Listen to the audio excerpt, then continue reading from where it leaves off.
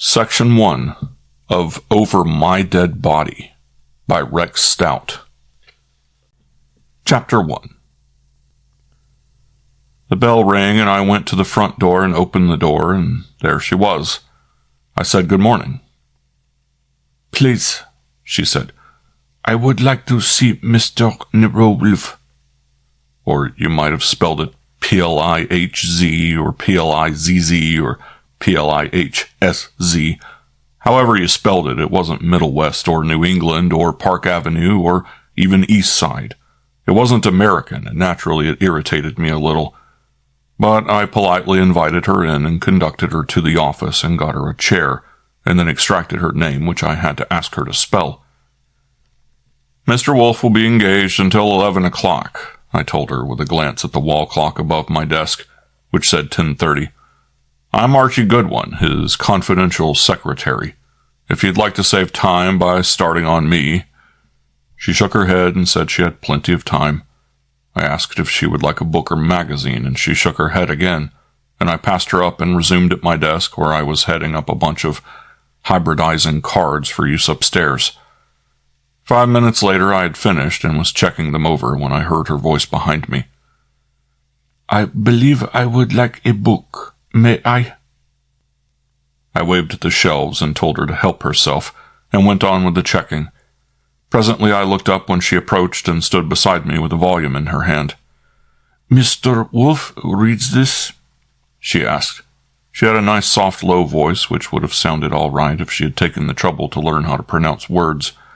I glanced at the title and told her Wolfe had read it some time ago. "But he studies it." "Well, why should he? He's a genius. He don't have to study anything." "He reads once and then he is through?" "That's the idea." She started for her chair and then turned again. "Do you read it, perhaps?" "I do not," I said emphatically. She half smiled. "It's too complicated for you. The Balkan history?" "I don't know. I haven't tried it. But I understand all the kings and queens got murdered. I like newspaper murders better." She turned off the smile and went and sat down with the book and appeared to be absorbed in it a few minutes later when, the checking finished, I jiggled a handful of cards neatly together and departed with them, and mounted the 2 flights of carpeted stairs to the top floor and the steeper flight to the roof level, where the entire space was glassed in for the orchids except the potting room in the corner where Horstman slept. Passing through the first 2 rooms, down the aisles with silver staging and concrete benches and thousands of pots holding everything from baby seedlings to odontoglossums and dendrobiums in full bloom, I found Nero Wolfe in the warm room, standing with his thumbs on his hips, frowning at Horstman, who in turn was scowling reproachfully at an enormous collagen blossom with white petals and orange keels. Wolfe was muttering, Full 2 weeks. At the very least 12 days. As per Hansa says, I don't know what God expects to accomplish by such management. If it were only a question of forcing. Well, Archie?" I handed Horstman the cards. "For that batch of Miltonias and Lycasts, the germination dates are already in where you had them. There's a female immigrant downstairs who wants to borrow a book. She's 22 years old and has fine legs. Her face is sullen but well arranged, and her eyes are dark and beautiful and worried. She has a nice voice, but she talks like Lynn Fontaine in Idiot's Delight. Her name is Carla Lovchin." Wolfe had taken the cards from Horstman to flip through them, but he stopped to send me a sharp glance. "What's that?" he demanded. "Her name?" "Lovchin." I spelled it and grinned. "Yeah, I know. It struck me too. You may remember I read The Native's Return. She seemed to be named after a mountain. The Black Mountain, Mount Lovchin. Cernigora, Montenegro, which is the Venetian variant of Montenegro, and your name is Nero. It may be only a coincidence, but it's natural for a trained detective. What does she want?" "She says she wants to see you, but I think she came to borrow a book. She took that United Yugoslavia by Henderson from the shelf and asked if you've read it. And do you study it? And am I reading it, and so on. She's down there with her pretty nose in it, but, as I say, her eyes look worried.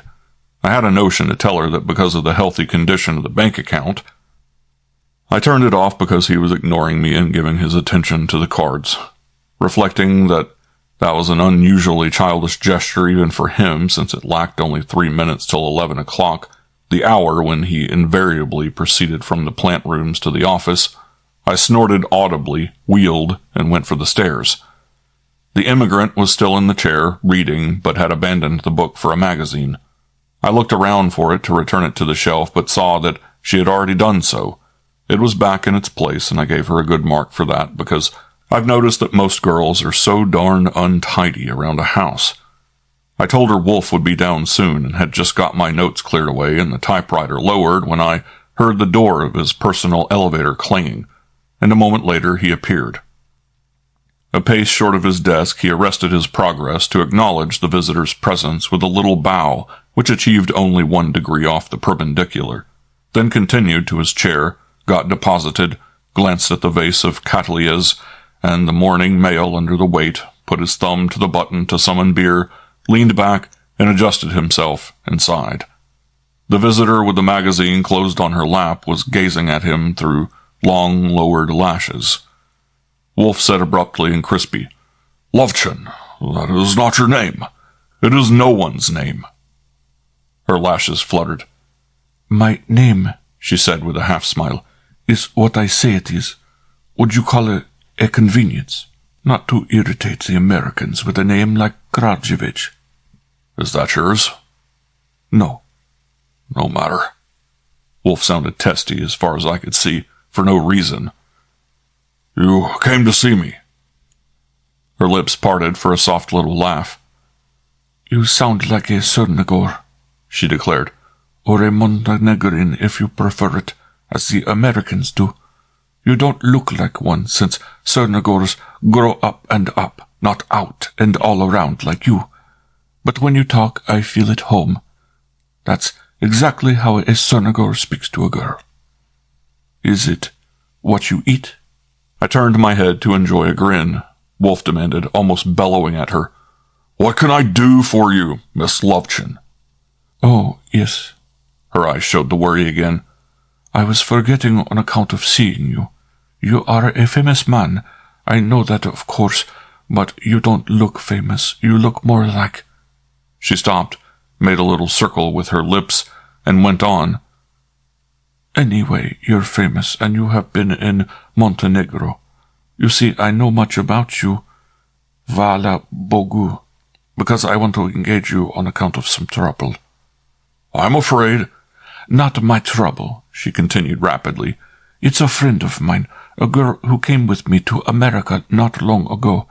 Her name is Nea Tormik." The long black lashes flickered. "Just as mine is Carla Lovchen. We work together at the studio of Nicola Milton on 48th Street. You know, perhaps, dancing and fencing are taught there. You know him?" "I've met him," Wolfe admitted gruffly, "at the table of my friend Marko Vukic, but I'm afraid I'm too busy at present." She swept on in front. "We're good fencers, Nea and I. Corsini in Zagreb passed us with foils, epee and saber. And the dancing, of course, is easy. We learn the Lambeth walk in 20 minutes. We teach it to rich people in 5 lessons, and they pay high. And Nicola Milton takes the money and pays us only not so high. That is why, in this foolish trouble Nea has got into, we can pay you not so much as you might expect from some people, but we can pay you a little, and add to that the fact that we are from Zagreb. It's not a little trouble Nea has got into. It's a big one. Through no fault of hers, because she is not a thief, as anyone but an American fool would be aware. They'll put her in jail, and you must act quickly at once." Wolfe's face was set in a grimace, showing that he was in the throes of an agitation away beyond his chronic reluctance to bother his mind about business when the bank balance was up in 5 figures. Displaying a palm at her, he tried to expostulate. "I tell you, I'm too busy." She hopped right over it. "I came instead of Nea because she has important lessons this morning, and it is necessary we should keep our jobs. But you will have to see her, of course, so you will have to go there. And anyway, Milton is arranging for everyone to be there today. This afternoon, Sue settled it. It's the biggest nonsense anyone could imagine to suppose that Nea would put her hand in a man's pocket and steal diamonds, but it will be terrible if it happens the way Milton says it will happen if the diamonds are not returned. But wait, you must let me tell you. My mouth was standing open in astonishment. After 2 hours on his feet in the plant rooms, when he came to the office at 11 o'clock and got lowered into his chair with me there to annoy him pleasantly, and the beer tray freshly delivered by Fritz Brenner, Wolfe was ordinarily as immovable as a 2-ton boulder. But now he was rising. He was risen. With a mutter that might have been taken either for an excuse or an imprecation, and with no glance at either of us, he stalked out of the room by the door that led to the hall. We watched him go, and then the immigrant turned and let me have her eyes wide open. "He gets sick?" she demanded. I shook my head. "Eccentric," I explained. "I suppose you might call it a form of sickness, but it's nothing tangible like concussion of the brain or whooping cough. Once when a respectable lawyer was sitting in that very chair you're in now—" "Yes, Fritz?" The door which Wolfe had closed behind him had opened again, and Fritz Brenner stood there with a bewildered look on his face. "In the kitchen a moment, please, Archie." I got up and excused myself and went to the kitchen. Preliminary preparations for lunch were scattered around on the big linoleum-covered table, but it was obvious that Wolfe had not been suddenly seized with a violent curiosity about food. He stood at the far side of the refrigerator, facing me in a determined manner that seemed entirely uncalled for, and told me abruptly as I entered, "Send her away." "My God," I admitted. I blew up a little. "She said she'd pay something, didn't she? It's enough to freeze the blood of an alligator. If you had read it in her eyes that her friend Nea did actually glum the glass, you might at least—" "Archie!" It was about as hostile as his voice ever got. "I have skedaddled physically once in my life, from one person, and that was a Montenegrin woman. It was many years ago, but my nerves remember it. I neither desire nor intend to explain how I felt when that Montenegrin female voice in there said, 'Vala Bogu, send her away.' But there's no—" "Archie!" I saw it was hopeless, though I had no idea whether he was overcome by terror or was staging a stunt. I gave it up and went back to the office and stood in front of her. "Mr. Wolfe regrets that he will be unable to help your friend out of her trouble. He's busy." Her head was tilted back to look up at me, and a little gasp left her mouth open. "But he can't. He must." She jumped to her feet, and I backed up a step as her eyes flashed at me. "We are from Cernagora. My friend is—" Indignation choked it off. "It's final," I said brusquely. "He won't touch it. Sometimes I can change his mind for him, but there are limits. What does Valaborgu mean?" She stared. "It means, thank God. If I see him, tell him—" "You shouldn't have said it. It gives him the willies to hear a Montenegrin female voice talk Montenegrin. It's a kind of allergy. I'm sorry, Miss Lupchin, but there's not a chance. I know him from A to P, which is as far as he goes. P is for pig-headed." "But I must see him, tell him." She was stubborn enough herself so that it took 5 minutes to persuade her out, and since the only prejudice I had acquired against Montenegrin females up to that point was based merely on pronunciation, which is not after all vital, I didn't want to get rough. Finally, I closed the front door behind her and went to the kitchen and announced sarcastically, "I think it's safe now. Stay close behind me, and if I holler, run like hell." Wolfe's inarticulate growl as I wheeled and headed for the office warned me that there was barbed wire in that neighborhood, so when he came in a few minutes later and got re-established in his chair, I made no effort to explain my viewpoint any further. He drank beer and fiddled around with a pile of catalogs while I checked over a couple of invoices from Hohen's and did some miscellaneous chores. When a little later he asked me to please open the window a crack, I knew the tension was relaxing toward normal. But if either or both of us had any idea that we were through with the Balkans for the day, It wasn't long before we had it jostled out of us. It was customary for Fritz to answer the doorbell from 11 on, when I was in the office with Wolfe. Around 12:30 he came in, advanced the usual 3 paces, stood formally, and announced a caller named Stahl who would not declare his business but stated that he was an agent of the Federal Bureau of Investigation. I let out a low whistle and ejaculated cautiously, "Uh-huh." Wolfe opened his eyes a trifle and nodded, and Fritz went for the caller. We hadn't bumped into a G-man before in the course of business, and when he entered I did him the honor of swiveling clear around for a look. He was all right, medium-sized with good shoulders and good eyes, a little skimpy in the jaw, and he needed a shoe shine. He told us his name again and shook hands with both of us and took from his pocket a little leather case, which he flipped open and exhibited to Wolfe with a reserved but friendly smile. "My credentials," he explained in an educated voice. He certainly had fine manners, something on the order of a high-class insurance salesman. Wolfe glanced at the exhibit, nodded, and indicated a chair. "Well, sir?" The G-man looked politely apologetic.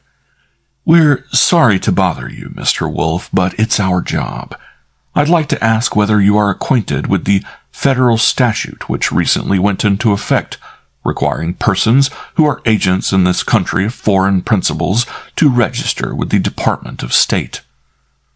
"Not intimately. I read newspapers. I read about that some time ago." "Then you know of that law?" "I do." "Have you registered?" "No, I am not an agent of a foreign principal." The G-man threw one knee over the other. "The law applies to agents of foreign firms, individuals, or organizations, as well as to foreign governments." "So I understand." "It also applies here both to aliens and to citizens. Are you a citizen of the United States?" "I am. I was born in this country." "You were at one time an agent of the Austrian government?" "Briefly as a boy. Not here. Abroad. I quit."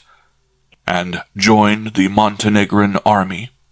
"Later, but still a boy. I then believed that all misguided or cruel people should be shot, and I shot some. I starved to death in 1916. The G-man looked startled. "I beg your pardon?" "I said I starved to death. When the Austrians came and we fought machine guns with fingernails. Logically, I was dead. A man can't live on dry grass.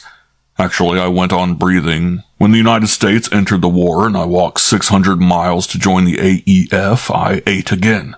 When it ended, I returned to the Balkans, shed another illusion, and came back to America." "Vala Bogu," I put in brightly. Stahl, startled again, shot me a glance. "I beg your pardon. Are you a Montenegrin?" "Nope. Pure Ohio." The ejaculation was involuntary. Wolfe, ignoring me, went on.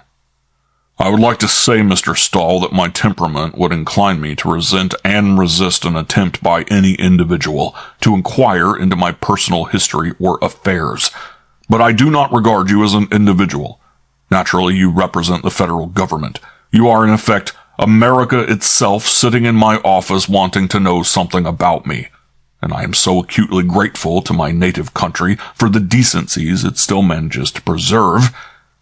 By the way, would you care for a glass of American beer?" "No, thank you." Wolfe pushed the button and leaned back. He grunted. "To your question, sir, I represent no foreign principal, firm, individual, organization, dictator, or government. Occasionally, I pursue inquiries here, professionally as a detective, on request from Europe, chiefly from Mr. Ethelbert Hitchcock of London, an English confrere, as he does there for me. I am pursuing none at present. I am not an agent of Mr. Hitchcock or of anyone else." "I see." Stahl sounded open to conviction. "That's definite enough. But your early experiences in Europe. May I ask, do you know a Prince Donovich?" "I knew him long ago. He is getting ready to die, I believe, in Paris." "I don't mean him. Isn't there another one?" "There is. Old Peter's nephew, Prince Stefan Donovich. I believe he lives in Zagreb. When I was there in 1916, he was a 6-year-old boy. Have you communicated with him recently? No, I never have. Have you sent money to him, or to anyone or any organization for him, or the cause he represents? No, sir. You do make remittances to Europe, don't you? I do, Wolfe grimaced. From my own funds earned at my trade, I have contributed to the Loyalists in Spain.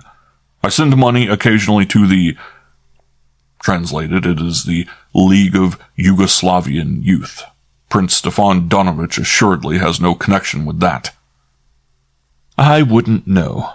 What about your wife? Weren't you married? No. Married? No, that was what... Wolfe stirred as under restraint in his chair. It strikes me, sir, that you're nearing the point where even a grateful American might tell you to go to the devil. I put in emphatically. I know damn well I would, and I'm only 64th Indian. The G-man smiled and uncrossed his legs. I suppose, he said amiably, you'd have no objection to putting this in the form of a signed statement, what you've told me? On a proper occasion, none at all. Good. You represent no foreign principal directly or indirectly. That is correct. Well, that's all we wanted to know. He got up. At present, thank you very much. You're quite welcome. Good day, sir. I followed him out to open the front door for America and make sure he was on the proper side of it when it was closed again. Wolfe could get sentimental about it if he wanted to, but I don't like any stranger nosing around my private affairs, let alone a nation of 130 million people. When I returned to the office, he was sitting back with his eyes closed. You see what happens, I told him bitterly. Just because you rake in 2 fat fees and the bank account is momentarily bloated in the space of 3 weeks, you refuse 9 cases. Not counting the poor little immigrant girl with a friend who likes diamonds. You refuse to investigate anything for anybody. Then what happens? America gets suspicious because it's un-American not to make all the money you can and sticks a senior G-man on you.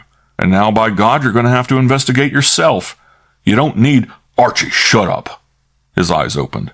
You're a liar. Since when have you been a 64th Indian? Before I could parry his counterattack, Fritz appeared to announce lunch. I knew it was to be warmed over duck scraps, so I was off at the gun. End of Chapter 1. Chapter 2. During meals, Wolfe ordinarily excludes business not only from his conversation, but also from his mind. But that day it appeared that his thoughts were straying from the food, though I didn't see how they could have been on business since there was none on hand. He did his share of demolition to the remains of 3 ducks. His old friend Marco Volchik had dined with us the day before, but there was an air of absent-mindedness in his ardor as he tore the backbones apart and scraped the juicy shreds off with his gleaming white teeth. It somewhat prolonged the operations, so that it was after 2 o'clock when we finished with the coffee and waddled back to the office. That is, he waddled, I strode. Then, instead of resuming with the catalogs or playing with some other of his toys, he leaned back and clasped his hands over the duck repository and shut his eyes. It wasn't a coma for several times during the hour he sat there. I saw his lips push in and out, so I knew he was hard at work on something. Suddenly he spoke. Archie, what made you say that girl wanted to borrow a book? So he hadn't been able to get his mind off Montenegrin females. I waved a hand. Persiflage. Chaff. No, you said she asked if I had read it.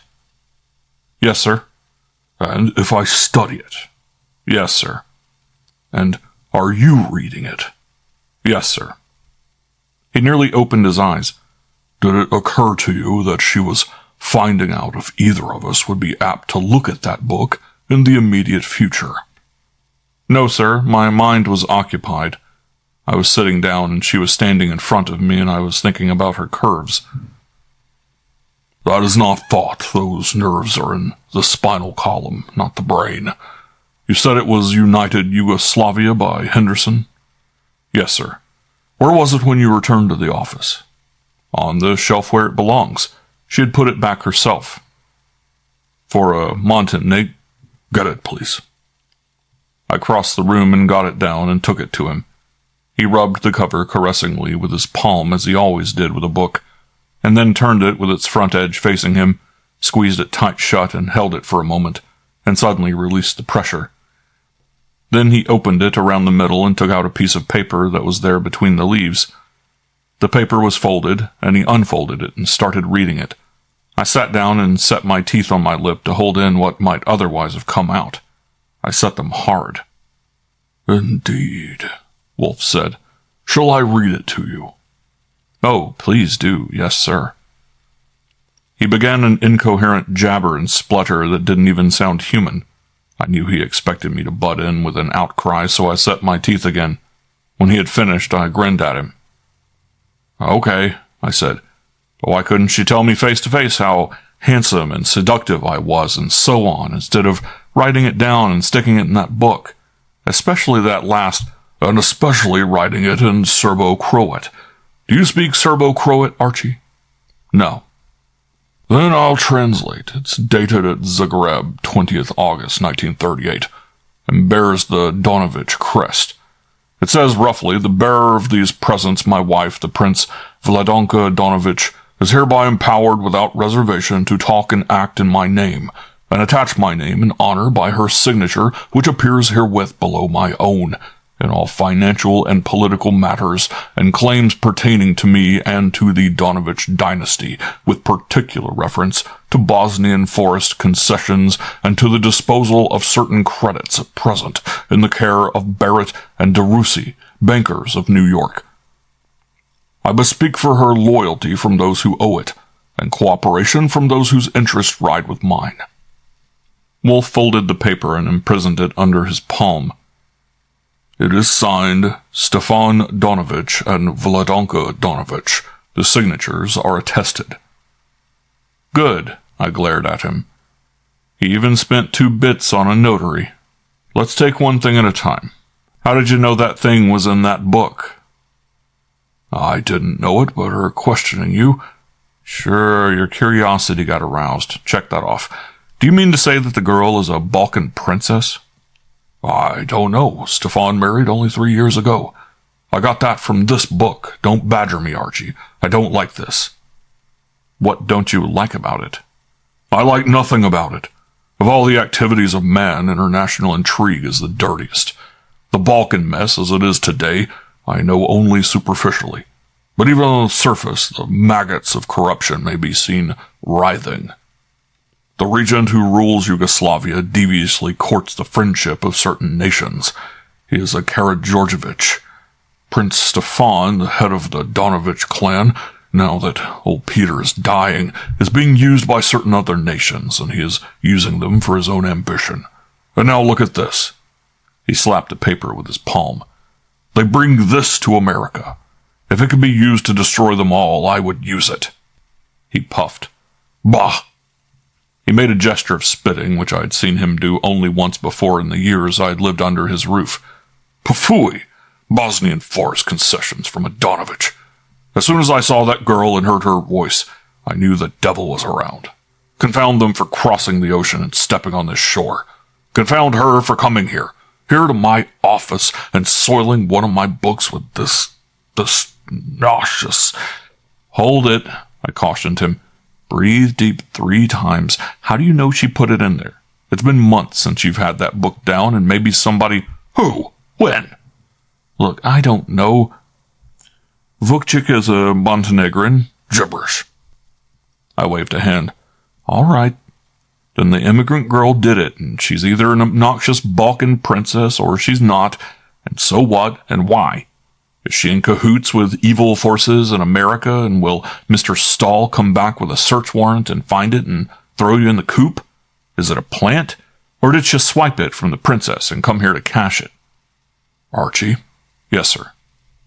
"Address an envelope to Miss Carla Lovchin in care of the Nicola Milton Studio. Get the address from the phone book. Put this thing in it and mail it at once. I don't want it here. I'll have nothing to do with it. I don't want—" I send money to those young people over there because I know it's hard for even a Montenegrin to be brave on an empty stomach. But it's their stable now, not mine, and they'll have to clean it out. This is the first time. Well, Fritz Brenner, entering, advanced his 3 paces and announced, "A young lady to see you, sir. Miss Carla Lovechen." I made a noise. Wolfe blinked at him. Fritz held to his formal stance, waiting. He had to wait a full 2 minutes, for Wolfe sat motionless, his lips puckered up, his forehead creased with a frown. Finally, "Where is she?" "In the front room, sir. I always think—" "Shut that door and come here."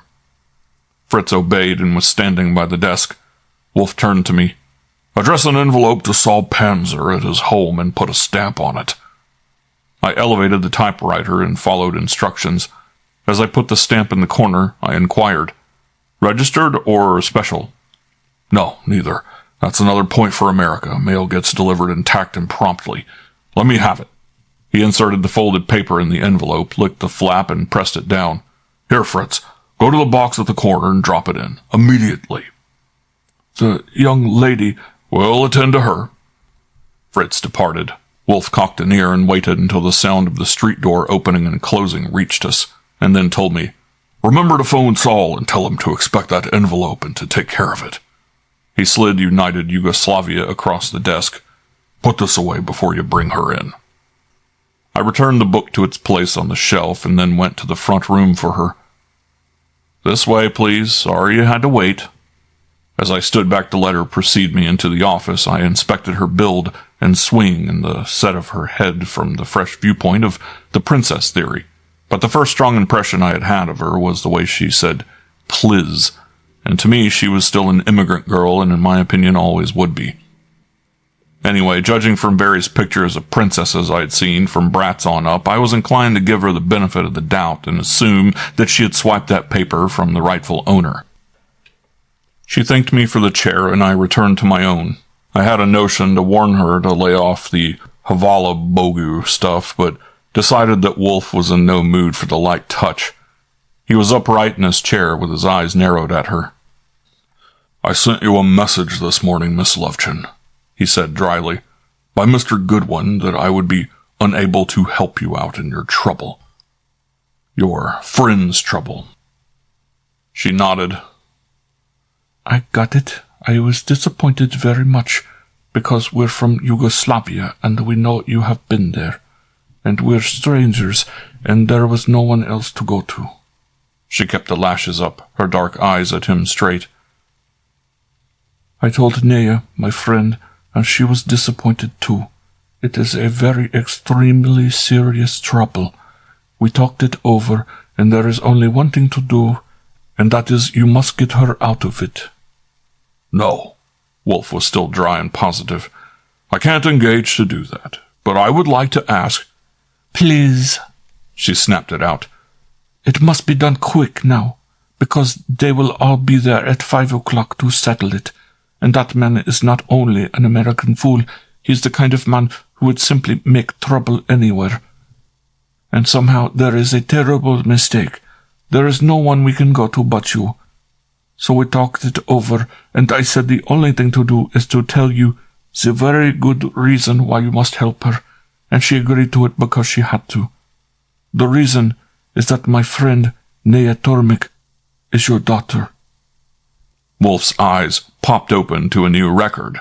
Not liking the sight of that, I transferred my astonished stare to the girl. Wolfe exploded. "My daughter? What's this flummery?" "She is your daughter." "My daughter?" Wolfe was speechless. He found a piece of his voice. "You said her name is Tormik." "I told you her name in America is Nea Tormik, just as mine is Carla Lovechen." Wolfe, erect, was glaring at her. She glared back. They stayed that way. Wolfe blurted, "I don't believe it. It's flummery. My daughter disappeared. I have no daughter." "You haven't seen her since she was 3 years old, have you?" "No." "You should. Now you will. She's very good looking." She opened her handbag and fished in it. "I suspected you wouldn't want to believe me, so I got this from Nea, and brought it along. Here." She reached to hand him a paper. "There is your name where you signed it." She went on talking. Wolfe was scowling at the paper. He went over it slowly and carefully, holding it at an angle for better light from the window. His jaw was clamped. I watched him and listened to her. What with the paper hid in his book and now this, it began to look as if the Montenegrin female situation held great promise. He finished inspecting the thing, folded it with deliberation, and stuck it in his pocket. Miss Lovechen extended a hand. "No, you must give it back. I must return it to Nea, unless you take it to her yourself." Wolfe regarded her. He grunted. "I don't know anything about this. The paper's all right. That is my signature. It belonged to that girl. It still does if she lives. How do I know it wasn't stolen?" "For what?" She shrugged. "You're suspicious beyond anything to be expected. Stolen to be brought across the ocean for what? To have an effect on you here in America? No, you are famous, but not as famous as all that. It was not stolen from her. She sent me to show it to you and to tell you. She is in trouble." Her eyes flashed at him. "What are you, in your opinion, a rock on Dermitor for a goat to stand on? You will see your grown daughter for the first time perhaps in the jail?" "I don't know. I'm not, in my opinion, a rock. Neither am I a gull. I couldn't find that girl when I went back to Yugoslavia to look for her. I don't know her." "But your America will know her. The daughter of Nero Wolfe, in jail for stealing. Only she didn't steal. She is no thief." She sprang up and put her hands on his desk and leaned across at him. "Pfui." She sat down again and flashed her eyes at me to let me know she was making no exceptions. I winked at her. Admitting the princess theory and counting me as a peasant, I supposed it was out of character. Wolfe sighed long and deep. There was a silence during which I could hear both of them breathing. At length he muttered, "It's preposterous, grotesque. No matter how many tricks you learn, life knows a better one. I've put many people in jail and kept many out. Now this. Archie, your notebook. Miss Lovechen, please give Mr. Goodwin the details of this trouble your friend has got into." He leaned back and shut his eyes. She told it, and I put it down. It looked to me, as it unfolded, as if somebody's confidence in someone's daughter might turn out to be misplaced. The two girls taught both dancing and fencing at Nicola Milton's studio on East 48th Street. It was an exclusive joint with a pedigreed clientele and appropriate prices for lessons. They had got their jobs through an introduction from Donald Barrett, son of John P. Barrett of Barrett and DeRussy, the bankers. Dancing lessons were given in private rooms. The salle d'armes, on the floor above, consisted of a large room and two smaller ones, and there were two locker rooms, one for men and one for women, where clients exchanged street clothes for fencing costumes. One of the fencing pupils was a man named Nat Driscoll. She pronounced it not. He was middle-aged or more, and fat and rich. Yesterday afternoon he had informed Nicola Milton that upon going to the locker room after completing his fencing lesson, which had been given by Carla Lovechen, he had seen the other female fencing instructor, namely Nea Tormek, standing by the open door of the locker in the act of returning the coat of his street suit on its hanger to its hook within the locker, and that she had then closed the door and departed by the door to the hall.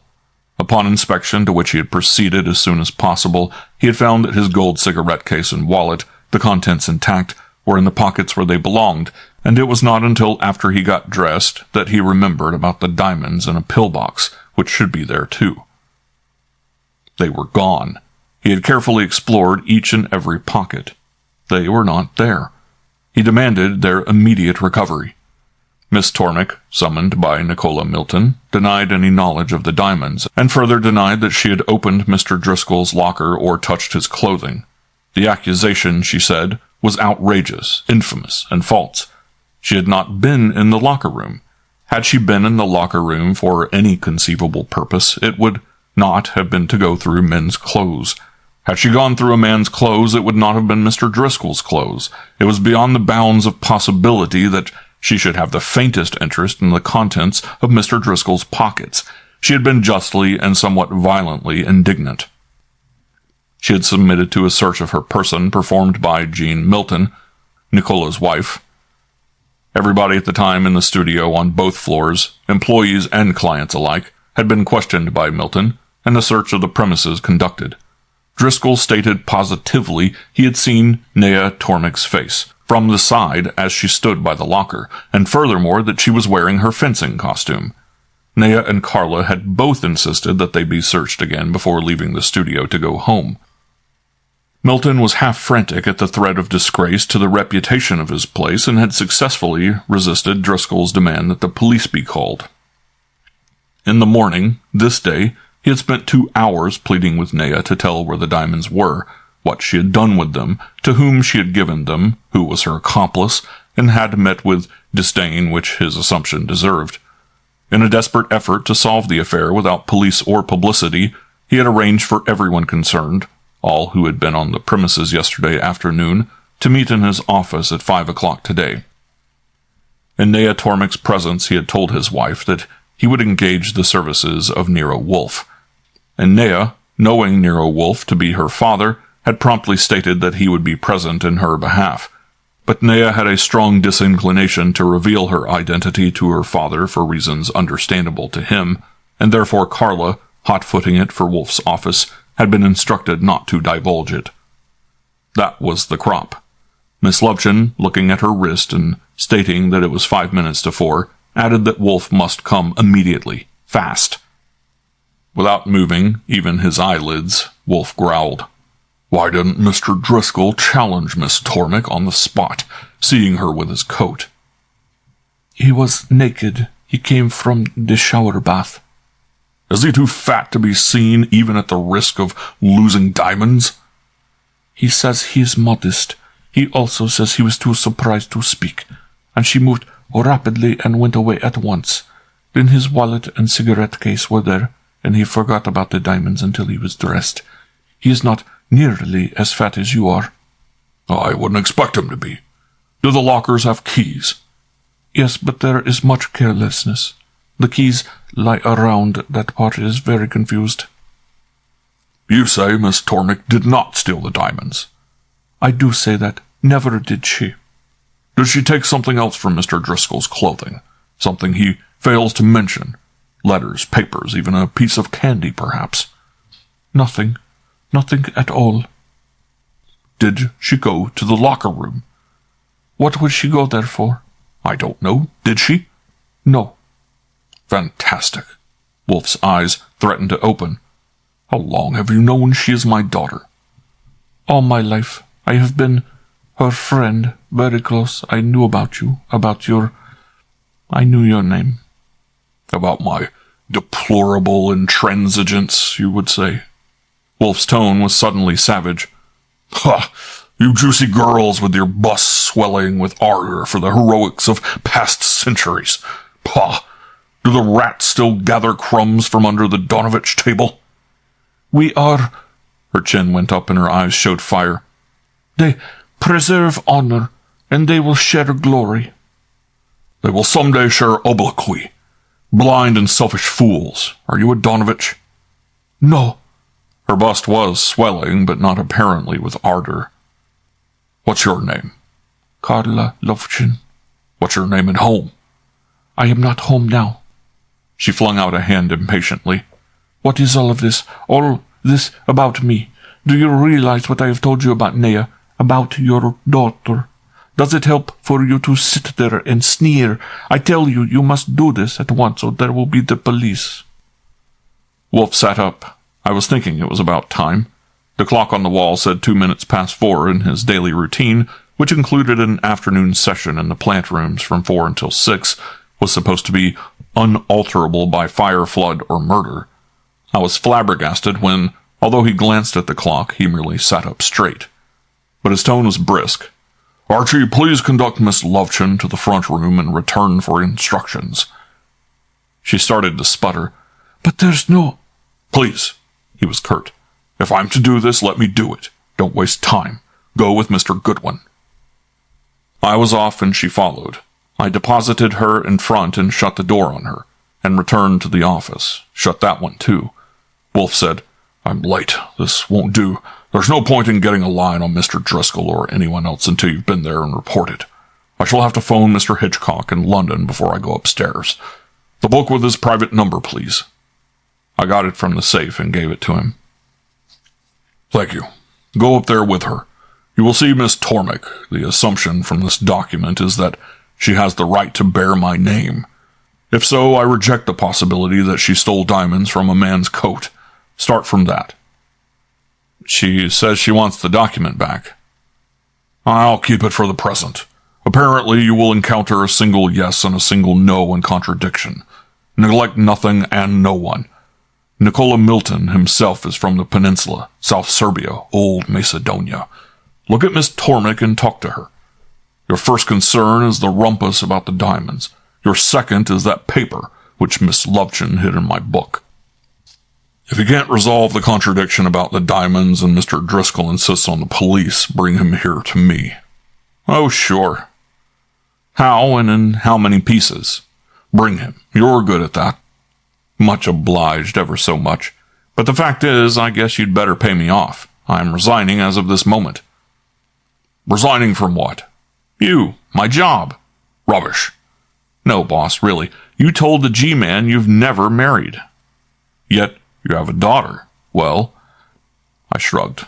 "I'm not a prude, but there are limits." "Don't jabber. Go on up there. She was an orphan, and I adopted her."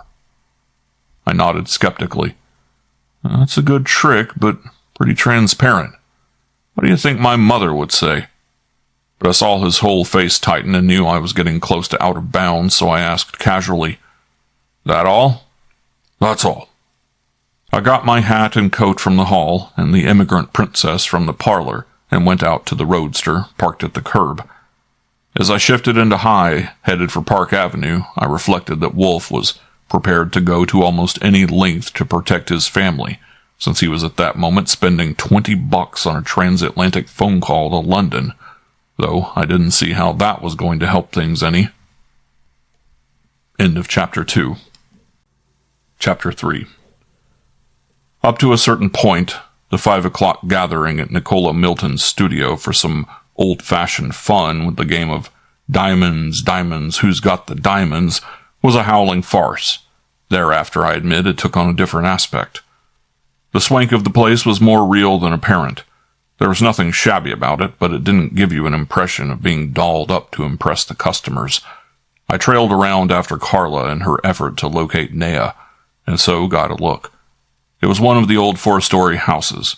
On the ground floor were a reception room and a large office, and a couple of small ones. One flight up, a long hall with a gray carpet with doors leading into the private rooms for dancing lessons. 2 flights, the saldarm with 2 medium-sized rooms, 1 big one, and the showers and locker rooms, and at the top, living quarters for Milton and his wife. Those I didn't see then. Nea was finally flushed in the women's locker room. Carla brought her out to where I was waiting in the hall and introduced me, and we shook hands. Nea Tormik said, "Can you do something about this awful thing, Mr. Goodwin? That awful lie that man tells. Can you? You must.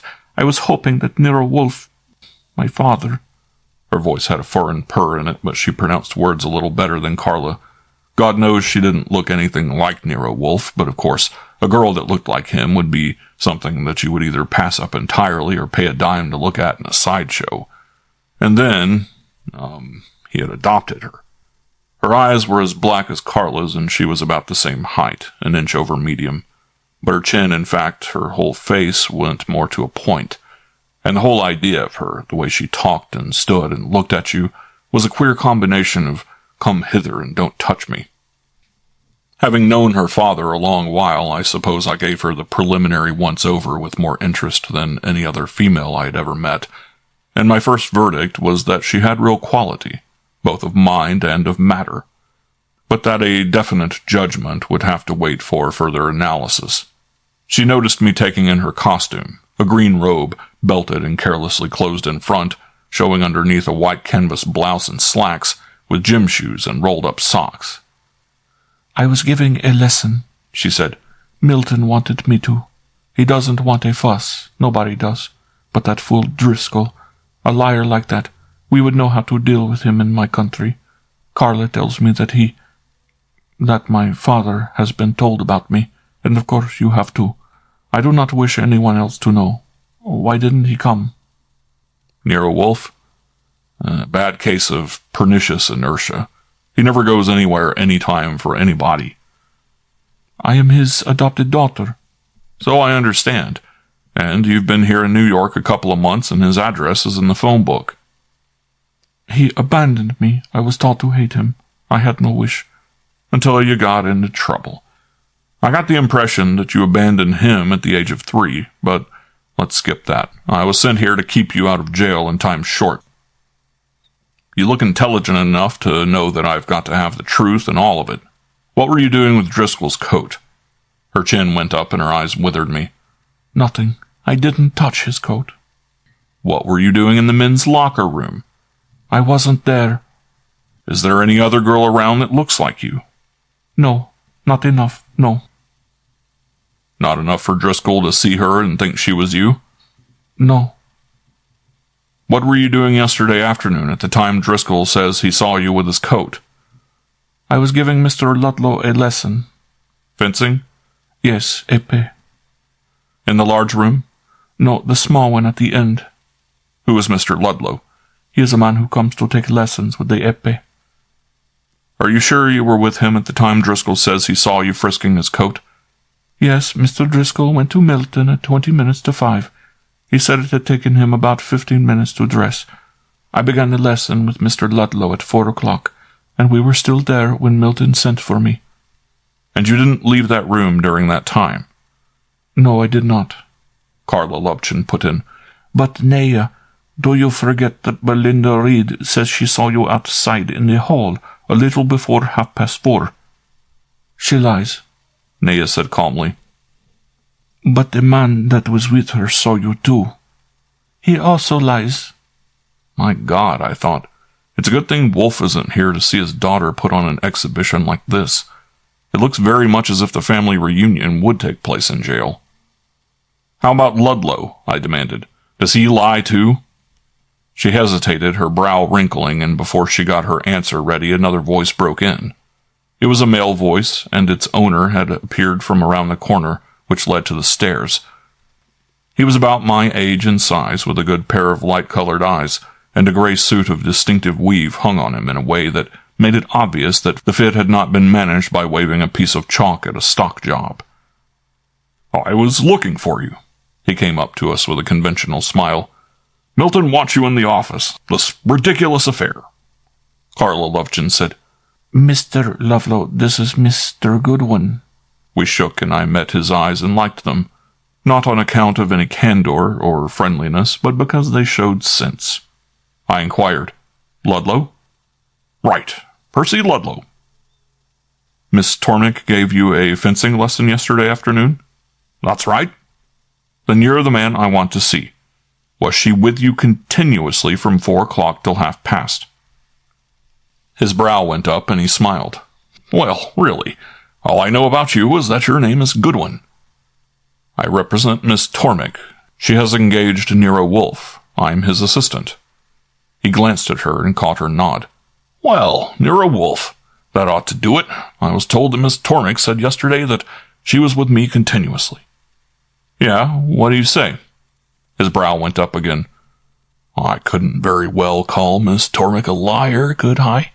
Let's go down to the office. Driscoll isn't there yet, but he should be any minute." "Then she was with you.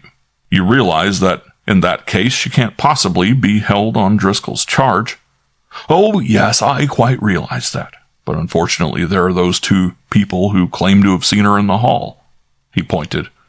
"Right there, not 10 feet from the door of the locker room. And, of course, Driscoll, too." He was moving. I obstructed him. "Look here, Mr. Ludlow, if you'll assure me that you'll stick to it—" "My dear chap, assure you? This sort of thing must be handled. Anyhow, a dozen or more people have been made acquainted with this charge against Miss Tormik, and whatever is said they should hear. To clear it up, you know." They were all moving for the stairs, and I couldn't obstruct all of them, so I went with the current. It was so loony that it dazed me. Carla looked worried and Ludlow looked bland. As for Nea, her attitude could have only come from the sublime assurance of innocence or the sublime asininity of a nincompoop. Or mix it yourself. Here she had a witness who might have been wheedled into standing fast with a Class A alibi, and she wasn't even bothering to toss him a suggestion. As I trailed them downstairs and entered the office with them, I was trying to figure out a method of enticing Driscoll down to 35th Street, for it certainly seemed likely it would come to that. The office was the big room at the rear of the ground floor. There was a large red carpet and a couple of desks and chairs scattered around. The walls were decorated with pictures of people dancing and fencing or standing holding a sticker, with a large one of Milton in some kind of a uniform, and with swords and daggers hanging here and there. I knew the picture was Milton because Carla Lovejoy took me across and introduced me to him and his wife.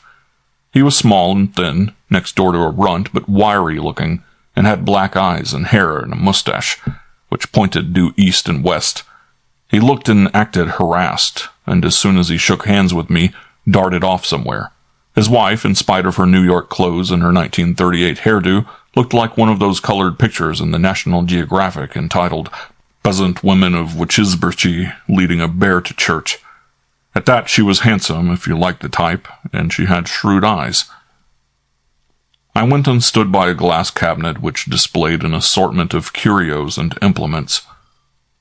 Among them a long thin rapier with no edge and a blunt point, which apparently wasn't a rapier, since a card leaning against it said, "This épée was used by Nicola Milton at Paris in 1931 in winning the international championship." I looked around. He was across the room, chinning with a broad-shouldered six-footer, maybe 30 years old, with a slightly pushed-in nose and a vacant look to go with it. I looked further. If by chance Wolfe's long-lost daughter hadn't pinched Driscoll's diamonds, it was probable that the person who had was among those present. Carla Lovejoy's voice came beside me. "But you aren't doing anything." I shrugged. "Nothing I can do. Not right now. What's Milton waiting for?" "Mr. Driscoll isn't here yet." "Did he say he would be here?" "Of course he did. He only agreed to wait until now to go to the police." "Who's that guy Milton's talking to?" She looked. "His name's Gil. He's a dancing client. It was he who was with Belinda Reed yesterday when they saw Nea in the hall. They say they did." "Which one's Belinda Reed?" "Over there standing by a chair. The beautiful one, with hair like yellow ember, talking to the young man." "Check. Baby doll with a new silk dress and piped earrings. Not to mention the young man. I seem to recognize him from, perhaps, the movies. Who is he?" "Donald Barrett."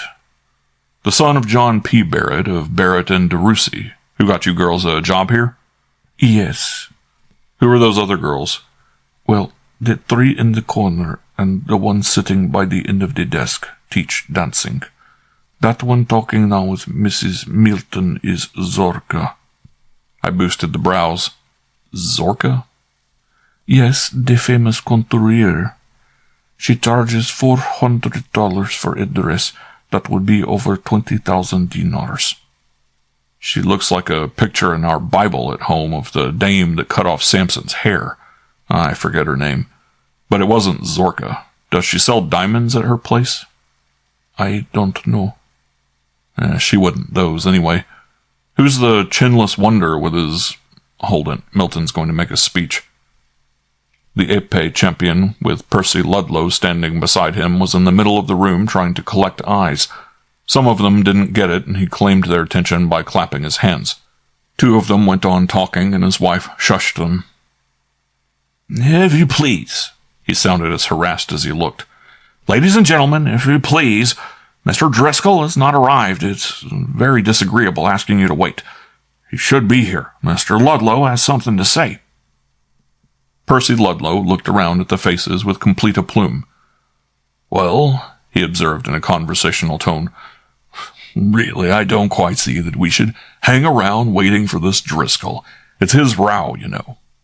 I have an explanation to make that I'd like you all to hear, because all of you know of Driscoll's absurd accusation regarding Miss Tormik. You'll understand it better if you observe the clothes I'm wearing.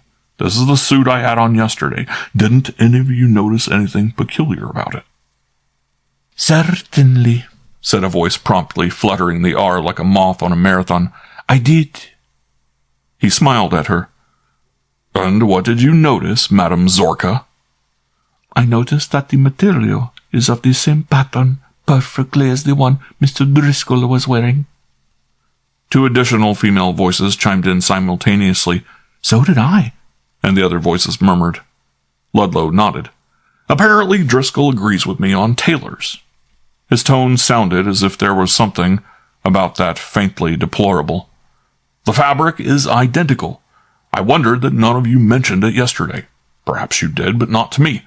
Of course, the coincidence explains why, when Miss Tormik went to my locker to get my cigarettes from my coat, and Driscoll saw her, he thought the coat was his own. My locker adjoined his." There was a round of ejaculations. Eyes moved from his face to that of Nea Tormik and back again. I felt Carla Lovchin's fingers gripping my elbow, but I didn't react because I was trying to keep my brain cleared for action. Ludlow continued in the same easy tone. "Yesterday, when Miss Tormik was suddenly confronted with Driscoll's ugly accusation, naturally she was flustered. Impulsively and perhaps foolishly, she denied having been in the locker room. Hearing that denial, I was a little flustered myself. It would have produced a most unfortunate impression if I'd contradicted her on the spot, so I temporized and confirmed her statement that she had been with me continuously in the end room. But as it turned out, that was no go. Driscoll was positive that it was Miss Tormik he had seen with his coat. Miss Reed and Mr. Gill both declared that they had seen her in the hall near the door of the locker room shortly prior to 4:30. So it was clear that the only thing for it was the truth, which is that while we were fencing yesterday, the strap of my pad broke, and I had to change it, and we felt like a cigarette and found that we had none, and while I was changing the pad, she took my key and went to the locker room for my cigarettes." I had left his face and was concentrating on Nea's, but I couldn't read it. It wasn't alarmed, nor angry, nor pleased. I would have said it was more puzzled than anything else, but that seemed unlikely, so I scored myself 0. There was a buzz around the room which stopped when Milton remarked, more to space than to any audience, So she was there." Ludlow nodded negligently. "Oh, yes, she was there, but it was my coat she had, not Driscoll's. No doubt of it. Because she returned with my cigarette case and lighter. We had a few puffs together, and we were fencing again when word came that Milton wished to see Miss Tormik." He stopped and lost his audience. The door had opened, and 2 men entered. The one in front was a gray-haired guy with a full cargo of dignity and an air that invited respect, and behind him, practically hiding behind him, was a plump specimen about 51 years old, with thick lips and bald eyebrows. They came on in, and Milton met them. "We've been waiting for you, Mr. Driscoll." "I'm sorry," the plump one stammered, edging around. "Very sorry. This is Mr. Thompson, my lawyer. Mr. Milton?" As the gray-haired one extended a hand for the shake, he conceded the point without reservation or qualification. "I am Mr. Driscoll's counsel. I thought it best to come personally. This regrettable affair. Extremely regrettable. Will you kindly introduce me to Miss Tormik, if you will be so good?" This was done by Milton, who looked a little bewildered. The lawyer's bow was courteous and respectful, as was his verbal acknowledgment. Nea stood motionless and silent. He turned. "These people, are these the persons whom Mr. Driscoll, before whom he accused Miss Tormik?" Milton nodded. "We've been waiting for him to—" I know, we're late.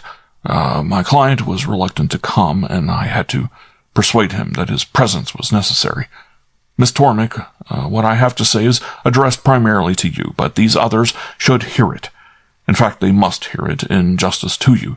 First, for the facts. When Mr. Driscoll left his home yesterday morning, he had in his pocket a pillbox containing diamonds, which he intended to take to a jeweler to be set in a bracelet. From his office, he phoned the jeweler and discussed the matter. His secretary took the box of diamonds to arrange for their delivery. They are at the jeweler's now. Here later, Mr. Driscoll, lamentably and inexcusably, but innocently forgot that his secretary, A clatter of comment from all corners interrupted him. He smiled at Nea but got nothing in return. Driscoll had a handkerchief out, wiping his brow, trying to find a place to look without meeting a pair of eyes. Milton sputtered. Do you mean to say that this irresponsible... Please, the lawyer had a hand up. Please let me finish. Mr. Driscoll's lapse of memory was inexcusable, but he was honestly convinced that he had seen Miss Tormik with his coat. That was my coat, Ludlow snapped. Of the same pattern. I have it on. I see. Well, that explains that. Was it in the same locker? The one adjoining, Ludlow was severe. But Mr. Driscoll should know that before making a grave accusation. Certainly he should. The lawyer conceded everything again. Even the coincidence of the coats is no excuse for him. That's why I insisted on his coming to make his apology to Miss Tormik in the presence of all of you. His reluctance is understandable. He is extremely embarrassed and humiliated. He eyed his client. Well? Driscoll, gripping his handkerchief, faced Nea Tormik. I apologize, he mumbled. I'm sorry. The mumble became abruptly and surprisingly an outraged roar. Of course I'm sorry, damn it! Someone giggled. Nicola Milton said grimly, You certainly should be sorry. It might have been disastrous, both for Miss Tormik and for me. I know it. I said I'm sorry, and I am. The lawyer put in smoothly and sweetly, I hope, Miss Tormik, may we hope for an expression from you of forgiveness, of quittance. He took an envelope from his pocket. In fact, I thought it would be as well for you to have Mr. Driscoll's written apology to support his oral one, so I brought it along. He got a paper from the envelope. And I brought also a quittance, just an informal sentence or two, which I'm sure you'll want to sign for him in return. Just a minute. It was me entering on my cue. I represent Miss Tormik. The way he went on guard like lightning facially was a treat. He demanded, Who are you, sir? A lawyer? Nope, I'm not a lawyer, but I speak English, and I represent Miss Tormik, and we're not before court. She isn't signing anything. But, my dear sir, why not? Merely an informal... That's the trouble, it's too informal. For instance, what if Milton here gets sore about this fracas, though it's not her fault and she loses her job? Or what if this thing had been turned loose around town and she can't catch up with it? Nothing doing on the quittance. I have no intention, Milton put in, of dismissing Miss Tormik, but I agree that it is not necessary for her to sign anything. I am quite sure she will have no desire to make trouble for Mr. Driscoll. He looked at her. She spoke for the first time. No, certainly. She sounded darn unconcerned for a girl who had just escaped being thrown into the hoosegow as a sneak thief. Almost indifferent, as if her mind was on something else. I will make no trouble. The lawyer pounced on her. Then, Miss Tormik, if you feel that way, surely you have no objection to signing. Damn it, let her alone. It was his own client tripping him up. Driscoll glared at him. Damn a lawyer anyway. If I'd had the nerve to face it, I'd have done just as well if I'd come alone. He confronted Milton. Now I've apologized. I'm sorry. I'm damn sorry. I like this place. I've been overweight for years. I'm damn near fat. I've monkeyed around with exercises and health farms and damn fool games, throwing a ball and riding a horse as tall as a skyscraper, and the first thing I've done to sweat that is any fun is what I do here. I may be a rotten fencer, but I like it. I don't care whether Miss Tormik signs a paper or not. I want to be friends with Milton. He whirled. Miss Loveton, I want to be friends with you. Miss Tormik is your friend, and I acted like a damn fool. I am a damn fool. Will you fence with me, or won't you? I mean right now. Somebody snickered. People moved. The lawyer looked dignified. Carla said, I work for Mr. Milton. I will follow his instructions. Milton said something conciliatory and diplomatic, and it was apparent that Mr. Driscoll wasn't going to be deprived of his fun. I faded into the background. The chinless wonder whose name I hadn't got, a blond guy with thin lips and an aggressive nose, who stood and walked like a soldier, went up to Nia with a thin smile and said something evidently meant to be agreeable, and was followed by Donald Barrett for a similar performance. Mrs. Milton crossed to her and patted her on the shoulder, and then she was approached by Percy Ludlow. They spoke together a minute, and she left him and headed for me. I grinned at her.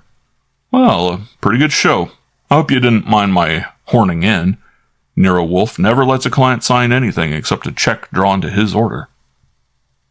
I didn't mind. I say goodbye. I am going to fence with Mr. Ludlow. Thank you for coming.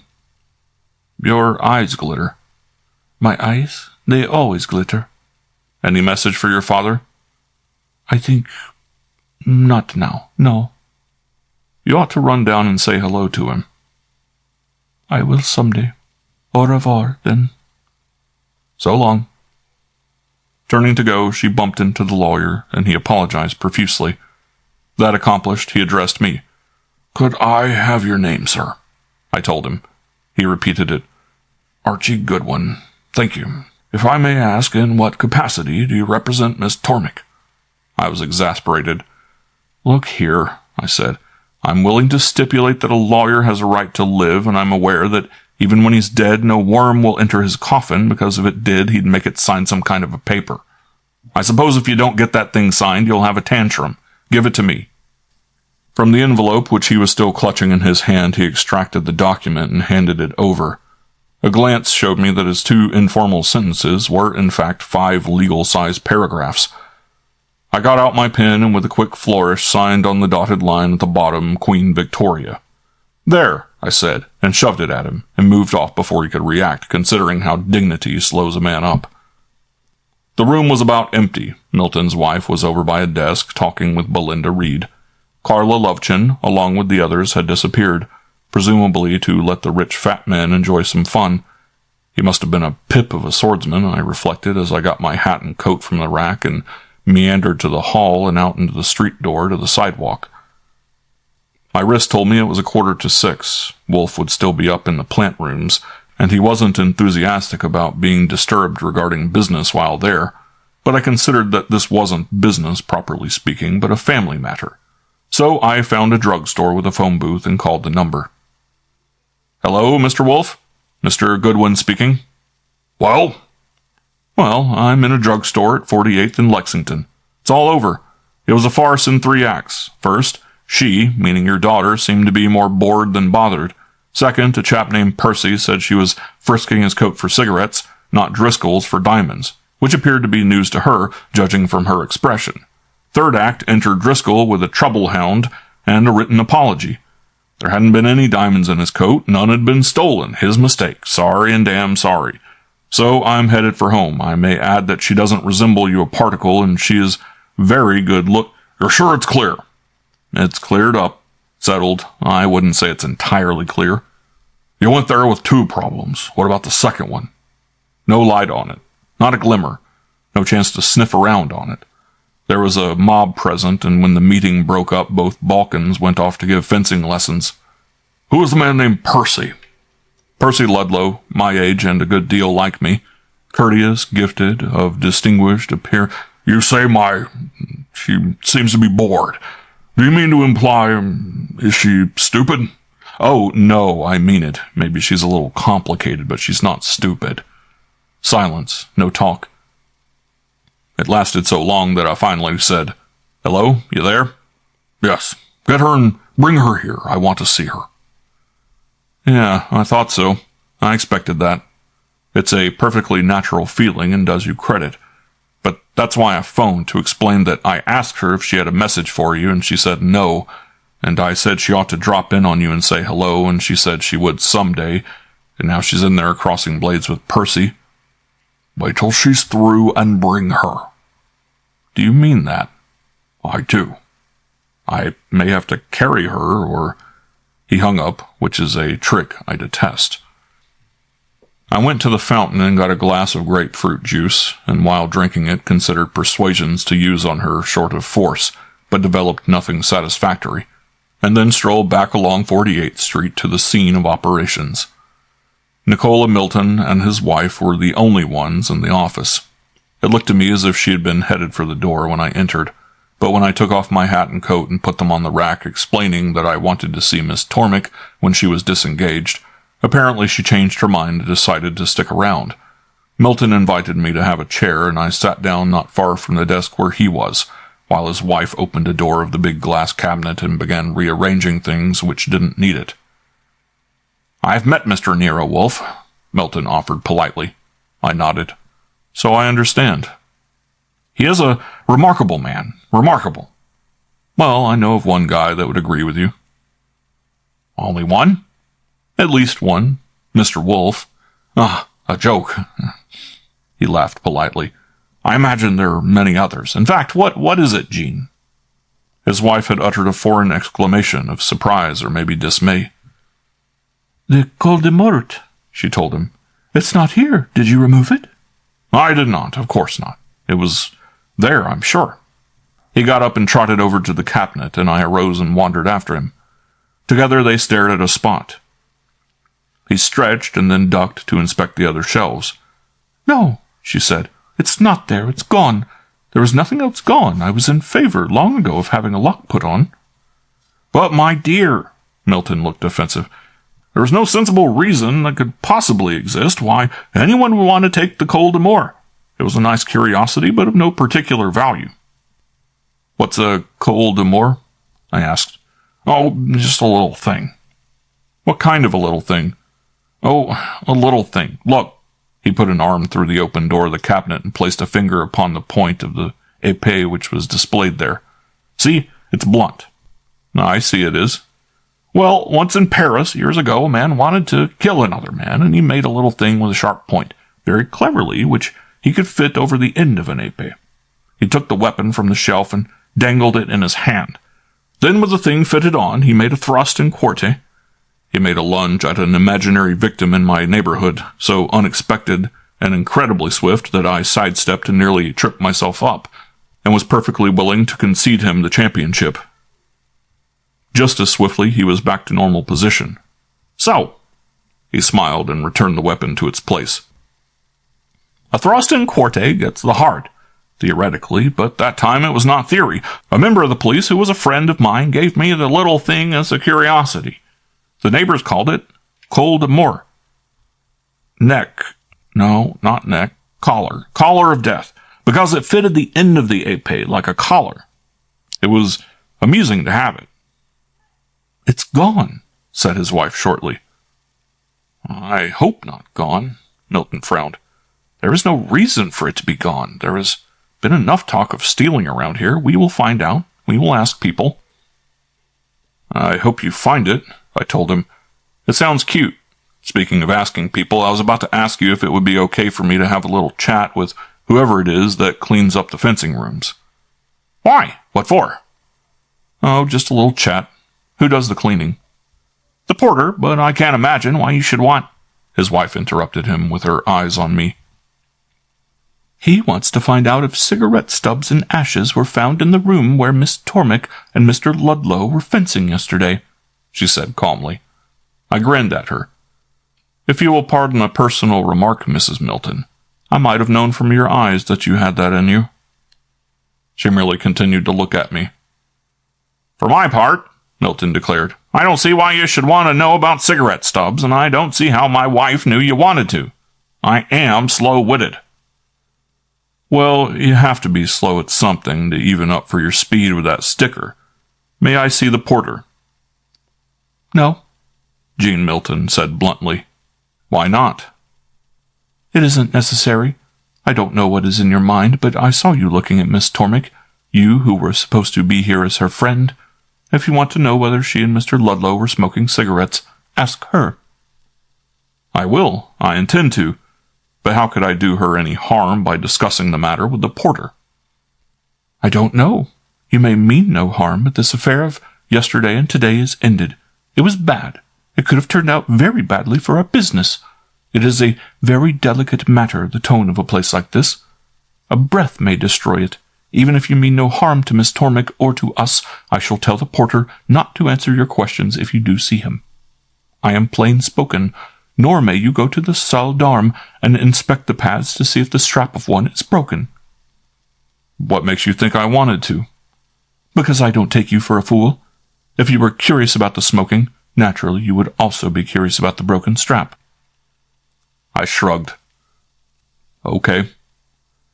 Anyhow, you used the right word. I was just curious. As you know, I'm a detective, and I guess we get into bad habits. But if you're aware of the reputation of Nero Wolfe, you're also aware that he dishes out trouble only to people who have asked for it. She gazed at me a moment, turned and closed the sliding door of the cabinet, and then returned to me. This morning, she said, my husband was saying that he would engage Mr. Wolfe to investigate the disappearance of Mr. Driscoll's diamonds. Miss Tormik was present. She declared that she had engaged Nero Wolfe to act in the matter in her behalf. Shortly afterward, her friend Miss Loveton asked permission to go out on an errand. It is not only detectives who are curious. I am sometimes curious. If I were to ask... She stopped with her mouth open, her body stiffening. Milton spun on his heel to face the door to the hall. I did the same. The yell that had split the air sounded like something that you might expect, but would certainly resent if you found yourself alone in a jungle at night. When the second yell came, all three of us were running for the door. Milton was ahead, and in the hall he bounded for the stairs with us after him. There were no more yells, but sounds of commotion. Steps and voices came from above, and on the second-floor landing we were impeded by people who popped out of doors. Milton was a kangaroo. I couldn't have caught him for a purse. At the top of the second flight we were brought to a halt by obstructions. A colored man was wriggling, his arms held by the chinless wonder. Nat Driscoll, in his shirt but no trousers, was jumping up and down. The two Balkans in fencing costumes were backed against the wall. Zorka, in gold-leaf undies, and that was all, was standing apart and systematically screaming. Before Milton could make any progress or I could get around him, I felt myself brushed aside, and Jean Milton was there. "What?" she demanded in a tone that would have stopped a hurricane. "Arthur, what is it?" The colored man stopped wriggling and rolled his eyes at her and said something I didn't get, but apparently she did, for she started off on a lope down the hall. I was close behind her, and there were steps behind me. She went to the last door, the end room. It was standing open, and she passed through, taking the curve without slowing down. She jerked to a halt, saw it there on the floor, and walked over to it. I was beside her. It was Percy Ludlow, lying on his side, so tilted that he would have been on his back if he hadn't been propped up by the protruding point of the épée which was sticking clear through him. End of Chapter 3. Chapter 4. Jean Milton said something foreign, and then stood and stared down at it with her face frozen. I heard a gasp from Milton behind me, and other noises, and turned and saw them gained in the doorway. "Keep out of here," I said, "all of you."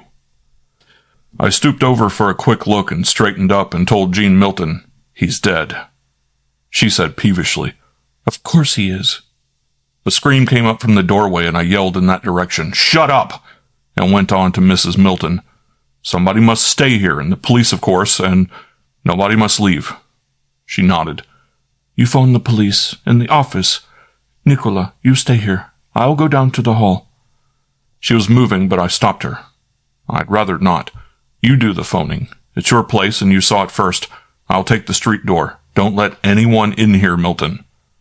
He looked pale as he mumbled, "The Golden Moor. No, it's not there. The end of the épée is bare and blunt." "It can't be. It wouldn't go through." "I can't help that. It's not there." Jean Milton was headed for the door, and I followed her. They made way for us. Carla Loveton was going to say something to me, and I shook my head at her. The chinless wonder grabbed at my elbow, and I dodged him. People had come up from the floor below, and Nat Driscoll came running down the hall with his shirt tails flying.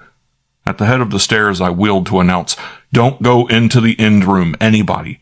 Ludlow's in there dead. Nobody is to leave the building." I saw Donald Barrett moving in my direction, and the chinless wonder behind him. If you two guys would herd everyone downstairs into the office, it might simplify matters. I disregarded the chatter that broke out and beat it down the steps, with Miss Milton following me. On the ground floor, she went to the rear to the office, and I went to the front, to the door to the street vestibule. I was tempted to keep on going, right on through, and get to a phone and call up Nero Wolfe, but I decided it would be a bad move. If I once got out, I might not get back in again. Or if I did, it would be under conditions not nearly so favorable as they were now. Guarding the portal, loyal and true, was the best bet. From where I stood, I could see the inmates straggling down the stairs. They were mostly silent and subdued, but a couple of the female dancing teachers were jabbering. Belinda Reed, the baby doll with a new silk dress, came along to me instead of turning toward the office and said in a determined voice that she had a very important appointment to keep. I told her I had one too, so we were in the same boat. Donald Barrett, who was hovering in the background, approached. "See here," he said. "I know I'm caught in this god-awful mess, frightful stink, and I'm helpless just because I'm here. But, Miss Reed, after all, are you a cop?" "No." "Then, my dear fellow, just turn your back and talk to me a moment, and she can just slip out and go to her appointment.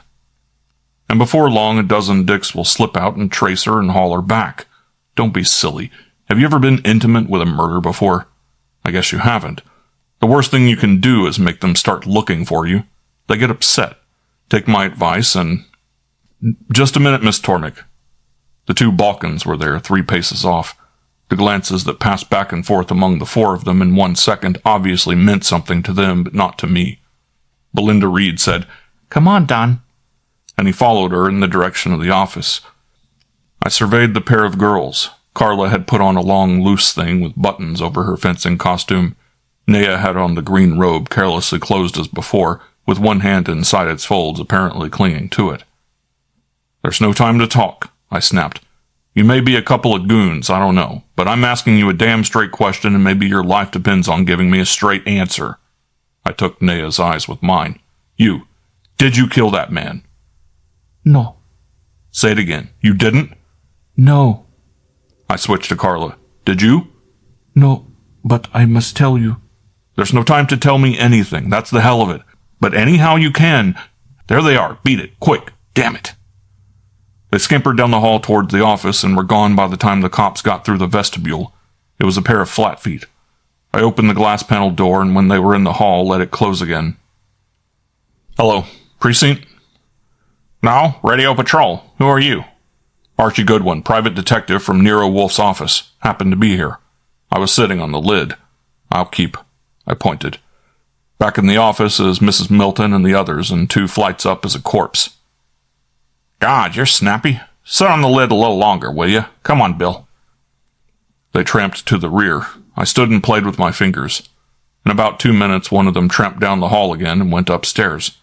In another 2 minutes, there were fresh arrivals in the vestibule, 3 dicks in plain clothes, but one glance was enough to tell that they were precinct men, not homicide squad. I gave them a brief picture of it. One of them relieved me at the door, another went for the stairs, and the third went to the office and took me with him. The radio Flatfoot was there, holding his tongue between his teeth while he wrote down names in a notebook. The precinct dick spoke with him a moment and then started in on Mrs. Milton. I sidled off and made myself unobtrusive alongside the coat rack, resisting a temptation to edge around and get in a few words of advice to the Montenegrin females before the homicide squad arrived, which was when the real fun would start. I decided not to take a chance on starting a mental process even in a precinct man. The clients and employees were scattered all around the office, some sitting, some standing, with no sound coming from them except an occasional muttering. While I was making the round of their faces without any real expectation of seeing anything interesting or significant, I suddenly saw something right in front of my eyes that struck me as both being interesting and significant. My coat was there on the rack where I had left it, so close my elbow was touching it, and what I saw was that the flap of the left-hand pocket had been pushed inside, and the pocket was gaping on account of something in it. That was wrong. I didn't patronize the kind of tailors Percy Ludlow had, but I was born neat, and I don't go around with my pocket flaps pushed in. And besides, that pocket had been empty.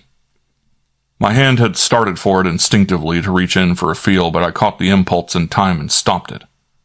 I looked around, but as far as I could see, no one had me under special observation, either furtive or open. There was no time for a prolonged test of that nature, for the homicide squad would be bursting in any minute, maybe less than a minute, and once they arrived, the right of self-determination wouldn't stand a chance. I reached up and took the hat and coat from the rack and started for the hall door, and had taken 3 steps when I was halted by a loud growl from behind. "Hey, you! Where are you going?" I turned and spoke loudly, but not offensively, to the suspicious glare from the precinct dick. "The management is not responsible for hats and coats, and these are mine. There'll be a lot of company coming, and I'd prefer to put them in a locker." I moved as I spoke and sailed on through the door. There was 1 chance in 3 that he would actually abandon Mrs. Milton and take after me, but he didn't. In the hall, I didn't even glance toward the left, where the watchdog stood at the entrance, knowing that it was out of the question to bluff a passage to freedom. Instead, I turned right, and it was only 5 steps to a narrow door I'd noticed there. I opened it and saw an uncarpeted wooden stair going down. There was a light switch just inside, but without flipping it on, I shut the door behind me, and it was pitch dark, black. With my pencil flashlight for a guide, I descended to the bottom of the stair, quietly but without wasting any time. Playing the light around, I saw that I was in a large, low-ceilinged room lined with shelves and with stacks of cartons and shipping cases occupying the middle floor space. I stepped around them and headed for the rear, where I could see the dim rectangles of 2 windows a few feet apart. I must have been a little on edge because I stood stiff and motionless and stopped breathing when the beam of my light, directed toward the floor, showed me something sticking out from behind a pile of cartons that I wasn't expecting to see. It was the toe of a man's shoe, and it was obvious from its position and appearance that there was a foot in it, and the foot's owner was standing on it. I kept the light on it, steady, and in a few seconds I breathed, moving the light upwards, and put my right hand inside my coat pocket and out again. Then I said out loud, but not too loud, "Don't move. I'm aiming a gun at where you are, and I'm nervous. If your hands are empty, stick them out beyond the edge. If they're not empty—" A sound came from behind the cartons that was something between a moan and a squeal. I let my right hand fall and stepped forward with a grunt of disgust and put the light on him where he was flattened against the pile of cartons. "For the love of Mike," I said, absolutely exasperated. "What the hell are you scared of?" He moaned. I seen him." His eyes were still rolling. "I tell you, I done seen him." "So did I seen him. Look here, Arthur, I have no time to waste arguing with you about primitive superstitions. What are you going to do, stay here and moan?" "I ain't going back up there. Don't you try it. Don't you touch me, I'm telling you." "Okay." I laid the light on a carton, returned the pistol to my holster, and put on my coat and hat. Then I retrieved the light. "I'm going out the back way to see that no one escapes. The best thing you can do is stay right where you are." "Don't I know it?" He groaned. "Fine. Have you got the key for that door?" "There's a bolt, that's all." "What's outside, a court with a high fence around it?" "Yes, sir." "Any door in the fence?" "No, sir." Overhead, namely on the floor of the office directly above, I heard the tread of dozens of heavy shoes on heavy feet. The company had come. I even thought I detected the sound of Inspector Kramer's number 12s. As I moved, I had a piece of luck. The beam of my light passed over a boy-sized stepladder standing by the shelves. I went for it, arranged for a diversion by warning Arthur to yell for help if he heard anyone else coming down, found the rear door and unbolted it, and skipped through with the ladder. The court was fairly large, maybe 30 by 40, and paved with concrete, and the solid board fence was 2 feet over my head. There was plenty of light from the windows of the buildings. I trotted across to the rear, leaned the ladder against the fence, mounted, and looked over into the adjoining court. It was the same size as the one I was in, with a miscellaneous clutter of vague objects scattered around, and one object not so vague. A bulky person dressed in white, including an apron and a chef's cap, apparently doing breathing exercises from the way he stood there and puffed. 10 feet back of him, a blaze of light came from a door standing open. I grabbed the top of the fence and pulled myself up and perched there, teetering. At the noise, he looked up, startled, but before he could start screeching, I demanded, "Did you see that cat?" "What cat?" "My wife's cat. A yellow, long-haired fiend. It got loose and jumped out a window and climbed this fence. I lost my balance and toppled over and landed flat on the concrete on his side. As I picked myself up, I cussed appropriately. "If I find the little darling, I'll strangle the damn thing. If you've been standing here, you must have seen it." "I didn't see it." You must have. Okay, then you didn't. But it came here. It must have smelled the grub in the restaurant. I was on my way and kept going. He started after me, but with slow acceleration, so I went through the open door unimpeded. It was a large room full of noise, cookery smells, and activity. Without coming to a stop, I inquired above the noise, "Did a cat come in here?" They stared at me, and a couple shook their heads. There was one with a loaded tray in waiter's uniform heading for a swinging door, and I got on his heels and followed him through. At the other end of a pantry corridor, another swinging door led us into the restaurant proper, purple and yellow leather, gleaming chromium, gleaming white tables, with waiters fussing around waiting for the evening's customers. One of them blocked me, and I snapped at him, "Catching a cat," and went on around. In the foyer, the sucker usher gave me an astonished look, and the hat-check girls started for me instinctively, but I merely repeated, "Catching a cat," and kept going, on through 2 more doors and then up to the sidewalk. I was, of course, on 49th Street. My impulse was to hoof it around a couple of corners of 48th Street and get the roadster, but it was parked only a few yards from the entrance to Milton's, so I voted unanimously for discretion and hopped into a taxi. On its cushion, bumping along downtown on Park Avenue, I maintained the discretion by not attempting to explore my overcoat pocket, considering that if things got complicated and aggravating enough, the taxi driver might be asking questions about what he'd seen in his mirror. So I just sat and let him bump me down to 35th Street and crosstown to the number of Wolfe's house. As I passed through the front hall, I tossed my hat on a hook, but kept my overcoat on. In the office, Wolfe sat at his desk, and in front of him was the metal box that was kept on a shelf in the safe, to which he alone had a key and which he had never opened in my presence. I had always supposed that it contained papers too private even for me, but for all I knew it might have been just stuffed with locks of hair or the secret codes of the Japanese army. He put something in it and shut the lid and frowned at me. "Well?" he demanded. I shook my head. "No soap. I might have been able to bring her if I had a chance to exert my charm, but on account of circumstances beyond my control." "Circumstances forcing you to return here alone?" "Not exactly forcing, no, sir. You may remember that on the phone I mentioned a bird named Percy Ludlow who said that your daughter was getting his cigarettes out of his coat at his request. Well, somebody murdered him." Wolfe glared. "I'm not in a mood for buffoonery." "Neither am I. I ruined my coat falling off a fence on purpose." At 2 minutes after 6, Miss Lovchin and Miss Tormik were upstairs giving fencing lessons, and various other people were doing other things. Miss Tormik was supposed to be giving a lesson to Percy Ludlow. I was downstairs in the office with Mr. and Mrs. Milton. We heard yells and ran up 2 flights into a commotion of assorted people. In the fencing room at the end, we found Percy Ludlow on the floor with an épée running through him from front to back and 8 inches beyond. Milton stayed there on guard, and his wife went to the office to phone for the police, and I took charge of the front door. The first 2 cops on the scene were radio patrol, the next 3 were precinct bums, and the homicide squad arrived around 6:24. "Well?" "That's all." "All?" Wolfe was as nearly speechless as I had ever seen him. "You—" he sputtered. "You were right there, inside there, and you deliberately ran away." "Wait a minute, not deliberately. A cop relieved me at the door, and another one took me with him to the office where the inmates had gathered. I happened to be standing near the rack where I had hung my coat, and I noticed that the pocket was bulging open on account of something in it. When I had hung the coat up, the pocket had been empty. Maybe someone had merely mistaken it for the wastebasket. On the other hand, there was a murderer in the room, and Miss Tormik had presumably been fencing with the victim, and I was there as the representative of Miss Tormik. The attitude that might be adopted by the homicide squad in face of those facts would certainly be distasteful in case there was a general search and the object in my pocket wasn't waste paper.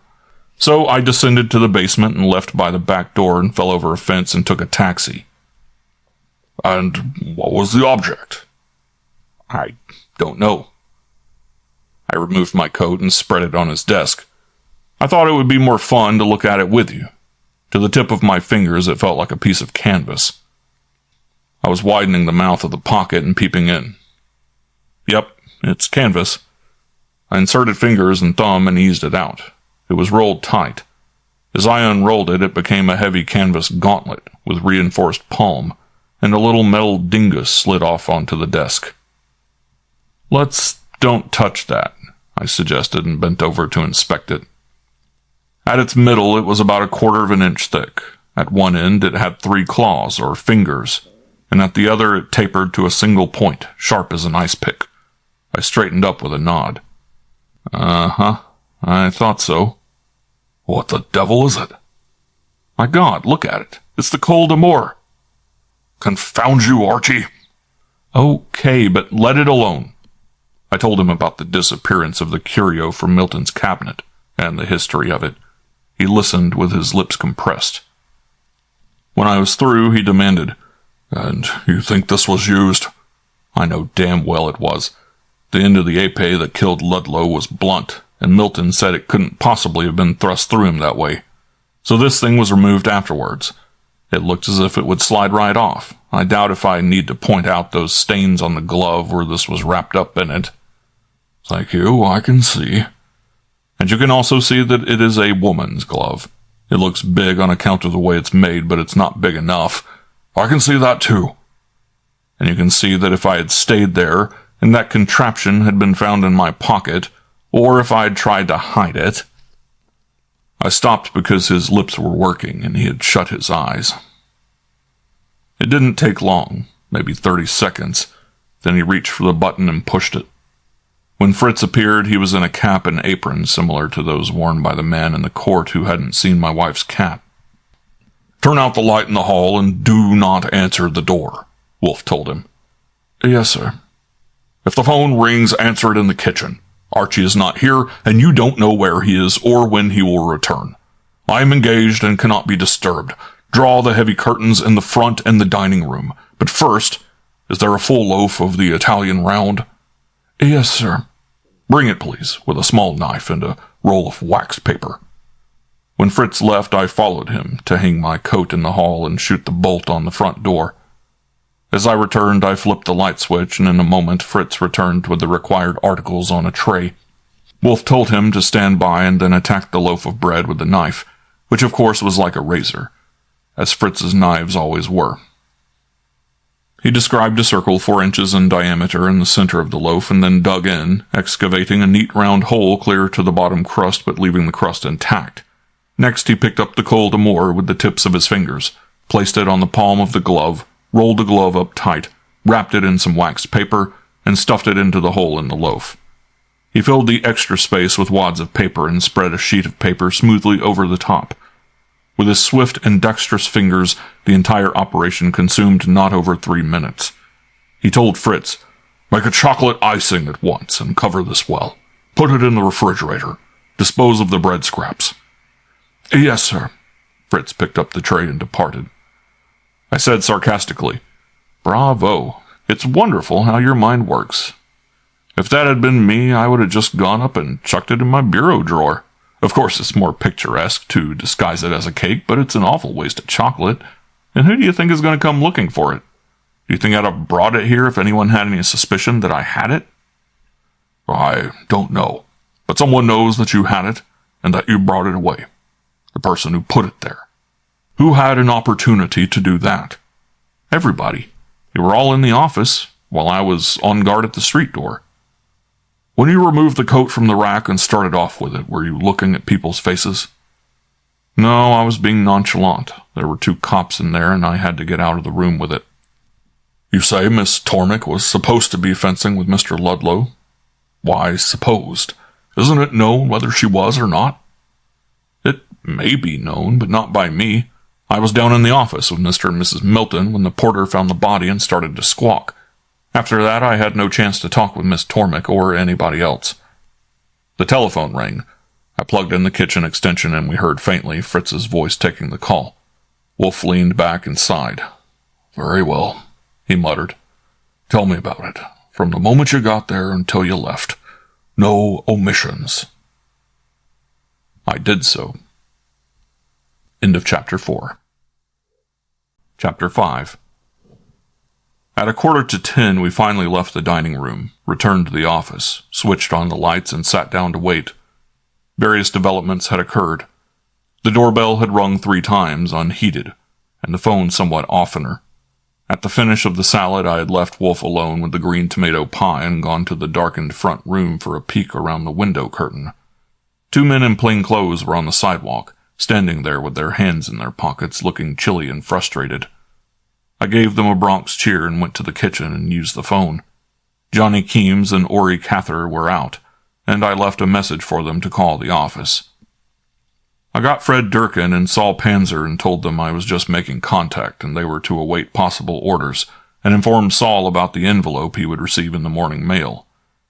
I took it for granted that the number which had been jotted on his memo pad by Fritz, who had been answering the phone as instructed, was the number of the Milton studio, but I verified it anyway by looking in the book and told Fritz to call it and convey the message that Mr. Wolfe and Mr. Goodwin were now both at home and at leisure.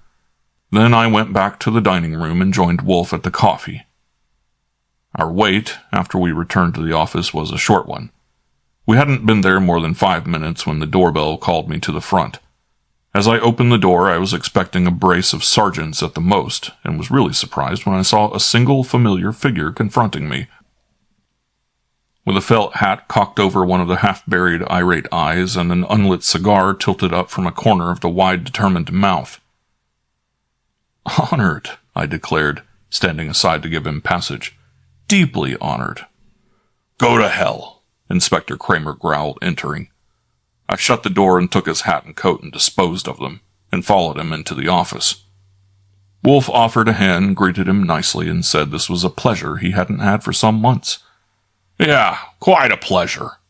Kramer sat down, took the cigar from his mouth, scowled at me, replaced the cigar at a better angle, and spoke. "Where you been, Goodwin?" He was practically snarling. Before I could reply, he went on. "Forget it. If I already knew, you'd tell me, and if I didn't, you wouldn't." He removed the cigar again and leaned at me. "You're the most damn contrary pest within my knowledge. 20 times I've had you under my feet when I was busy and had no use for you. Now I go to look at a murder, and I'm told that an important witness has calmly took his hat and coat and departed, and by God, it turns out to be you. The one time you're supposed to be there, and you're not. I told you before that I'd throw you in the jug for a nickel. This time I'd do it for nothing." I'd inquired, "Did you find Arthur?" "We found... None of your damn business what we found. What did you run away for?" "Because I wanted to." I requisitioned a friendly grin for him. "Look, Inspector, you know perfectly well you're just being rhetorical. I ran away to keep from losing my job. Mr. Wolfe had sent me there on an errand with instructions to report back when the errand was finished. It was finished, and, as you know, Mr. Wolfe doesn't take an excuse. By the way, I left my car there, parked on 48th. "Nuts. Why did you beat it?" "I'm telling you. I would have been kept there till midnight, and for nobody's benefit, because there were a dozen people there who knew more than I did about the murder, and at least one of them a lot more." I let my voice rise a little in indignation. "I helped out all I could, didn't I? Didn't I guard the front door until the radio and precinct guys—" I stopped short. "Uh-huh," Kramer nodded grimly. "Just occurred to you, huh? Brain slowed up on you. I thought of that a long while ago, all by myself. What was it, Goodwin?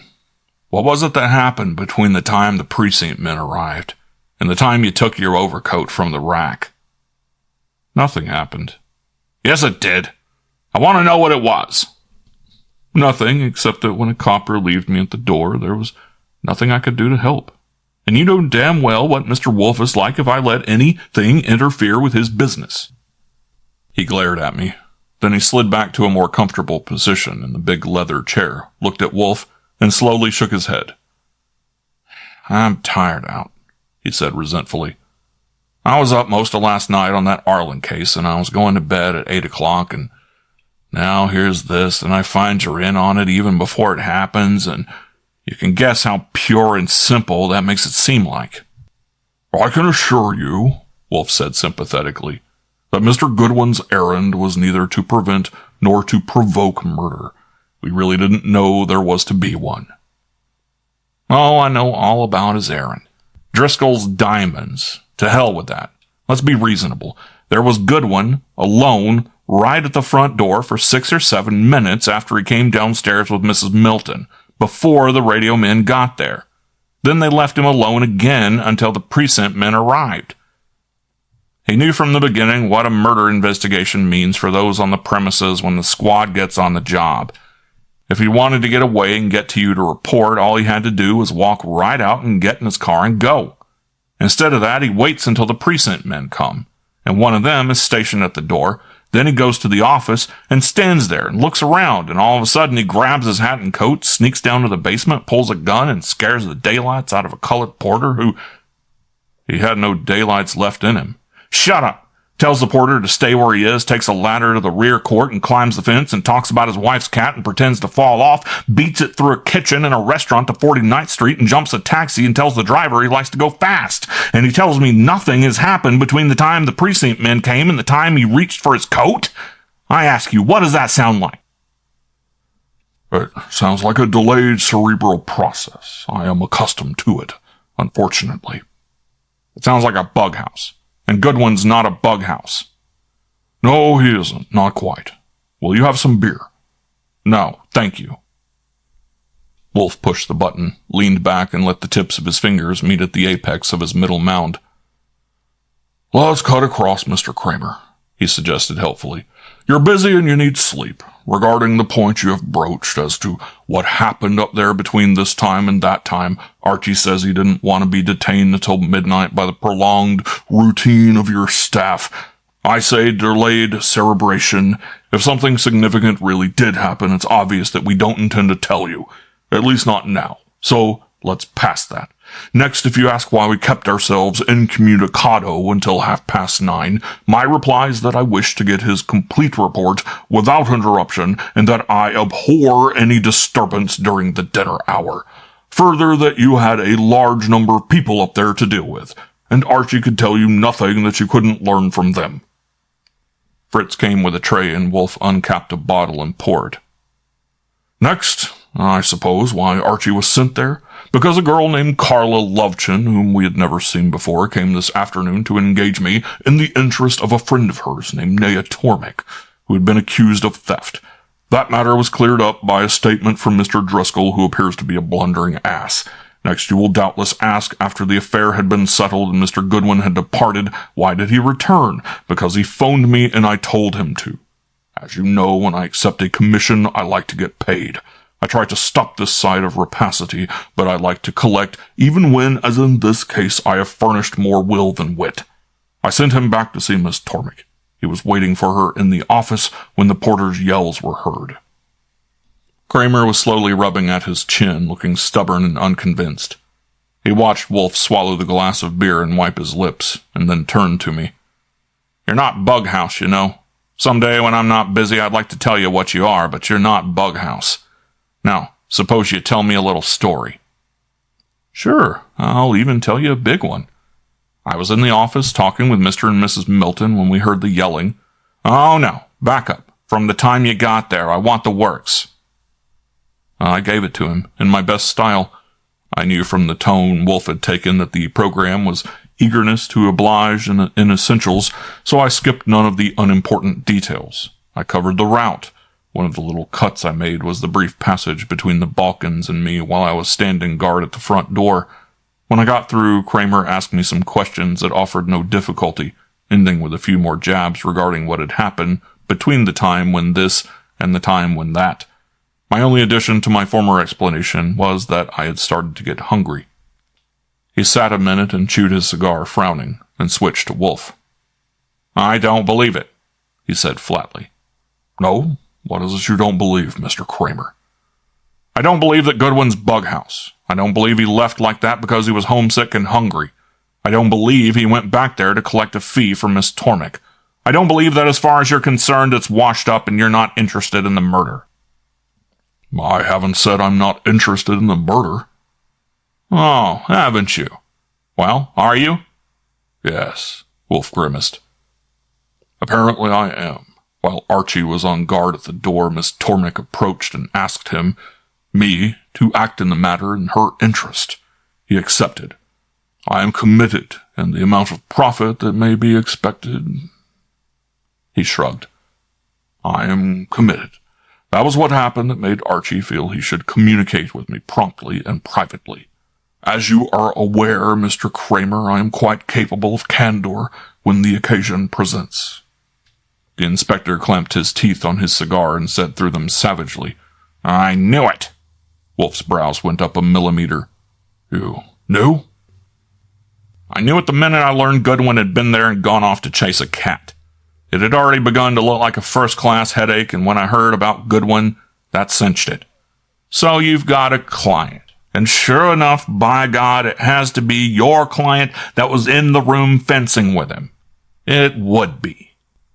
He rescued the cigar from his teeth with his left hand and hit the desk with his right fist simultaneously. "Understand this, Wolfe. I came here in a mood of cooperation in spite of Goodwin's tricky getaway. And what am I getting? Now you try to tell me that in the space of 10 seconds, just like that, your man accepted a murder case for you? Nuts!" He hit the desk again. "I know what your abilities are. No one knows that better than I do. And like a fool, I come in here expecting a little disinterested discussion, and you tell me you've got a client. Why have you always got to have a goddamn client? Naturally, from now on, I can't believe a single solitary thing." My waving paw finally stopped his bellowing. The phone had rung, and I couldn't hear. It was a request for him. With a grunt, he got up and came to my desk for it, and I made way for him. For several minutes, his part of it was mostly listening, and then apparently he was told something disagreeable, judging from the way he violated the law against the use of profanity on the telephone. He gave some instructions, banged the thing in its cradle, and said in a quiet but very sarcastic voice, "That's nice now." He went back to his chair and sat there a minute, chewing his lip. "That's just fine," he said. "The case is as good as solved. I won't have to go to any bother about it." "Indeed?" Wolfe murmured. "Yes, indeed. 3 federals have blown in up there. Anybody might suppose that a murder in Manhattan is the business of the homicide squad, of which I happen to be the head, but who am I compared with a G-man? If we throw them out on their tail, the commissioner will say, 'Tut, tut, we've got to cooperate.' It has 2 pleasant aspects. First, it means an entirely new angle we haven't even suspected, and that's a cheerful idea. Second, whoever solves it, and however and whenever, the G-men will grab the credit. They always do." "Now, Inspector," I remonstrated, "a G-man is the representative of the American people. In fact, it would hardly be going too far to say that a G-man is America." "Shut up. I wish you'd get an FBI job yourself, and then they'd send you to Alaska. I can pull you in, you know." "If you can, it's news to me. Who made any law about an innocent man being overcome with repugnance at the sight of blood and taking a taxi home?" "Where did you see any blood?" "I didn't. Figure of speech." "Metonymy," Wolfe muttered. "Kid me. I like it." Kramer glared at Wolfe. "So you've got a client." Wolfe made a face. "Tentatively, I have. Archie accepted the commission. I say tentatively because I have never met her. When I've seen her and talked with her, I shall know whether she's guilty or not." "You admit she may be?" "Certainly she may be." Wolfe wiggled a finger. "May I make a suggestion, Mr. Kramer? If you want consilience, it would be doubly unprofitable for you to question me, since you have stated that you will believe nothing I tell you, and since all those people are strangers to me, and I am completely ignorant of what went on." "You say?" "Yes, sir, I say. But it might help for me to question you. It would certainly help me, and in the long run it might even help you." "Great idea. Wonderful idea." "I think so." Kramer put his mangled cigar in the tray, got out another one, and stuck it in his mouth. "Shoot." "Thank you. First, of course, achieve results. Have you arrested anyone?" "No." "Have you found adequate motive?" "No." "Are there any definite conclusions in your mind?" "No. Nor indefinite either." "I see. No indictments from the mechanical routine? Fingerprints, photographs, blabbing objects?" "No. There's one object, and maybe 2, that ought to be there, and we can't find it. Do you know anything about fencing?" Wolfe shook his head. "Nothing whatever." "Well, the thing he was killed with is called an épée. It's triangular in section with no cutting edge.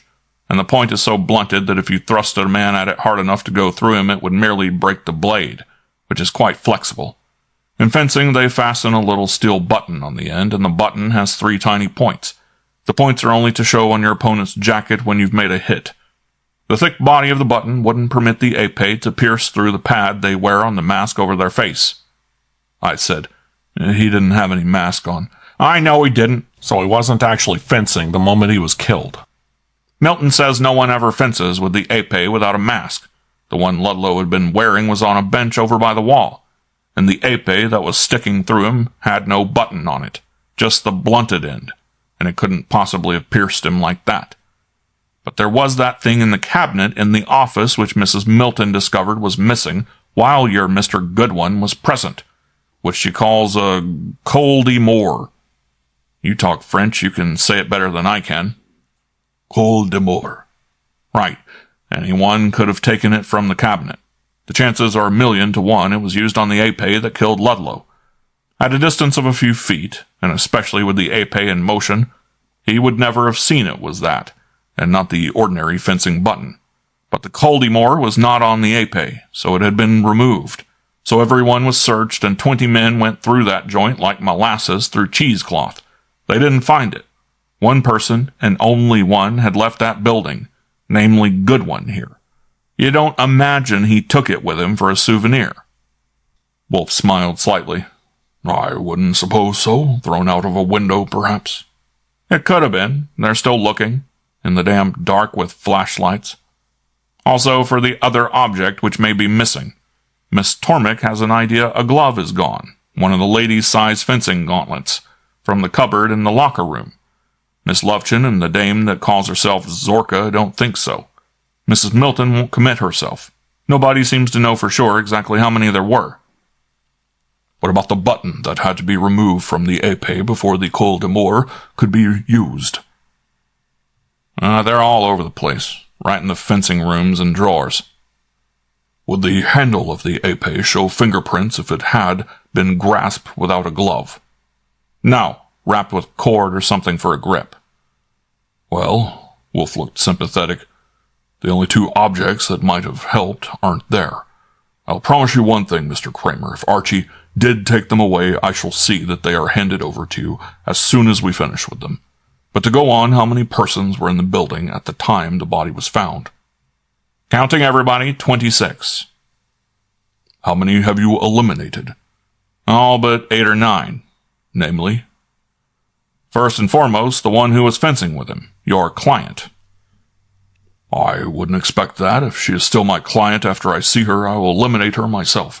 The others? Mr. and Mrs. Milton. They alibi each other, which would be a drug on the market at 2 for a nickel. The girl that came to see you, Carla Lufchin, that's 4. She had been fencing with Driscoll, but they had quit and had gone to the locker rooms, and she could have sneaked to the in-room and done it. Driscoll, he's unlikely but not eliminated. Zorka, she was in the big room on that floor with a young man named Ted Gill. He claims not to be a fencer, and was in there with her learning how to start. I said, it was him that was with Belinda Reed yesterday when they saw our client in the hall as she was going to the locker room not to pinch Driscoll's diamonds. Right. Then there's the Reed girl and young Barrett. They were moving around, and it's hard to tell. Of course, if it's Donald Barrett, you can have it. Also, there's a kind of man named Rudolph Faber. Ah, the Chinless Wonder. Not original, but good. It's him, by the way, that's responsible for the fact there's been no arrest. How many does that make? 10. Then it's 10, and no discovered motive in the whole damn bunch. I wouldn't... The phone rang. I performed, and after a moment beckoned to Kramer. For you, it's the boss. Who? The police commissioner, by gum. He got up, said in a resigned tone, "Oh, poop," and came and took it. End of Chapter 5. Chapter 6. That telephone conversation was in 2 sections. During the first section, which was prolonged, Kramer was doing the talking in a respectfully belligerent tone, reporting on the situation and the regrettable lack of progress to date. During the second, which was shorter, he was listening, and apparently to something not especially cheerful, judging from the inflection of his grunts, and from the expression on his face when he finally cut the connection and returned to his chair. He sat and scowled. Wolfe said, "You were lamenting the lack of motive?" "What?" He looked at Wolfe. "Yeah, I'd give my afternoon off to know what you know right now." "It would cost you more than an afternoon, Mr. Kramer.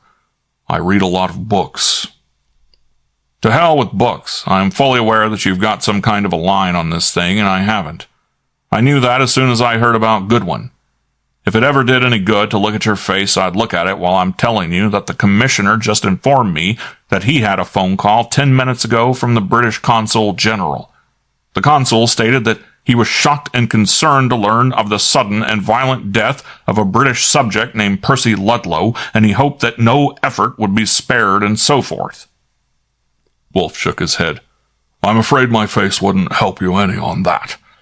My sole reaction is the thought that the British Consul General must have remarkable channels of information. It's 10:30 at night. The murder occurred only 4 hours ago." "Nothing remarkable about it. He heard it on a radio news bulletin." "The source of the news was you or your staff?" "Naturally." "Then you had discovered that Ludlow was a British subject?" "No. No one up there knew much about him. Men are out on that now." "Then obviously it's remarkable. The radio tells the consul merely that a man named Percy Ludlow has been killed at a dancing and fencing studio on 48th Street, and he knows at once that the victim was a British subject. Not only that, he doesn't wait until morning, when the usual conventional communication could be sent to the police from his office, but immediately phones the commissioner himself. So either Mr. Ludlow was himself important, or he was concerned in important business. Maybe the consul could supply some details." "Much obliged." "The commissioner has a date with him at 11 o'clock. Meanwhile, how about supplying a few yourself?" "I don't know any. I heard Mr. Ludlow's name for the first time shortly before 6 o'clock this afternoon." "You say? All right, to hell with you and your client both. I don't kick on any ordinary murder. It's my job, and I try to handle it. But I hate these damn foreign mix-ups. Look at those two girls. They barely speak English. And if they want to monkey around playing with swords, why can't they stay where they belong and do it there? Look at Milton. I suppose some kind of a Frenchman and his wife.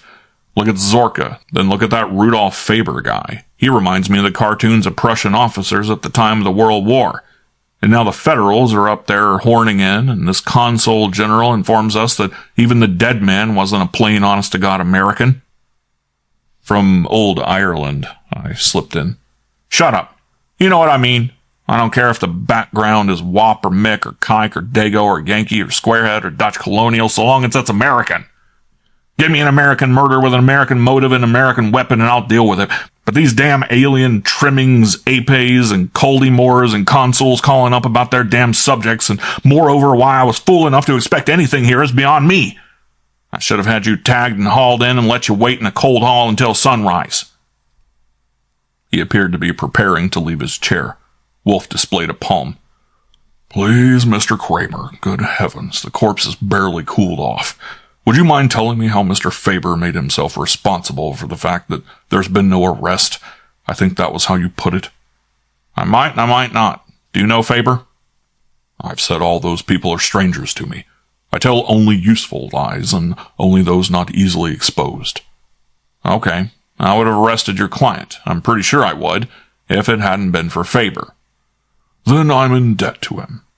"You sure are, except for lack of motive, which might have been supplied and still may be. It looked like Miss Tormig.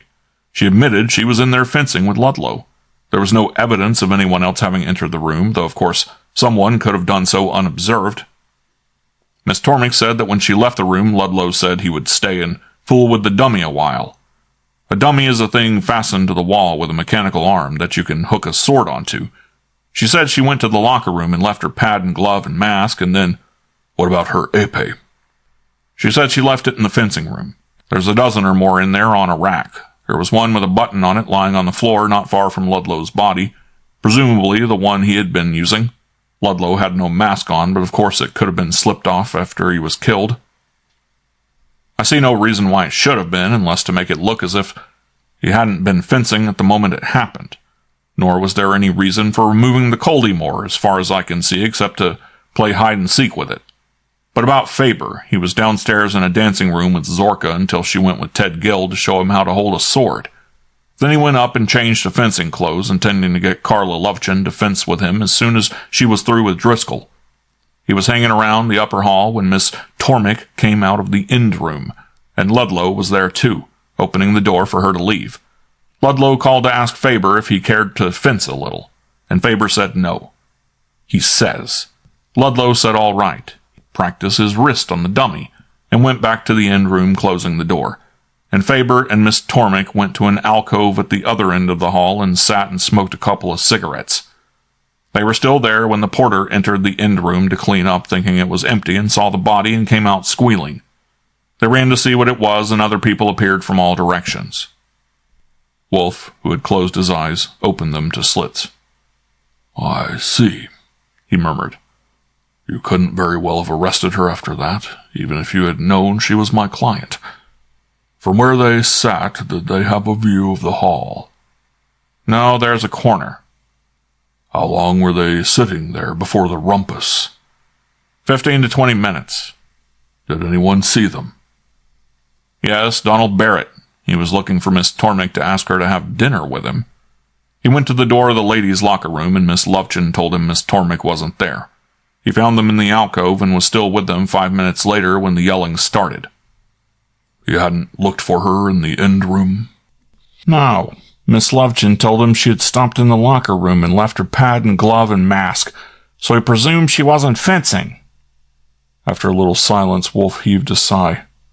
"Well," he said, irritably but mildly, "I don't see why the devil you resent my client. She seems to be wrapped in a mantle of innocence from head to foot." "Sure, it's simply beautiful." Kramer abruptly got up. "But there's a couple of little things. So far as is known, she and no one else was in that room with him, and for the purpose of lunging at him with an épée. Then the alibi Faber gives her is one of those neat babies that could be 99% true and still be a phony. All you'd have to subtract would be the part about his seeing and speaking with Ludlow as Miss Tormik left the room. I don't claim to know any reason why Faber—" The interruption was the entrance of Fritz. Inside the door a pace he halted to get a nod from Wolfe, and then advanced to the desk and extended the card tray. Wolfe took the card, glanced at it, and elevated his brows. He told Fritz to stand by and looked up at Kramer, who was standing speculatively. "You know," he said, "since you're leaving anyway, I could easily finesse around you by having this caller shown into the front room until you're gone. But I really do like to cooperate when I can. One of your 10 inmates up there has got loose, unless they've let him go in order to follow him, which I believe is a usual tactic." "Which one?" Wolfe glanced at the card again. "Mr. Rudolph Faber." "You don't say." Kramer stared at Wolfe's face for 7 seconds. "This is a hell of a time of night for a complete stranger to be making an unexpected call." "It certainly is. Show him in, please, Fritz." Kramer turned to face the door.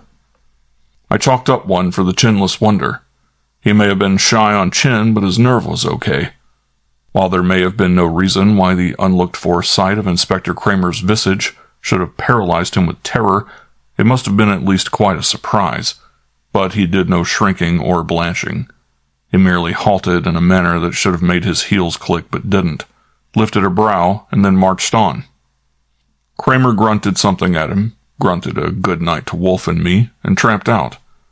I got up to greet the newcomer, leaving the front hall politeness to Fritz. Wolfe submitted to a handshake and motioned the caller to the chair that was still warm from Kramer. Faber thanked him and blinked at him, and then turned on me and demanded, "How did you get away up there? Bribe the cop?" I could have told, just looking at him, that was the tone he would use asking a question. A tone that took it for granted any question he asked was going to be answered just because he asked it. I don't like it, and I know of no way anybody is ever going to make me like it. I said, "Write me special delivery, and I'll refer the matter to my secretary's secretary." His forehead wrinkled in displeasure. "Now, my man," Not on your life. Not your man. I belong to me. This is the United States of America. I'm Nero Wolfe's employee, bodyguard, office manager, and wage slave. But I can quit any minute. I'm my own man. I don't know in what part of the world the door is that your key fits, but That will do, Archie. Wolfe said that without bothering to glance at me. His eyes were on the caller. Apparently, Mr. Faber, Mr. Goodwin doesn't like you. Let's disregard that. What can I do for you? You can first, said Faber in his perfect, precise English, instruct your subordinate to answer questions that are put to him. I suppose I can. I'll try it sometime. What else can I do for you? There is no discipline in your country, Mr. Wolfe. Oh, I wouldn't say that. There are various kinds of discipline. One man's flower is another man's weed. We submit to traffic cops and the sanitary code and so on. But we are extremely fond of certain liberties. Surely you didn't come here in order to discipline Mr. Goodwin. Don't try it. You'd soon get sick of the job. Forget it. Beyond that, I came to satisfy myself as to your position and intentions regarding Miss Nea Tormik. Well, Wolfe was keeping his voice oiled, controlling himself. What is it in you that requires satisfaction? Your curiosity? No, I am interested. I might be prepared, under certain conditions, to explain my interest, and you might find it profitable to help me advance it. I know your reputation, of course, and your methods. You're expensive. What you want is money. I like money, and I use a lot of it. Would it be your money, Mr. Faber? It would be yours after it was paid to you. Quite right. What would I have to do to earn it? I don't know. It is an affair of urgency, and it demands great discretion. That inspector of police who was here, can you satisfy me that you are not a secret agent of the police? I couldn't say. I don't know how hard you are to satisfy. I can give you my word, but I know what it's worth, and you don't. Before I went to a lot of trouble to establish my good faith, I would need satisfaction on a few points myself. Your own position and intentions, for instance. Is your interest a personal one in Miss Tormik, or is it somewhat broader? And does it coincide with hers? It is at least, I suppose, not hostile to her, or you wouldn't have established that alibi for her when she was threatened with a charge of murder. But exactly what is it? Rudolph Faber looked at me, with his thin lips thinner, and then said to Wolfe, "Send him out of the room." I started to deride him with a grin, knowing the reception that kind of suggestion always got, no matter who made it. But the grin froze on my face with amazement when I heard Wolfe saying calmly, "Certainly, sir. Archie, leave us, please." I was so damn flabbergasted and boiling I got up to go without a word. I guess I staggered, but when I was nearly to the door, Wolfe's voice from behind stopped me. "By the way, we promised to phone Mr. Green. You might do so from Mr. Brenner's room." So that was it. I might have known it. I said, "Yes, sir," and went on out, closing the door behind me, and proceeded 3 paces towards the kitchen. Where I stopped there was hanging on the left wall, the one that separated the hall from the office, an old brown wood carving, a panel in 3 sections. The 2 side sections were hinged to the middle one. I swung the right section around, stooped a little, for it had been constructed at the level of Wolfe's eyes, and looked through the peephole, camouflaged on the other side by a painting with the 2 little apertures backed by gauze, into the office. I could see them both, Faber's profile and Wolfe's full, and I mean full, face. Also, I could hear their words by straining a little, but it was obvious that they were both going on with the sparring with no prospect of getting anywhere. So I went to the kitchen. Fritz was there in his sock feet reading a newspaper, with his slippers beside him on another chair in case of a summons. He looked up and nodded. "Milk, Archie?" "No, keep it low. The hole's uncovered. Tricks." "Ah." His eyes gleamed. He loved conspiracies and sinister things. "Good case." Case? Hell, the Second World War. It started this afternoon up on 48th Street. We'd better not talk. I sat on the edge of the table for 2 minutes by my watch and then went to the house phone on the wall and buzzed the office. Wolfe answered. Well? Mr. Goodwin speaking. Green says he has got to talk with you. I'm busy. I told him that. He said, what the hell? You can give him the program as well as I can and the reports we got yesterday. I told him that too. He says he wants to hear it from you. I'll switch him onto your line. No, don't do that. Confound him anyway. You know I'm not alone, and that's a confidential. Tell him to hold the wire. He's an unspeakable nuisance. I'll come there and take it. Okay. I hung up and tiptoed back to the wood carving in the hall. In a moment, the office door opened and Wolfe came out and shut the door. He got to me fast, whispered to me, Quick on the signal, and glued his eyes to the peephole. And I nearly missed connections. Rudolph Faber must have been in a hurry. Wolfe hadn't been at the peephole more than 10 seconds before he jerked his hand up and waved it. I wasn't supposed to jump or run, so I trod the 3 paces to the office door, giving my steps plenty of weight, and flung the door open and kept going on it. Faber, in an attitude of arrested motion, was standing across the room from where his chair was, with his back to the bookshelves, but his hands were empty. He blinked at me once, but otherwise his face was impassive except for its inborn expression of superior and bullheaded meanness. With only one swift glance at him, I went to my desk and sat down, opened a drawer and took out a file of papers and began going through them to look for something. He didn't say a word, and neither did I. I finished going through the file and started on another one, and was prepared to continue with that indefinitely, but it wasn't necessary.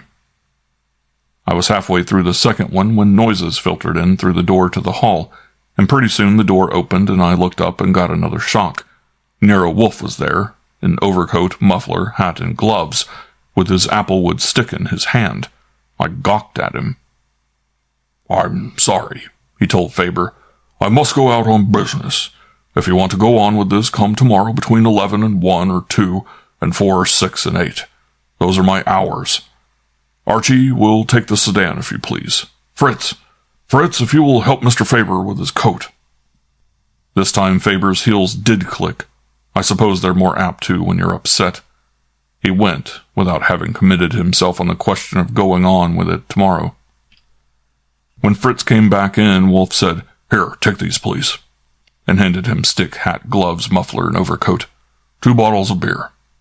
Hearing that, I put the files away in the drawer and went to the kitchen and got a glass of milk. When I returned to the office, he was back at his desk, leaning back with his eyes closed. I sat and sipped the milk until the arrival of the beer made him straighten up, and then said, Genius again. He was going for United Yugoslavia. Wolfe nodded. He had his fingers on it when you opened the door. Lucky guess.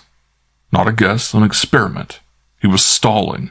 He wasn't saying anything and had no intention of saying anything, but he wanted you out of the room. Why? Sure, very good. But how did he figure on getting you out of the room, too? I don't know. Wolfe emptied the glass. I don't manage his mind for him, thank God. I did go out, didn't I? Yeah, okay. So, did one of the Balkans send him to get that paper, or has he got Miss Tormik in his power because he's her alibi on the murder? Or did he? By Jiminy, I slapped my thigh. I've got it. He's Prince Donovich. Don't be amusing. I'm in no humor for it. I realize you're not. I sipped some more milk. Where do we stand, anyway? Are we on a case or not? If so, what kind of a case? I don't know. I don't like it. I don't like that paper. I don't like having that thing in the refrigerator disguised as a cake. We'll either have to find out who used it or turn it over to Mr. Kramer, and neither prospect is pleasing. And I have a responsibility. I adopted that girl. You don't even know whether it's her or not. I intend to find out. I sent you back to bring her here. You didn't do it. Well, boil my bones, I glared at him. Am I to infer that you insinuate that I should have lugged her along when I sneaked through the basement and fell over the fence and so forth? No. You're being aggravating, and God knows you're good at it. Do you want me to go get her right now? Yes. I gaped. You do? Yes. I looked at him. He wasn't stringing me, he meant it. And not one red cent involved. It was at that moment that I decided never, under any circumstances, to adopt a daughter. Without another word, I finished the milk and got up, and the next minute would have been gone if the phone hadn't rung. I sat down and took it. Office of Nero Wolfe, Archie Goodwin speaking. Mr. Goodwin, this is Madame Zorka. Oh, yeah. I passed Wolfe the sign to listen in on his phone. I saw you up there this afternoon. Yes, that is why I phone. What happened this afternoon, it is terrible. Right, awful. Yes, the police, they question me long time. I tell them everything but one thing. I did not tell them how I see Miss Tormik put something in your pocket. No? But no, I think it is not my business, and I do not want any trouble. But I am worried now. I think it is a murder, and I owe a duty. I must now tell the police, or I cannot sleep. I am duty-bound. Sure, I see. Duty-bound. Yes, but also I think it is only fair I tell you before I tell the police.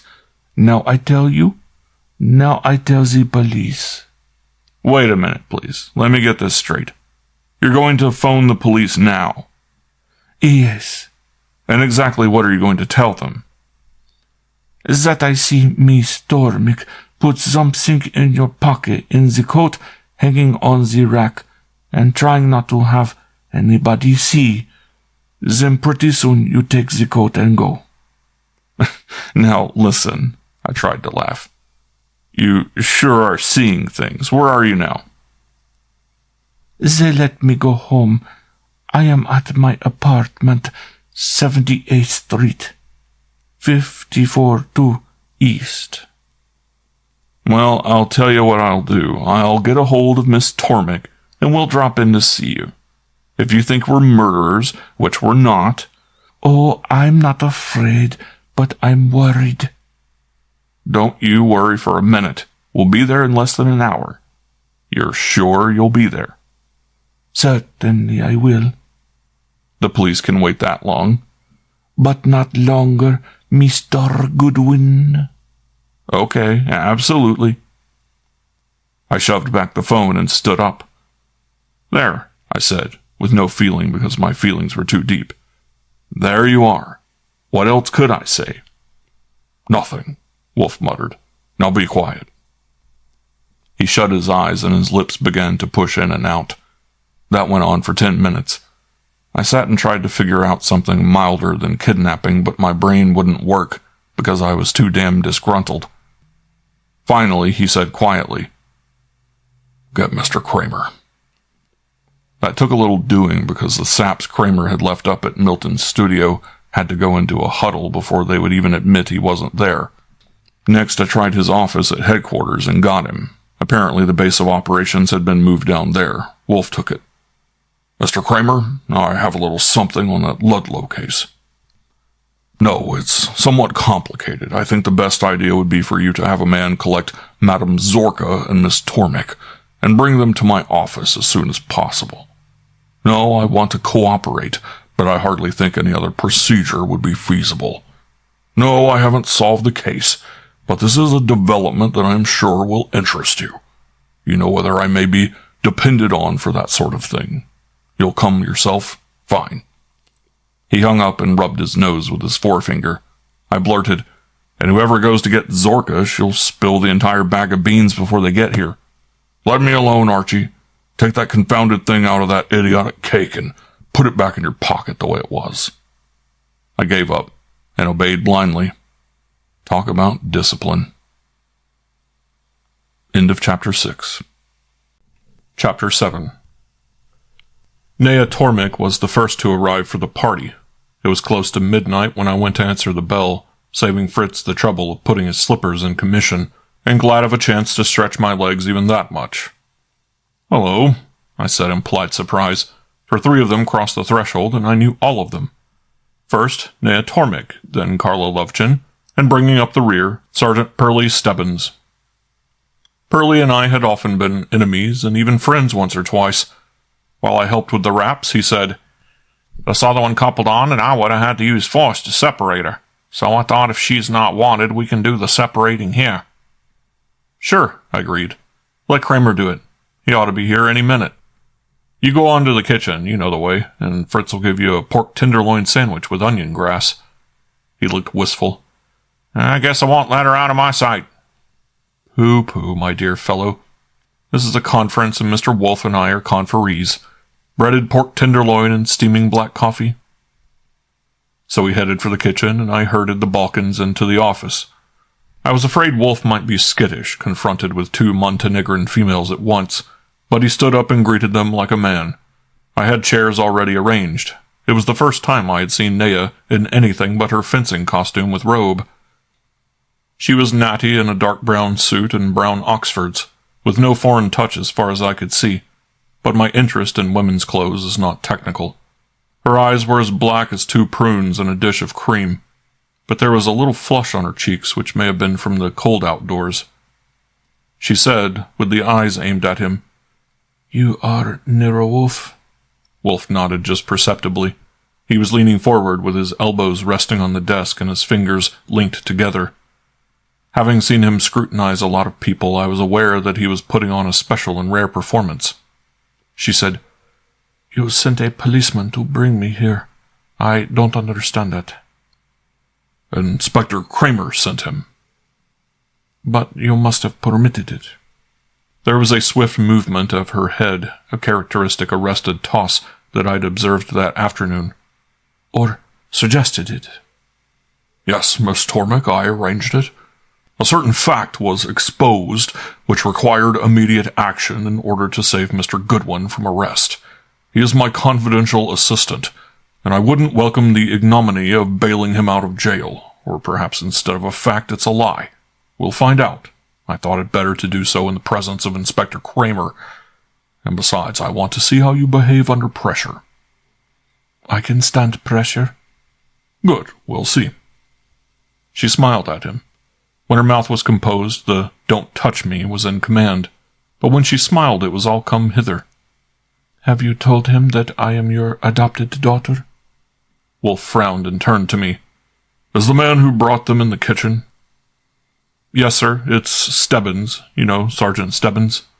He nodded. "Nevertheless, Miss Tormik, I think we'll discuss that later. I haven't told the police that you are my daughter. For the present, it is desirable that I should not be suspected of so intimate a prejudice. Do you agree to that?" "I should think—" She hesitated. The smile had gone. "Of course, I'll do whatever you say, but—" She smiled again.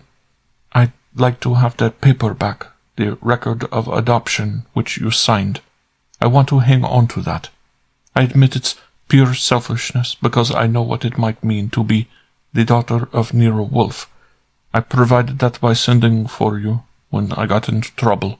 Of course, since I've never seen you since I was 3 years old, I can't be expected to show violent affection and throw my arms around you and kiss you."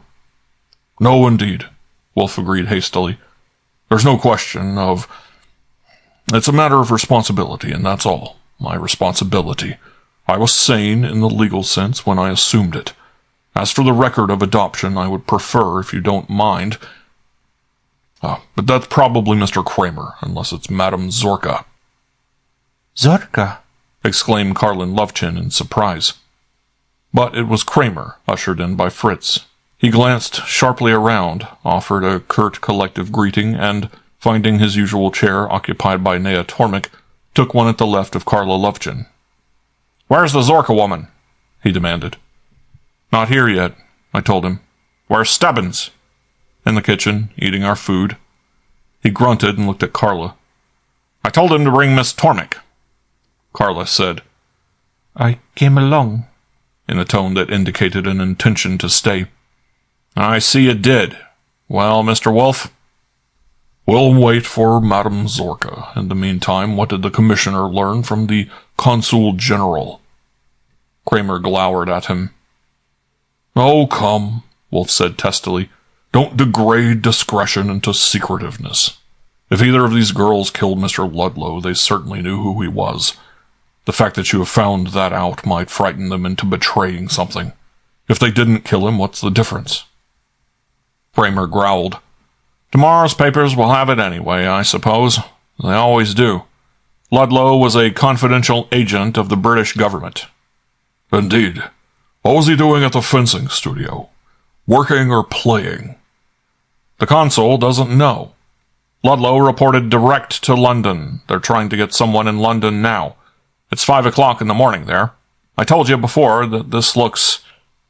He stopped to let me answer the phone. It was a call for him, and I made room for him to take it at my desk. After he had listened a while, he used profanity again. That made it evident he had gotten more than a minor irritation since he had old-fashioned ideas about swearing in front of ladies, and he had strong principles to which he steadfastly adhered when they didn't interfere with his work. Finally, he cut the connection, banging the thing into the cradle, went back and sat down and sighed clear to his belt. He glared at Wolfe and demanded, "What was the big idea of getting this Zorka down here? Spill it." Wolfe shook his head. "Wait till she gets here.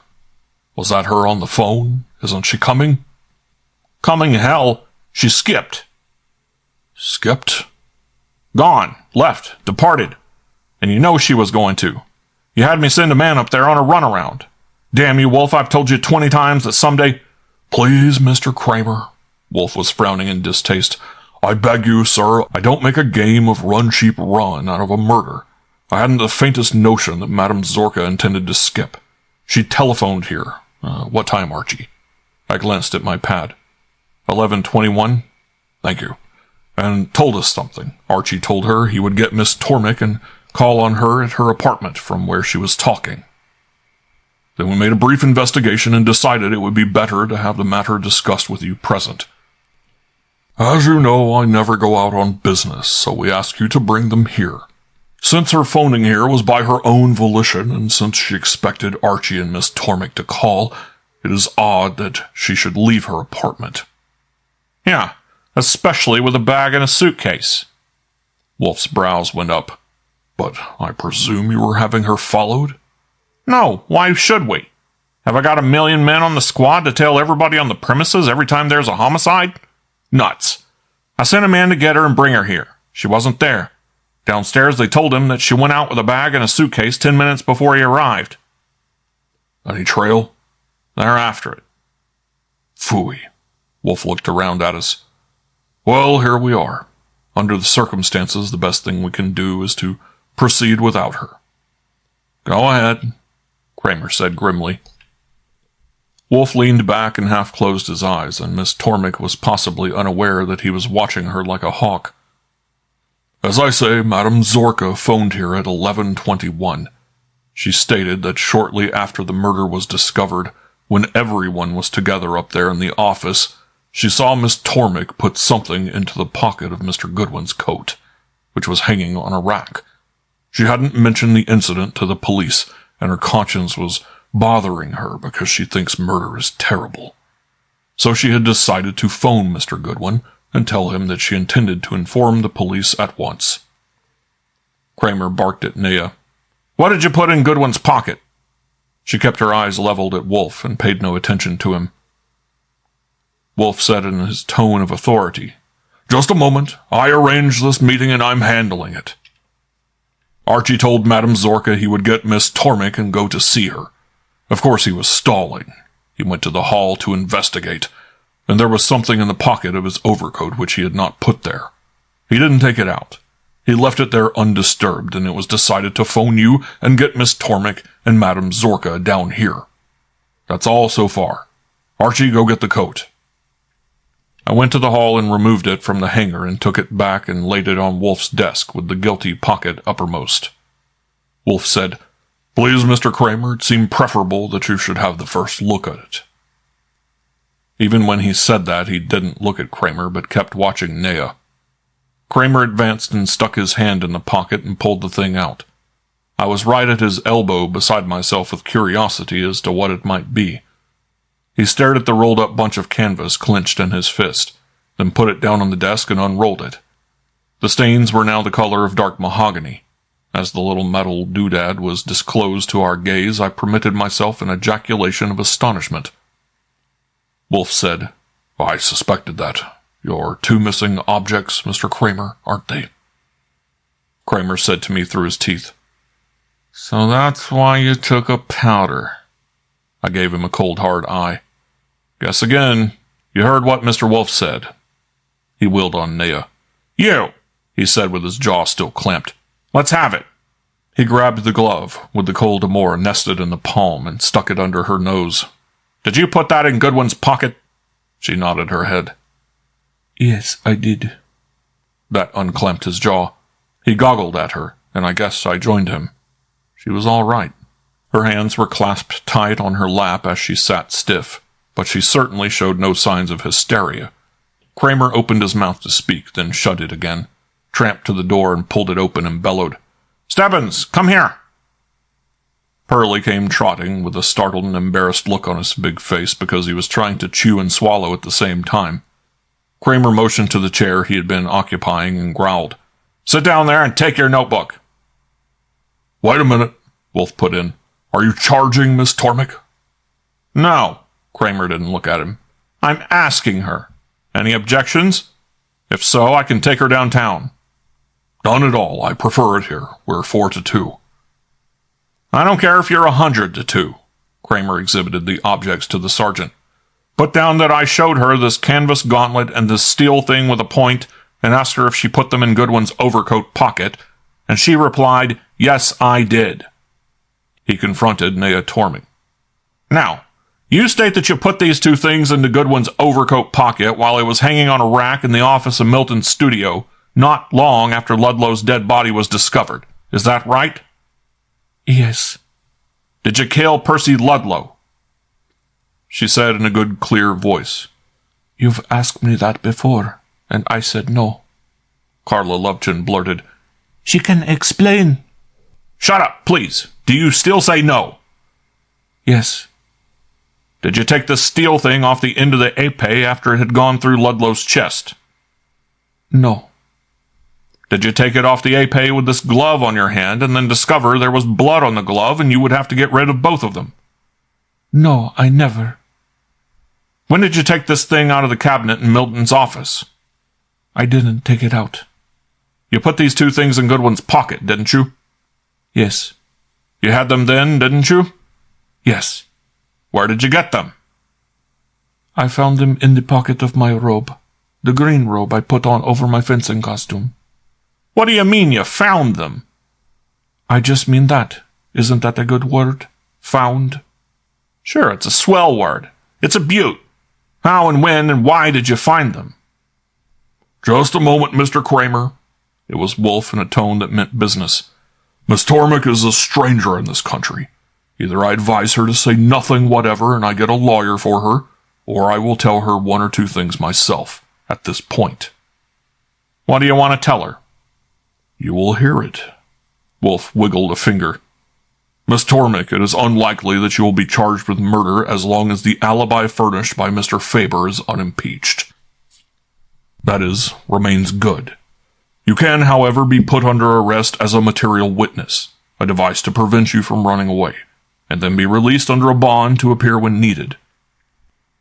You have been asked to give a circumstantial account of your connection with the instrument of murder, which you have admitted was in your possession shortly after the crime was committed.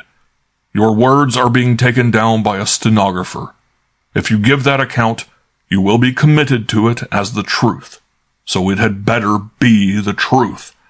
If you refuse to give it, you will probably be arrested as material witness. You must decide for yourself.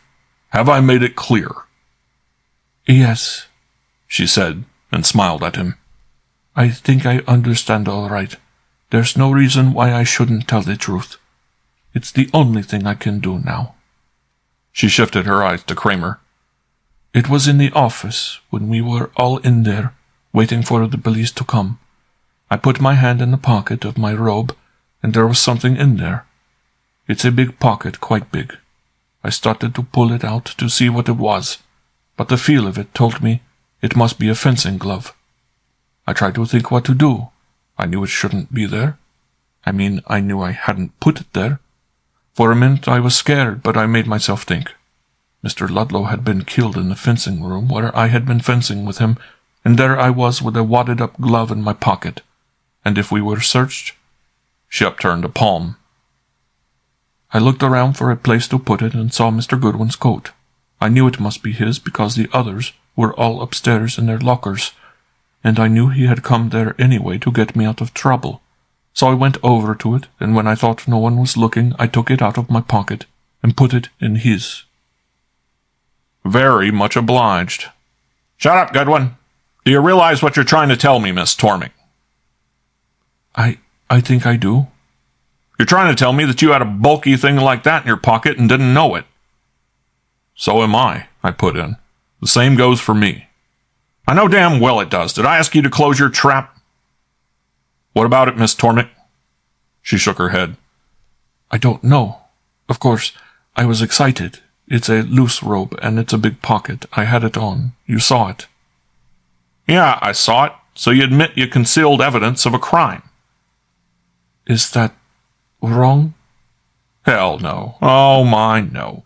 And do you know who put it in your pocket? No. Of course you don't.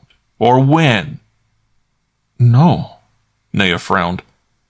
I have thought about that. I left the robe in the locker room lying on a bench when I went to the end room to fence. After I left Mr. Ludlow there and met Mr. Faber in the hall, I stopped in the locker room to leave my pad and glove and mask, and to put on the robe, and went with Mr. Faber to the alcove. Whoever put the glove in my pocket, I don't think they did it until afterwards, because I think I would have noticed it. After the porter started to yell, we were all running around and jostling against each other. And I suppose someone did it then.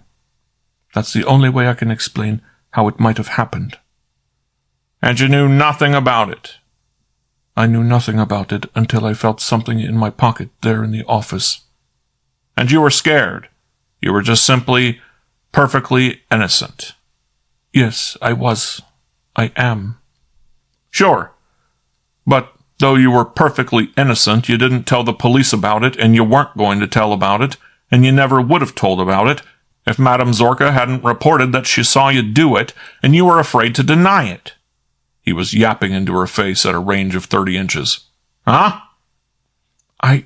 She swallowed. I think I might. But the way I thought about it, I thought Mr. Goodwin would find it in his pocket and turn it over to you, and it wouldn't matter whether you knew it had ever been in my pocket or not. Then you thought wrong. Mr. Goodwin doesn't turn things over to the police. Mr. Goodwin climbs a fence and runs home to Papa and says, "See what I got," and Papa says, "Nonsense," Wolfe cut in sharply. "We'll dispose of that point now. You know what I told you. I don't need to repeat it. Granted that your superstitious assumption is correct, that Archie knew it was in his pocket and ran away with it, and that we concealed it from you. You can't possibly establish it as a fact, so why the devil waste time harping on it? Especially in view of a fact that is established, that when Madame Zorka's phone call caused us to investigate the overcoat pocket, we immediately communicated with you." "You had to," Wolfe grimaced. "I don't know. Had to. Ingenuity can nearly always create an alternative if none exists. Anyway, we did. And if we hadn't, but had proceeded without you, your 2 missing objects would still be missing. For when Archie and Miss Torming called on Madame Zorka, she would have been gone, and the compulsion of her threatened exposure would have been removed. So you owe your possession of those 2 objects to us. You owe your knowledge of a suspicious circumstance, Madame Zorka's flight with a bag and suitcase, to us. And you owe your knowledge of the manner in which the criminal disposed of the glove and Col d'Amour to the courageous candor of my client." Kramer, standing, stared down at him, and as far as I could see, his face was not glowing with gratitude. He said, "So she's your client, is she?" "I told you so." "You said tentatively. You said you'd decide when you had met her." "I have met her." "All right, you've met her. Is she your client?" "She is." Kramer hesitated, then turned slowly and looked down at Nea. His gaze had concentration but no acute hostility. and I suppressed a grin. I knew what was eating him. He was well aware that the time had yet to come when he would successfully pin a murder charge on any man, woman, or child whom Nero Wolfe had accepted as a client, and he was strongly tempted to call it a day then and there as far as Nea Tormek was concerned and throw in another line. He even half unconsciously favored Carla Lovechen with a sidewise suspicious glance, but he returned to Nea and, after a moment, wheeled again to Wolfe. Faber gives her an alibi. Okay. But you don't need to be told that an alibi works both ways. What if Faber thought she needed one and so he provided it? And she thought she needed it too and accepted it and confirmed it, without maybe realizing that while Faber was giving her an alibi, what he was really doing was arranging one for himself. Wolfe nodded. An old trick, but still a good one. That's quite possible, of course. Will you have some beer? No. You, Miss Tormek, Miss Lovechen? He got their declinations, pressed the button, and went on. This thing's messy, Mr. Kramer. It looks as if I'm going to have to find out who killed Mr. Ludlow unless you do it first yourself. You certainly aren't going to get anywhere badgering my client. Look at her. I'll have a little talk with her after you leave, and one thing I shall tell her is to hang on to the Faber alibi for the present, even if it was fabricated by him. True, it protects Faber, but it also protects her. If and when you can point a suspicion at Faber, especially a motive, let me know and we'll discuss the alibi business. You suspect her of lying yourself? Not specifically. Anyone would tell a lie, at least by acquiescence rather than stand trial for murder. By the way, about this Mr. Faber, you are entirely wrong in your suspicion that he wasn't a stranger to me. I never saw him or heard of him in my life before today. Is he by any chance another confidential government agent? Kramer eyed him. How did you know that if he was such a stranger to you? I didn't. Mere conjecture. If I had known it, I wouldn't have asked. Not British, is he? No. Well, of course not. He might as well display an emblem on an armband. Archie and I don't like him. It's a pity my client's alibi depends on him. I would prefer to establish her innocence without that. Do you suppose the attack on Ludlow was the eagle clawing the lion? I don't suppose. It was a human being murdering a man. Yes, it was that, all right. Wolfe glanced up at the clock. It's well past midnight, and I want to have a little talk with Miss Tormek. Is there anything else you want to ask her? She's an alien. I ought to have her under bond. She won't skip, at least not tonight, and we can arrange for the bond tomorrow if you insist on it. Kramer grunted. She's important. She had the murder weapon in her possession. I'd like to have her come to my office tomorrow morning at 9 o'clock and see Lieutenant Rowcliffe. Wolfe frowned. Mr. Rowcliffe is the officer who came here once with a warrant and searched my house? Yeah. You don't forget that, do you? No, neither do you. Come in. Yes, Fritz? On account of the barricade of chairs, Fritz had to talk over the top of Nea Tormek's head. He was stiffly formal, as was his invariable custom when there were ladies present, not from any sense of propriety, but from fear. Whenever any female, no matter what her age or appearance, got inside the house, he was apprehensive and ill at ease until she got out again. Gentleman to see you, sir. Mr. Stahl. He was here this afternoon," Wolfe said to show him in. End of Chapter 7. Chapter 8. The G-Man was wearing the same suit and the same manners, and the only visible change was that he had had his shoes shined. Kramer took one look at him, let out a grunt, and propped himself against the edge of my desk. The G-Man apologized in his educated voice. "I didn't know you were engaged, Mr. Wolfe. I don't want to interrupt." "I'll be engaged for some time. Do you need to see me alone?" That seemed to stump him.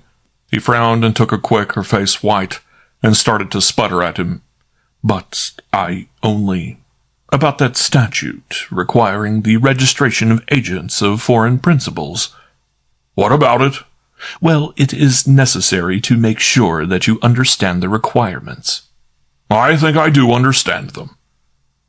"Perhaps. Section 5 of the Act says, any person who willfully fails to file any statement required to be filed under this Act or in complying with the provisions of this Act make a false statement of a material fact, or willfully omits to state any material fact required to be stated therein, shall, on conviction thereof, be punished by a fine of not more than $1,000 or imprisonment for not more than 2 years, or both.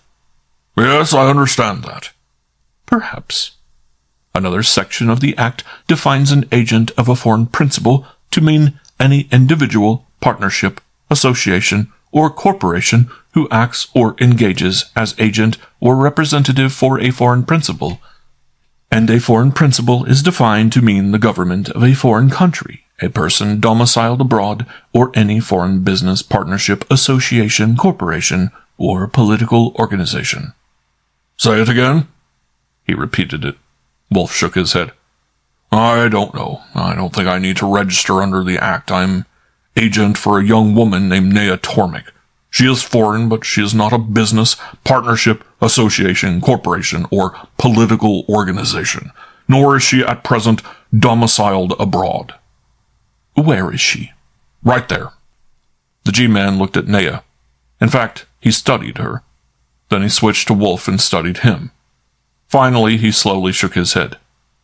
I don't know either, he declared. It's a situation I haven't met. I'll have to get an opinion from the Attorney General. I'll let you know. He bowed with perfect aplomb, turned, and departed. I tittered.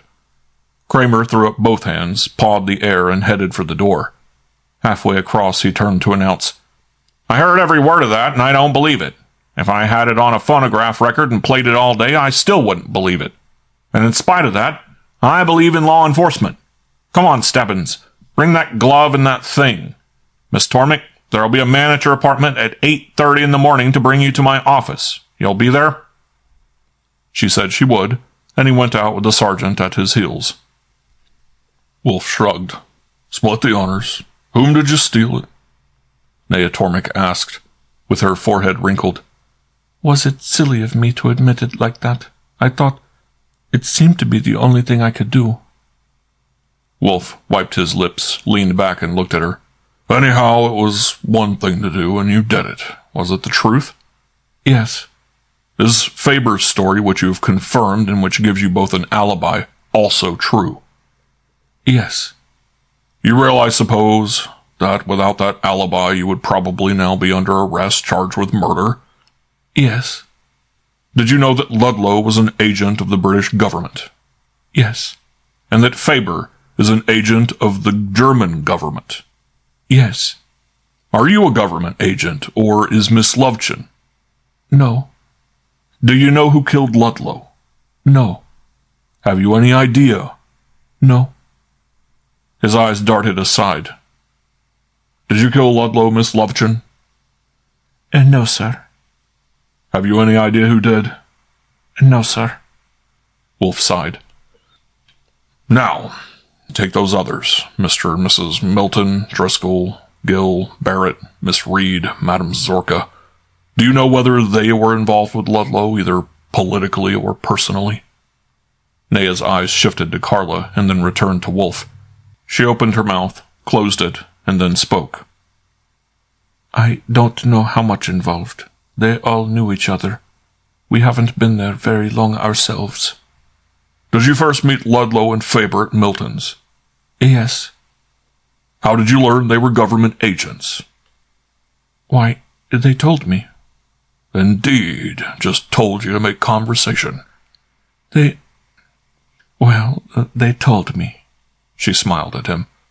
Under certain conditions. I mean, a man is apt to tell a girl things if the conditions are such that he feels like it. Were you intimate with Mr. Ludlow? Are you intimate with Mr. Faber? Oh, no. Her nose seemed to go up. Not intimate. Yet they told you. Never mind. You say you are not a government agent. Are you a political agent? Did you come to this country on a political mission? No. Did you, Miss Lovchin? No, sir. You're both lying. They stared at him. Nea's chin went up. Carla's eyes narrowed, which left them still wide enough for ordinary purposes. Wolfe snapped. As an intrigante, Miss Loveton, you are incredibly maladroit. Twice since you entered this room, you have glanced at the place on the bookshelves where my copy of United Yugoslavia stands. I know you put that paper there. I've removed it and put it somewhere else. Nea merely continued to stare, but Carla jumped up with her face white and started to sputter at him. But I only meant... I know. He showed her a palm. You only meant to leave it there a while for safekeeping. It's even safer where I put it. The reason I mention it... Where is it? Nea Tormek's eyes were two épées going through him, and her tone was a dagger whizzing at him. She was up and at the edge of his desk in one swift movement that reminded me of the lunge Milton had made with his championship sticker to show me how it was done. She threw the dagger again at short range. Where is it? She turned because Carla was up too and had grabbed her arm. She shook herself loose, but Carla seized her elbow again and told her sharply, Nea, sit down. Nea, you know. Nea spouted a torrent at her that I would have had no symbols for if it had been at my notebook. Carla returned it, but not in a torrent. She was cool and controlled. Wolfe said, I understand, Serbo-Croat. They both said, Oh. He nodded. I used to knock around. I did some work for the Austrian government when I was too young to know better. And I was in your country in 1921 and adopted a daughter. I want that paper. I know you do, Miss Loveton, but I won't even discuss it, let alone return it to you, unless you children sit down and behave yourselves. None of this jumping up and caterwauling. I don't like it. Besides, it won't do you any good. Sit down. They sat. That's better. I mentioned that paper only to show you how I knew you were lying when you said you aren't in this country on a political mission. And by the way, I suppose you lied to the police too. Of course you did. Now that the paper's been mentioned, where did you get it, Miss Loveton? She fingered her skirt. I got it. Where and how? Is it yours? I stole it. Nea snapped. You did not. I stole it myself. Wolfe shrugged. Split the honors. Whom did you steal it from? From the person who had it. From the Princess Vladonka Donovich? I won't tell you. Good. That's better than trying to lie. Is the princess in New York now? I won't tell you anything about that paper. You are in danger. You are actually in peril of your life. Faber's unsupported alibi is the only thing between you and an indictment for murder. Do you want my assistance in the removal of that danger? Yes. It looked for an instant as if she were going to smile at him, but she didn't. Yes, she repeated. I do. Are you prepared to pay me? My usual fee. Several $1,000s, for instance. My God, no. She glanced at Carla and back at him. But I might. But when you sent Miss Loveton here in the first place, you expected me to help you because you are my adopted daughter, didn't you? She nodded. I thought you might feel... I carried this fat to insulate my feelings. They got too strong for me once or twice, and I had that idea. If I'd stayed lean and kept moving around, I would have been dead long ago. You are aware that I have no proof that you are my daughter. You sent Miss Loveton here with that record of adoption bearing my signature. Another paper. Did you steal that too? Carla ejaculated something indignant.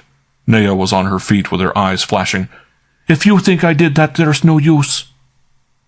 I don't think you did that. I just don't know. I ask you to stop jumping up. Please sit down, Miss Tormek. Thank you. I used to be idiotically romantic. I still am. But I've got it in hand.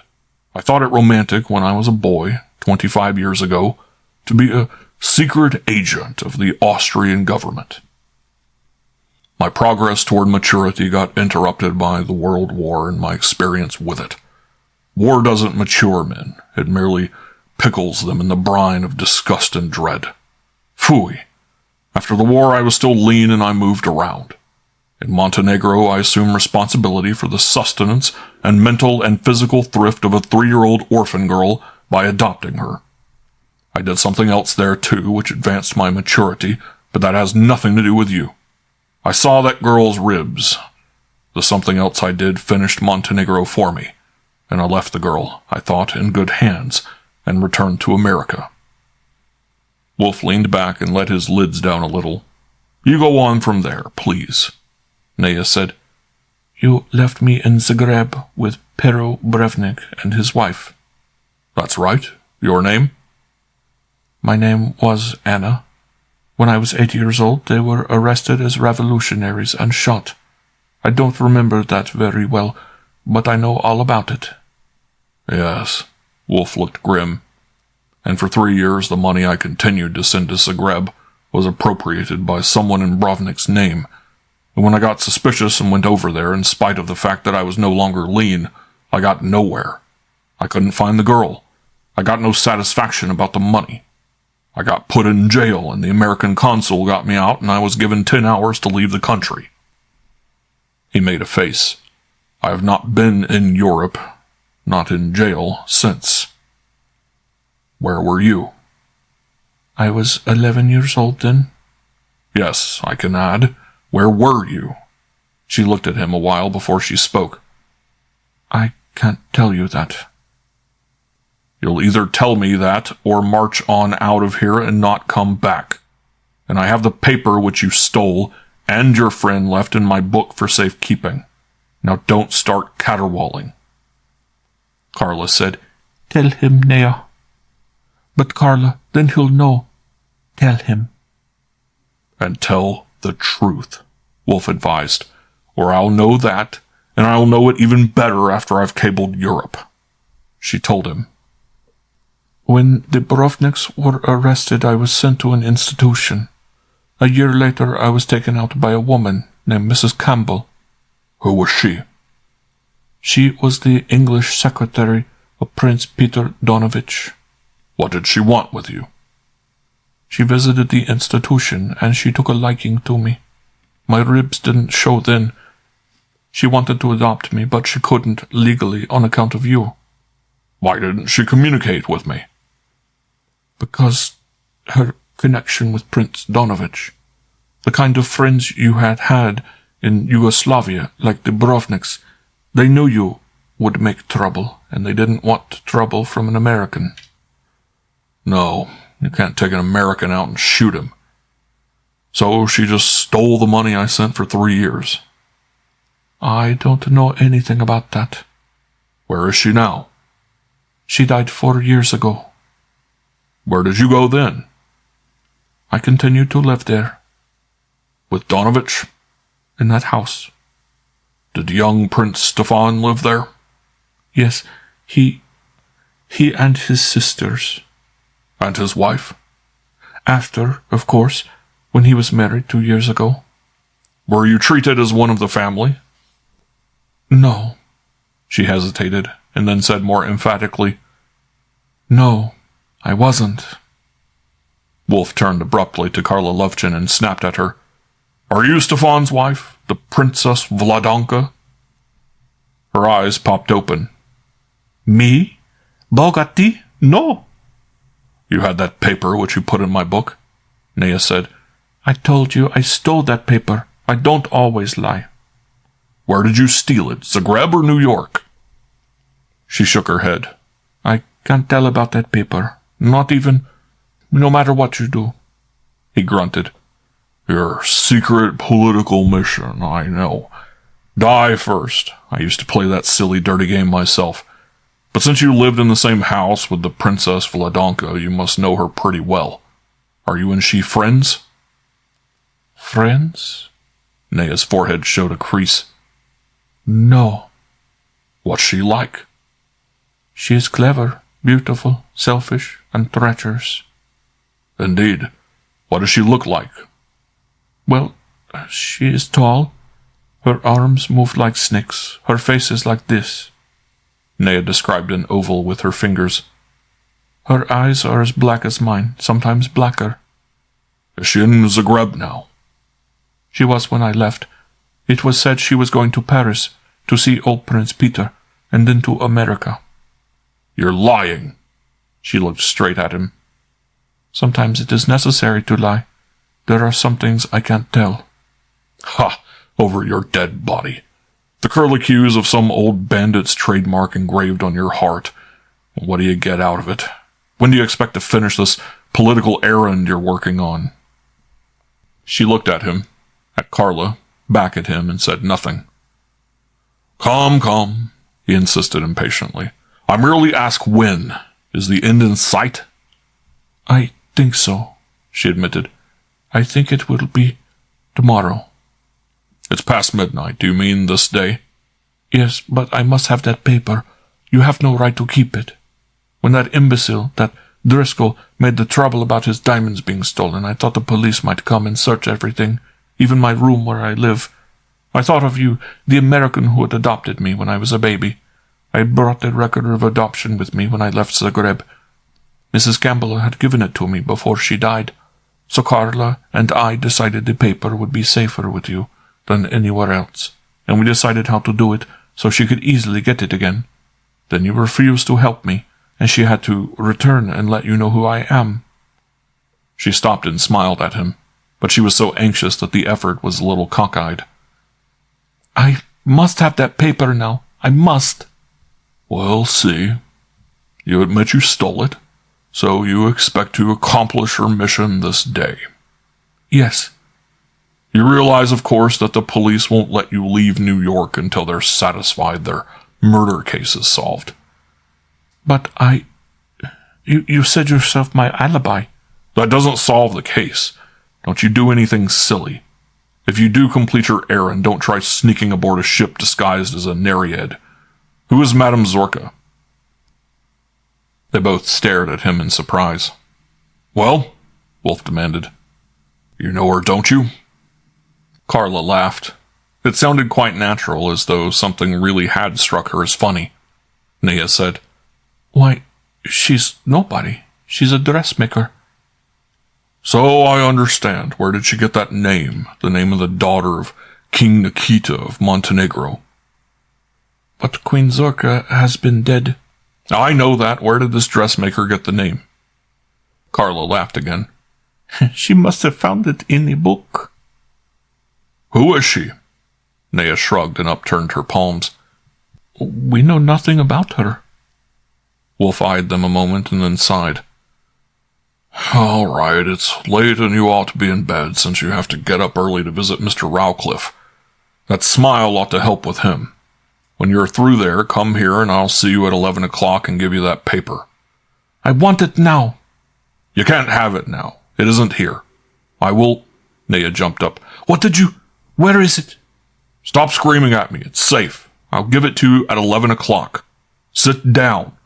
No, don't bother to sit down. You're going. Remember now, don't do anything silly.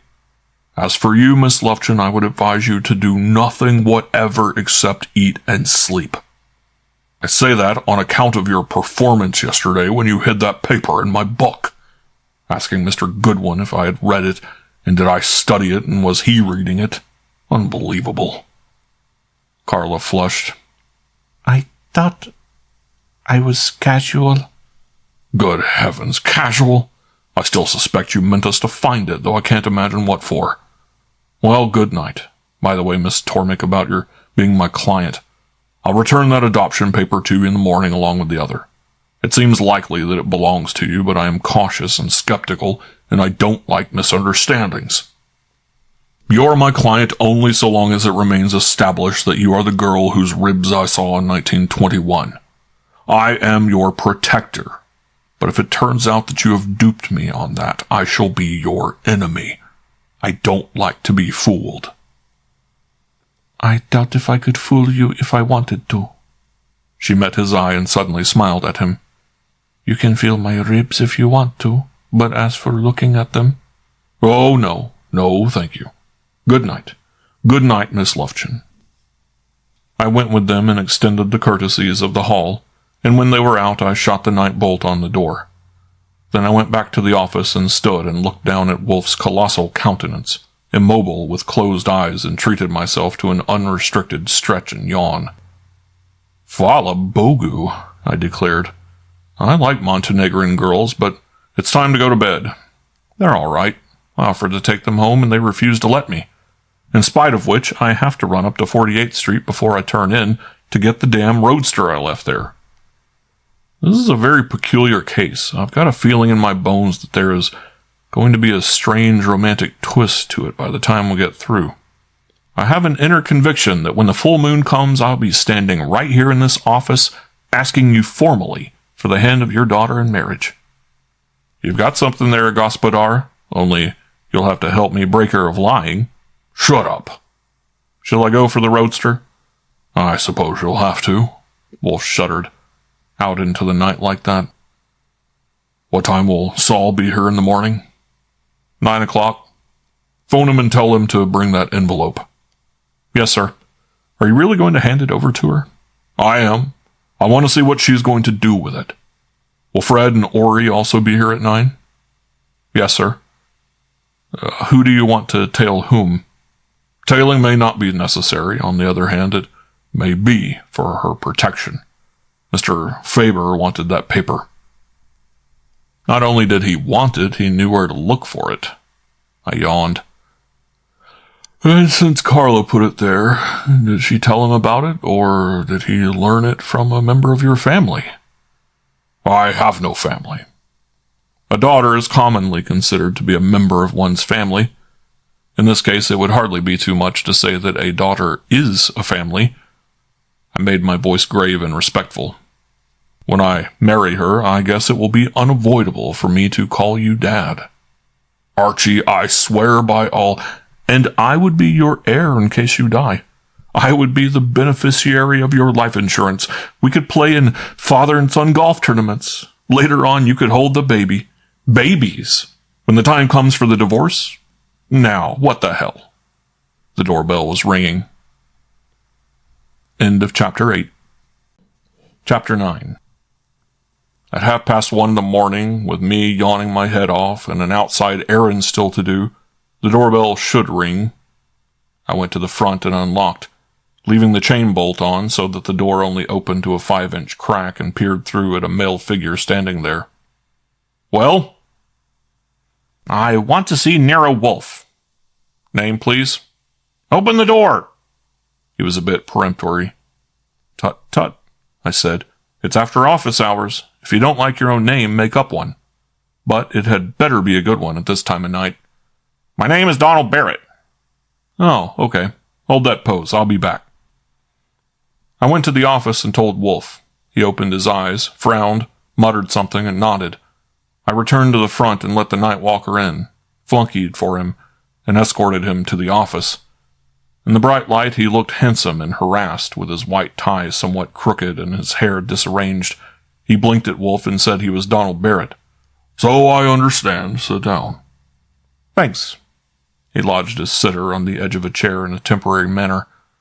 This is a frightful stink, this thing. Wolfe's brows went slightly up. This thing? This up at Milton's, Ludlow. It's murder, you know. I believe it is. You were among those present? Yes, I was, damn it. Of course you got that from this fellow you sent up there. Excuse me, Wolfe murmured. I thought you two had met. Mr. Barrett, this is Mr. Goodwin, my assistant. Oh, we met. We spoke a few words. He was guarding the door, and I asked him to let a young lady through to keep an important appointment. He wouldn't do it. Wolfe nodded. That was Miss Reed? Oh, he told you that, too. Mr. Goodwin tells me everything. I suppose he would. Naturally, he was damn bullheaded about letting Miss Reed out. He said that the worst thing she could do was leave the place and start the cops looking for her. And then, by God, he gets out himself somewhere and starts them looking for him. I know he goes by whim. Wolfe was sympathetic. Is that what you came to see me for, to reproach me for Mr. Goodwin's behavior? Barrett looked at him suspiciously, but Wolfe's expression was bland. No, he said. I just mentioned it. He was damn bullheaded. There was no reason in the world why Miss Reed should have been kept there.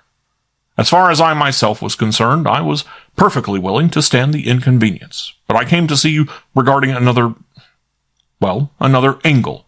This fellow that you sent up there. You sent him to represent Miss Tormik, didn't you?" "What fellow?" "Your assistant, damn it." His head went sidewise in my direction. "Goodwin." "Yes, I'm not really obtuse, Mr. Barrett, only I like the custom of designating people by their names. It's so handy.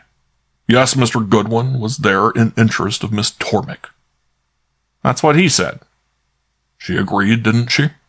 "Sure, that was all right. But that was about that business of Driscoll's diamonds. The damn fool.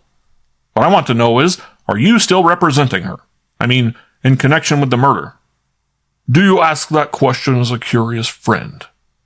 "Why, a friend, yes. It's not just curiosity." "Well, I am representing Miss Tormik. What moved you besides curiosity?" "Oh, just—" He hesitated. He put his hand up to smooth his straggled hair, shifted in his chair, and cleared his throat. "Frankly, just that I'm a little interested in Miss Tormik, and I should hate it. You know, such a frightful stink. I only met her a couple of months ago, and I got her and Miss Lovechin their jobs at Milton's, and I feel some responsibility about that, too. She's a stranger in New York, and I wanted to be sure she has proper and competent advice. Of course, if you're representing her—" "I am." "That ought to settle it." "Thank you."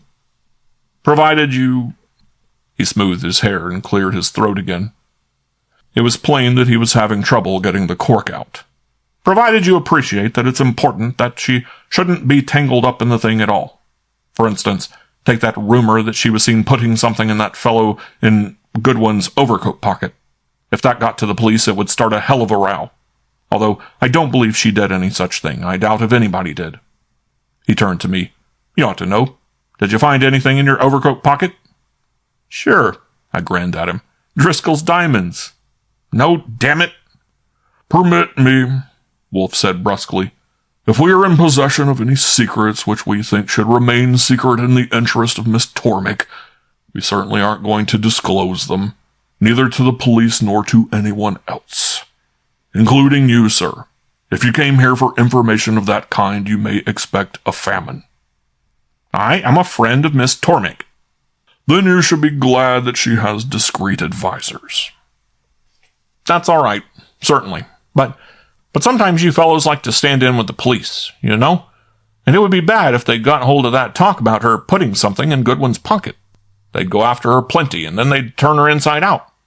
It was bad enough that she had been in there fencing with Ludlow, and this would make it 10 times worse. I wanted to be sure you appreciate—" "We do, Mr. Barrett. We haven't much native subtlety, but a long experience has taught us things. For instance, never to toss ammunition to the enemy except under compulsion or in exchange for something better." Wolfe's tone was a soothing purr, which made me wonder when and why he was getting ready to pounce. He went on with it. "By the way, I don't suppose you happened to meet Miss Tormik on your way down here just now?" "No, I didn't. Why? Where was she?" "She was here for a little talk. She and her friend, Miss Lovechin. They left shortly before you arrived, and I wondered if by any chance you had seen them." "No." "Have you had any opportunity to talk this thing over with her in much detail?" "Not much of one. You might say none, really. They questioned the men first up there, and they let me go around 8 o'clock. She was still there. I don't know how long they kept her." "Indeed, since you are a sufficiently good friend of hers to bother to come down here, it might be thought that you wouldn't have gone off and left her there." "I couldn't get at her. The place was full of cops, and there was one for everybody. Anyway, that's my business. Meaning, it's none of yours, you know?" "Yes, excuse me, you're quite right." Then Wolfe pounced. As usual, there was no change whatever in his tone as his forefinger traced a tiny circle on the polished mahogany of his chair arm. "But I think you'll have to concede that this is my business. Where have you hid Madame Zorka?" End of Chapter 9. Chapter 10. Donald Barrett wasn't especially good. Not much above the average man when he is suddenly and abruptly faced with a question which he isn't supposed to know the answer to, but does. His jaw loosened, his eyes widened, and his breathing stopped. The first two may be the result of innocent surprise, but not the third. But he was fairly quick on the recovery. He stared at Wolfe and made folds in his smooth, handsome brow and demanded, "Where have I hid who?" Madame Zorka. He shook his head. "If it's a joke, you'll have to explain it to me. I don't get it." Wolfe said patiently, "I'll explain it. Madame Zorka phoned here this evening and said she saw Miss Tormik put something in Mr. Goodwin's pocket, and she was going to report it to the police immediately." "The devil she did." "Please don't interrupt. It's wasted. Mr. Goodwin persuaded her to postpone informing the police until he could take Miss Tormik to Madame Zorka's apartment for a discussion of the matter. When he and Miss Tormik arrived some time later, they found the apartment empty, and they learned that Madame Zorka had departed 15 minutes previously in a hurry with a bag and suitcase. Mr. Goodwin then brought Miss Tormik and Miss Lovechen here to see me." "Well, that—" "Please, the two young ladies have a talk with me and leave. Soon you arrive. You reveal that you possess knowledge of 3 facts: that someone says Miss Tormik was seen putting something in Mr. Goodwin's pocket, that the information has not yet reached police, and that it has reached me. The first 2 you might have got hold of in several conceivable ways, but not the third. You couldn't possibly have known that the information had reached me unless Madame Zorka communicated with you after she phoned here." Barrett was standing up, apparently with the idea that it was time to go. "Rubbish," he snorted. "If that's the kind of deduction—" Wolfe shook his head and his tone got sharp. "I won't have it, sir. I won't spend an hour working it into your skull that I know what I know. Madame Zorka told you what she has told me. Don't try dodging. You'll only annoy me." "It would be too damn bad if I annoyed you." He looked and sounded nasty. "What if Zorka did tell me about it? What if that's why I came down here? What's wrong with that?" "Did she?" "What if she did?" "Did she?" "Yes." "On the telephone?" "Yes." "And you, being a friend of Miss Tormik, saw that the only way to make sure that her story would not reach the police was to hustle her away somewhere, and you somehow persuaded her. Then you thought of the possibility that I might pass it on to the police, and came here to plug that hole. Where is Madame Zorka, Mr. Barrett?" "I don't know. I suppose she was at home until you said Goodwin was told she had gone with her bag and suitcase. I'll tell you something. I don't like the way you're handling this, and I'm going to tell Miss Tormik so. She ought to have a good lawyer anyway, and I'll see that she gets one. If she lets you out, how much cash will you take not to peddle this fairy tale to the police about her putting something in Goodwin's pocket?" I got up and took a step toward him, but Wolfe shook his head at me. "No, Archie, let me." I said, "Excuse me. There are times when you get mad, and there are times when I get mad. I'll make a concession. I was going to hit him and then talk, but I'll talk first." I put my face 14 inches from Barrett's. "You. I am restraining myself. You have implied that this office has a stooling department. What evidence have you got to back that up? Talk like a man whether you are one or not. I warn you, I'm mad. Have you got any evidence?" I didn't mean—" "Have you?" "No." "Are you sorry you said it?" "Yes." "Don't say it to oblige me. I'd rather you refuse to say it. You are sorry?" "Yes." "Marshmallows," I muttered, and went back to my chair. Wolfe said, "You'll have to learn to control that, Archie. Physical duress, unless carried to an intolerable extreme, is a miserable weapon." He wiggled a finger at Barrett. "Not that I object to duress when it's necessary, as it is now. It doesn't matter what it was that moved Madame Zorka to tell you about her phone call to me. The fact is that she did so. Nor does it matter what form of persuasion you used on her. It's obvious that you hid her, or at least you know where she is, since it was you who got her to pack up and go." Barrett started off. I circled around him on the lope to head him off at the door. Wolfe snapped at his back. "Come back here. Unless you want everyone sniffing on the trail of Bosnian forest concessions and Yugoslav credits. I admit that Wolfe's form of duress was more effective than mine. Mine had made him eat a bite of crow, but Wolfe's apparently drained him of his blood.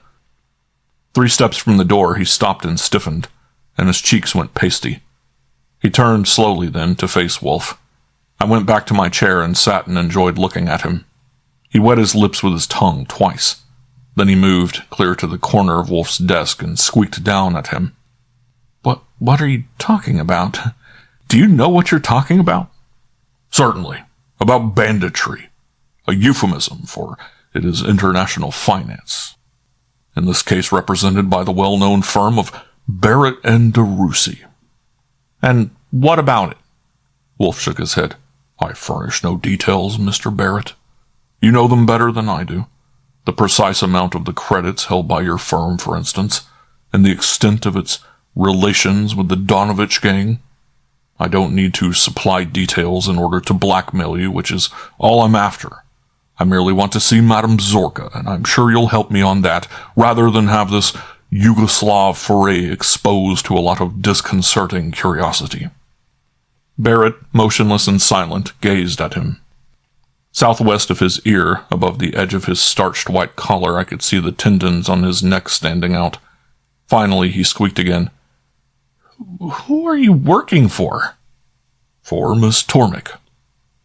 I ask you, who are you working for? Rome? I am working on a murder case. My client is Nea Tormik. My only interest... Oh, skip it! Do you think I'm a boob? The international financier put the tips of 8 fingers on the desk and gave them some weight. Look here. I understand perfectly that no matter who you're working for, you wouldn't be tipping me off just for your health. If you'll put this damn pet gorilla of yours on a leash, I'm quite willing to discuss details and terms. Subject, of course, to consultation with my associates. Phooey! Wolfe was disgusted. I might have known it would make you ugly. Now how the devil am I going to convince you that my only concern is the welfare of my client? I don't know. If I were you, I wouldn't try. Barrett's voice had lost its squeak and assumed a tone that might have sold me on the idea he was really tough, if I hadn't already caught a glimpse of the yellow. I don't know how far you're in, but I presume you know what you're doing. If you do, I don't need to tell you that it's too dangerous. A game for anybody to try any private hijacking. I said blackmail. All right, blackmail. Who are you selling out and what's your price? I let it pass. If he was going to wholesale his insults, it would save trouble to wait till she was finished and then collect in a lump sum. Wolfe leaned back and sighed. Will you sit down, sir? I'm all right standing. Then please back up. I'm not comfortable with my head tilted. Now listen. Get it out of your head that I represent any interest, either friendly or hostile to you, in your Balkan enterprise. I don't. Then you wonder, how did I learn of it? What's the difference? I did. Next, you must somehow manage to believe that I do not want a slice of the loot. Incredible, and even immoral as that must seem to a man of your instinct and training, I don't. I want just one thing. I want you to conduct Mr. Goodwin to Madame Zorka, wherever you have put her, and he will bring her here. That's all. Unless you do that, I shall send information at once to 3 different quarters of your firm's projected raid on the property of the people of Yugoslavia. You know better than I do the sort of hullabaloo that would start. Don't complicate matters by assuming me for a cupidity and corruption beyond the limits I have set for myself. You're suffering from an occupational disease. When an international financier is confronted by a hold-up man with a gun, he automatically hands over not only his money and jewelry, but also his shirt and pants, because it doesn't occur to him that a robber might draw the line somewhere. I beg you, understand that I want Madame Zorka and nothing else. Beyond that, I do not and shall not represent any threat to you. Unless, of course, it should turn out that it was you who murdered Percy Ludlow. Wolfe shifted his eyes to me. Archie, I'm afraid there's no help for it. Mr. Barrett will take you to Madame Zorka. You will bring her here. What if she's skipped town? I doubt it. She can't have got far. Take the roadster and go after her. Hang on to Mr. Barrett.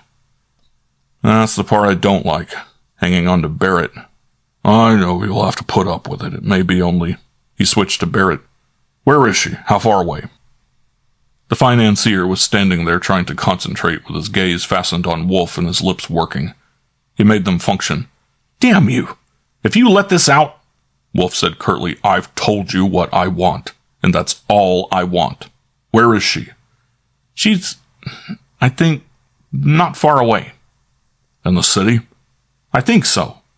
Good. Don't try any tricks with Mr. Goodwin. They'd make him lose his temper. I'm coming back with them. I want to talk... No, not tonight. Tomorrow, perhaps. Don't let him in, Archie. Okay. I was on my feet. For God's sakes, let's step on it, or my bed will think I'm having an affair with the couch. I only wish I was. He didn't like going, leaving Wolfe there within 3 feet of a telephone and all that intimate knowledge of Bosnian forests buzzing in his head. But I eased him into the hall and on out into the November night. I had rather expected to find a Minerva town car waiting at the curb, considering his category, but there wasn't anything there at all, and we had to hoof it to 8th Avenue before we could ambush a taxi at that ungodly hour. We piled in, me last, and he told the driver Times Square. As we jolted off, I surveyed him disapprovingly. Don't tell me you left her standing on the sidewalk. Disregarding that, he twisted himself on the cushion to face me in a confidential manner. See here, Goodwin, he demanded. You've got to help me. I'm in a bad hole. It wouldn't have done any good to try to persuade Wolfe that I don't know where Zorka is because he was convinced that I do. But the fact is, I don't know. Well, that's too bad. Yes, I'm in one hell of a fix. If you go back and say I told you I couldn't take you to her because I don't know where she is, he'll do what he's threatened to do. He sure will. So I won't go back and say that. No, that wouldn't do. If I couldn't persuade him, I don't know. I can't expect you to. But we could work it this way. We can drop in somewhere and have a couple of drinks. Then, say in half an hour or so, you go back and tell him I took you to an address. Pick out any likely address. And we went in expecting to find Zorka, and she wasn't there. You can describe how astonished and upset I was. You know, make it vivid. Sure, I'm good at that. But you haven't... Wait a minute. The taxi swerved into 42nd Street, and he lurched against me and got straight again. I know you'll get the devil for going back without Zorka, but you can't help that anyway because I don't know where she is. I wouldn't expect you to help me out on this just for the hell of it. Why should you, you know? How about $50? I have never seen a worse case of briber's itch. I made a scornful sound. Now, brother, 50 lousy bucks with a big deal in international finance trembling in the balance? A century at least. The driver called back. Which corner? Barrett told him to stop at the curb and leave his meter on. Then he stretched out a leg to get into his trouser pocket and extracted a modest roll. I don't know if I happen to have that much with me. He peered and counted in the dim light. Glancing through the window, I saw an old woman in a shawl headed for us with a box of chewing gum. I wouldn't even have to leave the cab. I've got it, Barrett said. Good. Gimme, please. I can concentrate on the details better with the jack in my jeans. He handed it over. Without bothering to count it, I shoved it through the window at the old woman and told her, Here, Grandma, 2 packets and keep the change. She passed them in, took the currency and gave it a look, gave me a swift startled glance from bleary old eyes, and shuffled off double quick. I offered a pack of gum to Barrett and said, Here, 1 apiece. Instead of taking it, he sputtered, You goddamn lunatic! I shook my head. Nope, wrong again. You sure do make a lot of mistakes, mister. That little gesture I just made, that wasn't original. I first had the idea of stating the cow barn, and the beneficiary was a guy in overalls with a pitchfork. I stuck a piece of gum in my mouth. Maybe this will keep me awake. That's enough horseplay, and besides, Mr. Wolfe is waiting. Lead me to Zorka. Why, you dirty cheap... How can it? What's the address? I don't know. I don't know where she is. Okay. I leaned forward to the driver. Go to 48th Street, east of Lexington. He nodded and got in gear. Barrett demanded, What are you going to do? What are you going to Milton's for?" "I left my car there. I'm going to get it and drive it home and tell Mr. Wolfe the sad news, and then, I suppose, help him until dawn with phone calls and so on. He never puts off till tomorrow what I can do today." "Do you mean to say that after taking my money and giving it to that hag?" "I mean to say exactly this. Either he quits stalling and squirming and take me to Zorka, or I go back to Nero Wolfe and watch him throw the switch. I ought to be asleep right now. You claim you don't know where Zorka is. My employer claims you do. I have no opinion. My mind is open, but I follow instructions blindly. Take me to Zorka, or pop goes the weasel." The taxi bumped across 6th Avenue and scooted ahead for 5th along Bryant Park. Nearing the library, he called to the driver, "Stop at the curb and leave the meter on." As we rolled to a standstill, I said, "You'd better keep the rest of your dough to pay the fare with." He sat and glared at me in silence.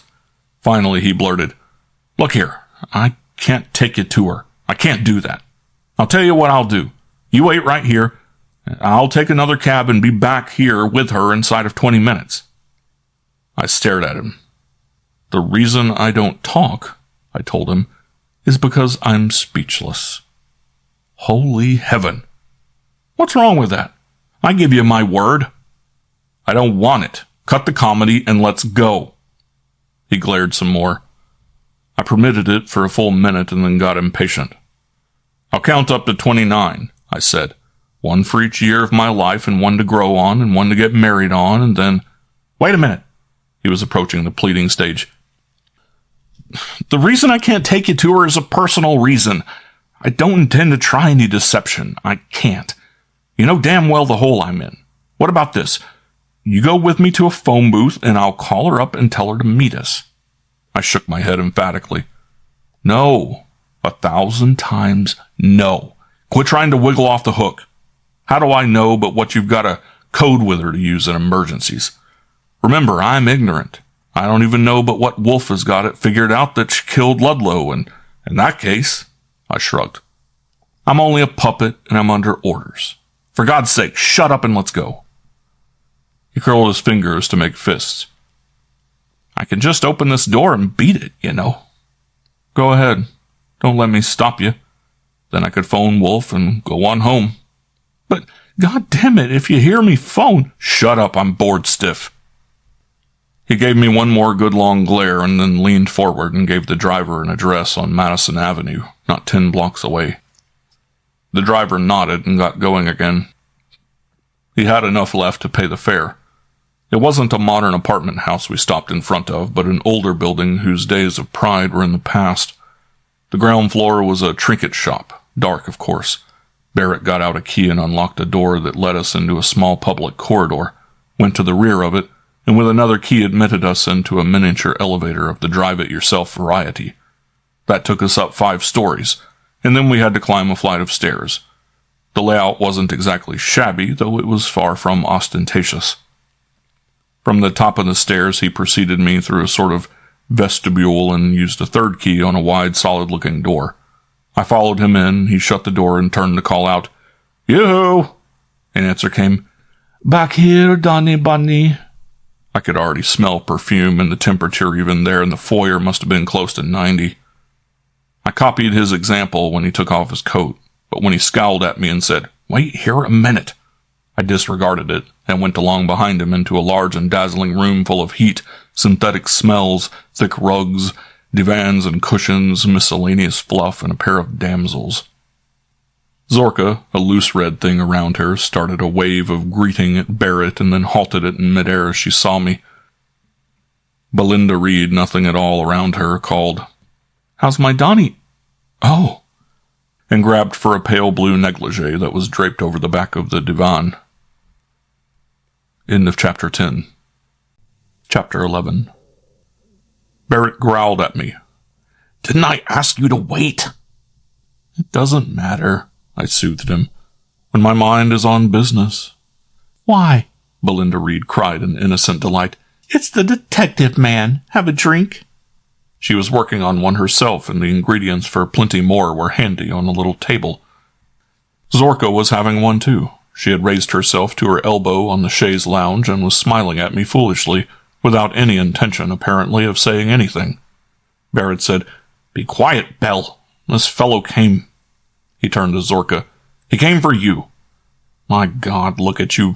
Both of you. He frowned at her and switched to me. You explain it to her. This is no time, Zorka declared in an injured tone, for explanations. Have a drink, Miss Reed insisted. I have never had a drink with a detective, and especially such a damn good-looking detective. She patted the divan and tugged at her negligee to cover a knee. Sit here by me and have a drink. Don't be a damn fool, Barrett told her. Zorka tittered. She only wants to make you jealous, Donald, because you make her jealous of the Tormek girl. Bah, said Miss Reed. Have a drink. What's your name? Call me Archie. It struck me that a little reinforcement might help, so I stretched for the bottle and a glass. Then I drew back and turned to Barrett. But, excuse me, if you're the host. This is Miss Reed's apartment, he said stiffly. But you came here. Please have a drink, the lady begged me. Thanks, I will. I poured a good one and tossed it off, and then advised Barrett. You ought to have a shot yourself. You're under a strain. I confronted Zorka. The idea is this. After you phoned me at Nero Wolfe's office and told me... What? After what? I went closer so she could focus easier. After you phoned and told me you saw Miss Tormek putting something in my overcoat pocket. But I didn't. I phoned you. She waved her glass at Belinda, spilling a drop or two on the rug, and said in a hurt tone, Don't let him have another drink. He says I phoned him. Maybe you did, darling. You phoned so many men. I wouldn't blame you for phoning him. I like him. But I didn't. Well, you should have. Belinda used the blue eyes on me. Have a drink, Percy. Not Percy, Archie. Percy was the one that got murdered. Oh, she frowned at me. That's right. That's why we started drinking, to forget about it. Brr, she shivered. And I called you Percy. How funny. Don't you think that's funny, Donnie, honey? No, Barrett declared curtly. This fellow... But of course it's funny. I like Archie. And why should I call him Percy? She shivered again. It was perfectly terrible. Simply awful. The porter yelling and Percy lying there on the floor and the police and... She stopped and stared at me with her lips parted. Why, I forgot. You son of a gun. It was you that wouldn't let me out that door. You dirty bum. Barrett tapped me on the shoulder. You know, you came... Yeah, I know. I faced Zorka. She had the fixed smile on again. I would have given an hour's sleep to know how many drinks she had had. About your phoning me, I said. Maybe I was just trying to brag. It's my one weakness, bragging about women phoning me. The fact is, I came along with Donald Barrett to save him some trouble. I'd come to 48th Street anyway to get my car. He told me he had asked you to come and spend the night with Miss Reed, but after the talk we had, that wasn't necessary. So he supposed you would want to go home. And that's really what I came for, to take you home. Isn't that right, Barrett? I didn't agree. Isn't that right? Well, yes. Sure it is. So if you'll just put on a coat... Oh, you don't need to bother to dress. We can take your bag and suitcase. What for? She demanded. Why, if you're going home, you'll want your luggage. I'm not going home. My God, it's nearly daylight. I'm not going home. Am I going home, Belinda? You are not. Even if you were, you wouldn't go with him. I don't like him. Didn't you hear me say I remembered that I don't like him? I poured myself another drink, drank it, sat down on the end of the chaise lounge next to Zorka's feet, and considered the situation. It had various aspects, the basic problem being whether she was or was not honestly stoozled. If she She wouldn't be worth a damn to Wolfe even if I got her there. But I had my reputation to consider. Over a period of years, Wolfe had sent me many places many times to bring him everything from a spool of thread to a Wall Street broker, and I had batted mighty close to 1,000. Besides that, if I went back without her, I know what Wolfe would say. And, in addition to that, her silly smile aggravated me. I stood up and told Barrett in a cold, inflexible tone, "It's up to you, brother. You got her here. Now, you get her out." "He didn't get me here," Zorka said. "I came here myself." "How do you expect me to get her out?" Barrett demanded. "Carry her?" Zorka said. "Nobody had better touch me. Nobody." Belinda said, "Nobody had better touch anybody, especially you good-looking bum." Barrett said, "I brought you here. That's all I agreed to do. I didn't agree. What's the idea?" I ignored him and continued on around the head of the divan to where a red enameled phone was resting on a long, narrow table. He scowled at me while I dialed a number. Belinda commanded him, "Tackle him, Donnie darling. Knock him down and walk on him. Don't let him use my phone. Don't let him use anything." A voice sounded in my ear. "This is Nero Wolfe," I said. "Hello, police headquarters. Give me Inspector Kramer of the Homicide Squad."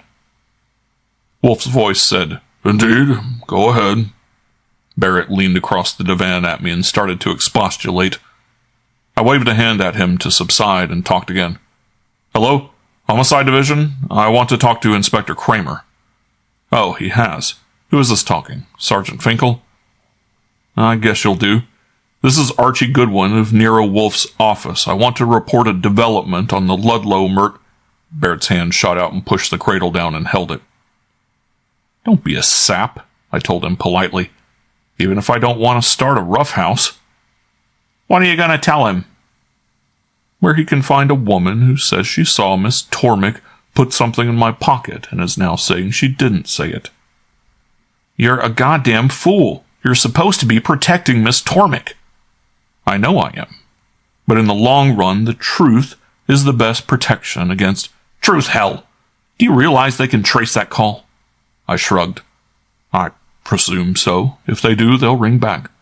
Then, if they don't get satisfaction, I presume they'll send somebody here, and it would be bad tactics not to let them in. And of course, if they find Zorka and me here—" He had his jaw clamped. "You dirty, treacherous—" I shrugged. Miss Reed said, "I am darn sick and tired of hearing about that Tormik. As far as I'm concerned, Archie—" "Be quiet," Barrett told her savagely. "You know damn well." He bit it off and wheeled to Zorka. "You'll have to go, and go quick. Get a move on." "But," she protested, "you told me." "I don't care what I told you. This double-crossing—" He grabbed her shoulder and got her upright. He was pretty masterful in a real emergency. "Where's your coat? Where's your shoes and stockings?" To hell with stockings. Shoes!" He raced to the far end of the room and through a door. I went in the opposite direction to the foyer and got my hat and coat and put them on. Then I opened the closet door, thinking to help, but stood bewildered at the array of fur-bearing animals hanging there. I thought, what's the difference, and reached for one, but felt my elbow seized from behind and heard Belinda's voice. "Hey, no you don't. That's my meat. Get out of the way." She pushed past me, her open negligee doing practically nothing to conceal distractions, and emerged with a mink coat that looked all the same to me. I took it and trotted back in. Zorka, shod, was on her feet, and Barrett was tying the girdle of the red gown. She swayed a little while we got the coat on her and buttoned it up to her chin, but navigated well enough when I hooked onto her arm and escorted her to the foyer. Miss Reed was standing there holding the outer door open. As we passed through, Barrett told her, "I'll have to take them down. If the phone rings, don't answer it. I'll be right back." She stumbled on the stairs, but I had a good hold, and we got her into the elevator without mishap. Barrett pushed the button, and we descended. At the ground floor, he preceded us along the corridor and opened the street door. "Do you want me to help?" "No, thanks. If they trace that call, my advice—" "Go to hell!" The door shut, and I was alone on the sidewalk with my booty. She was clinging to my arm and at intervals was saying something that sounded like oops. I squeezed her hand reassuringly and started to convey her gently in the direction of Grand Central, but had negotiated less than half a block when a taxi appeared and I flagged it. Getting her in was more a matter of strength than strategy. She was floppy on the cushion, and I held her against me as we bounced along and around a corner toward Lexington Avenue. She was now murmuring something like herpes. The roadster was still there, like a faithful dog waiting for its master. The taxi driver was sympathetic and helpful, and with his assistance it was an easy matter to make the transfer. As we were boosting her in, she started to kick, but with a firm tone and a firm hand, I got her onto the seat and the door closed. The driver nodded his thanks for the moderate tip I gave him and offered advice. "Taking her out, if she gets nasty, work from behind. That way she can't reach your face and she's not so apt to bite." "Okay, much obliged." I climbed in and started the engine and rolled. As I rounded the corner to head downtown, she said, "Gribbelzook." I replied, "Vala Borgu." Apparently it was satisfactory, for she relaxed into the corner and shut up. A couple of times en route, I opened my mouth to inform her where we were bound for and what she had to look forward to, but a glance at her made me decide I'd be wasting my breath. The traffic was at home in bed where it belonged, and I made good time down to 35th and then crosstown. I stopped at the curb in front of the house, grabbed her shoulder and straightened her up, and called her name. No response, and her eyes were shut. I shook her. I turned her loose, and she flopped into the corner as runny as mush. I pinched her thigh, a good one, and she didn't flinch. I pulled her up straight and shook her again, and her head bounced onto my shoulder and stayed there, and then rolled off. "Hell," I muttered. "It's only 10 yards to a touchdown." And I climbed out, pulled her across to my side, got my shoulder under her, and histed her up. She was as dead as a bag of oats. I distributed her weight better, something around 120, and crossed the sidewalk, staggered up the steps, and rang the bell 2 shorts and a long. In a minute the door opened as far as the chain, and Fritz's voice came through. "Archie?" "Yeah, open up." The door swung open and I entered. After one glance at my cargo, Fritz staggered back a step. "Grand, is she dead?" "No, she's not even sick. Lock the door." The door to the office was standing open, and I went through sidewise to keep from knocking her head against the jamb. Wolfe was there reading a book. He looked up and saw what I had, made a face, dog-eared a page and closed the book, and sat and shook his head. A glance at the couch showed me that it was still covered with the maps which he had spread all over it 3 days previously, with instructions that they were not to be touched.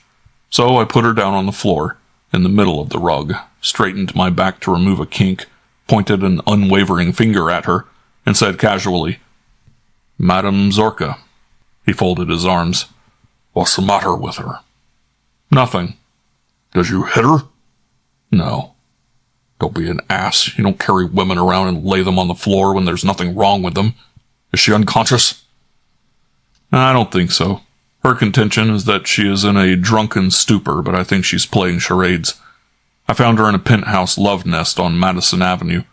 Barrett furnishes the nest and Belinda Reed the love. You know, Belinda was there and Zorka was her guest. Zorka denied that she had made any phone call to this office and she refused to leave. I made a phone call to work up pressure and she came. She is almost certainly listening carefully to what we are saying. She'll smother in here with that fur coat buttoned up." I stooped and unfastened the coat and flung it open. Wolfe got to his feet, walked around the desk, and stood frowning down at her. "She has no stockings on." "Right." "What's that thing she's wearing? A dress?" "Oh, heavens, no. I think it's a drinking gown." "And you think she's shamming?" "I do." "Well," he turned and called, "Fritz!" Fritz was right there. Wolfe told him, "Bring a dozen ice cubes." I knelt down beside the patient and felt her pulse, and then pried open her eyelid and took a look at the iris, and announced that it would be perfectly safe to proceed with the experiment. Wolfe, looking down at me, nodded gravely. Fritz appeared with the dish of ice cubes, and Wolfe told him to give them to me. I took a cube and laid it on her cheek, and it slid off.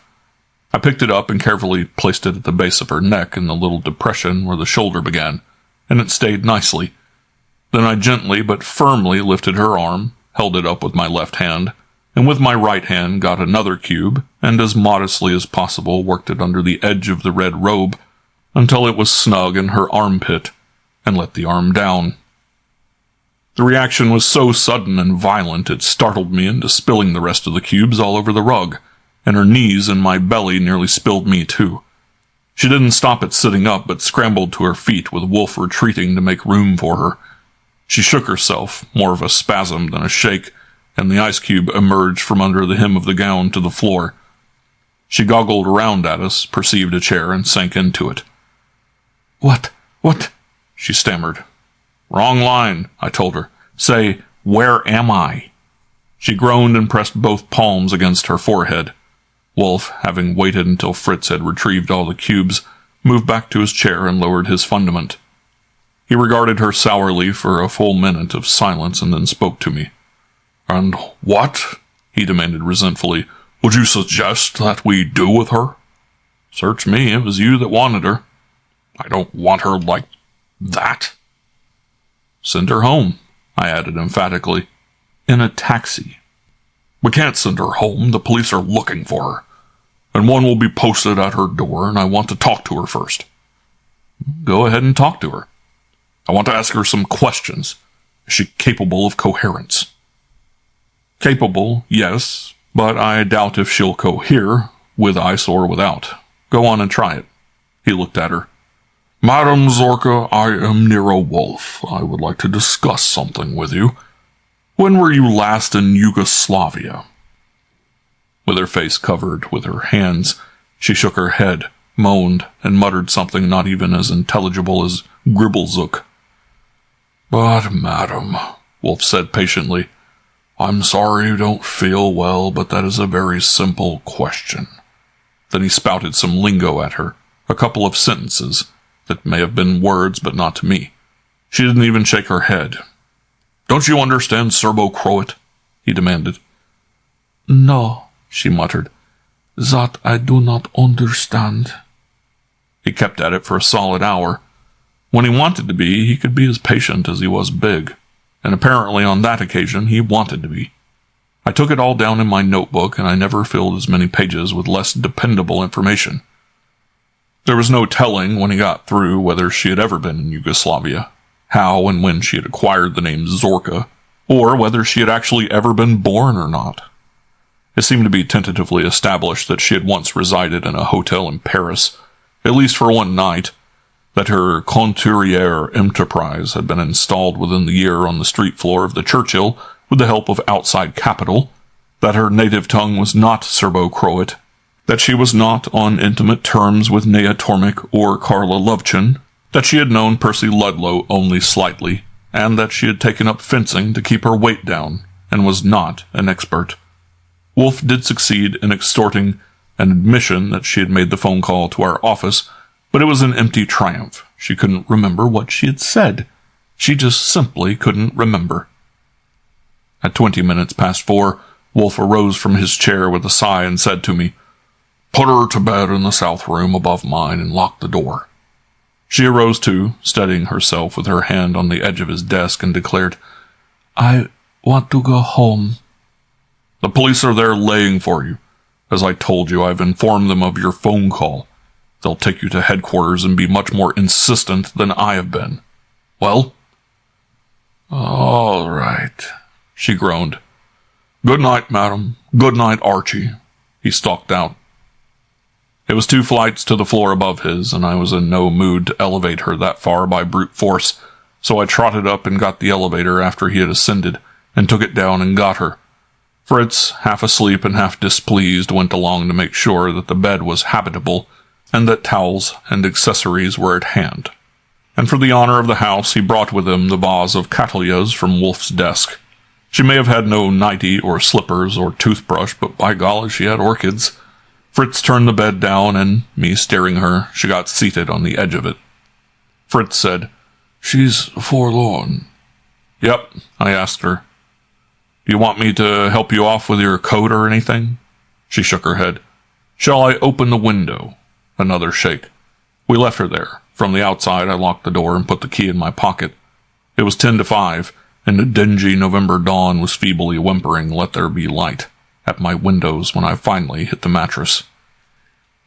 At 8 o'clock in the morning, bathed and dressed, but bleary-eyed and grouchy, I took a pot of coffee up to her.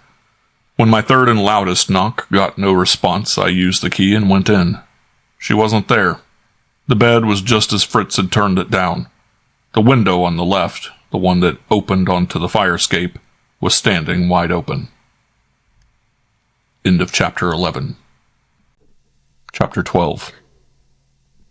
I descended a flight to Wolfe's room, tapped on the door, and entered. He was in bed, propped up against 3 pillows, just ready to attack the provender on the breakfast table, which straddled his mountainous ridge under the black silk coverlet. There was orange juice, eggs au beurre noir, 2 slices of broiled Georgia ham, hash brown, potatoes, hot blueberry muffins, and a pot of steaming cocoa. He snapped at me. "I haven't eaten." "Neither have I," I said bitterly. "I'm in no better humor than you are, so let's call it a tie. I just went up to take our guest some coffee." "How is she?"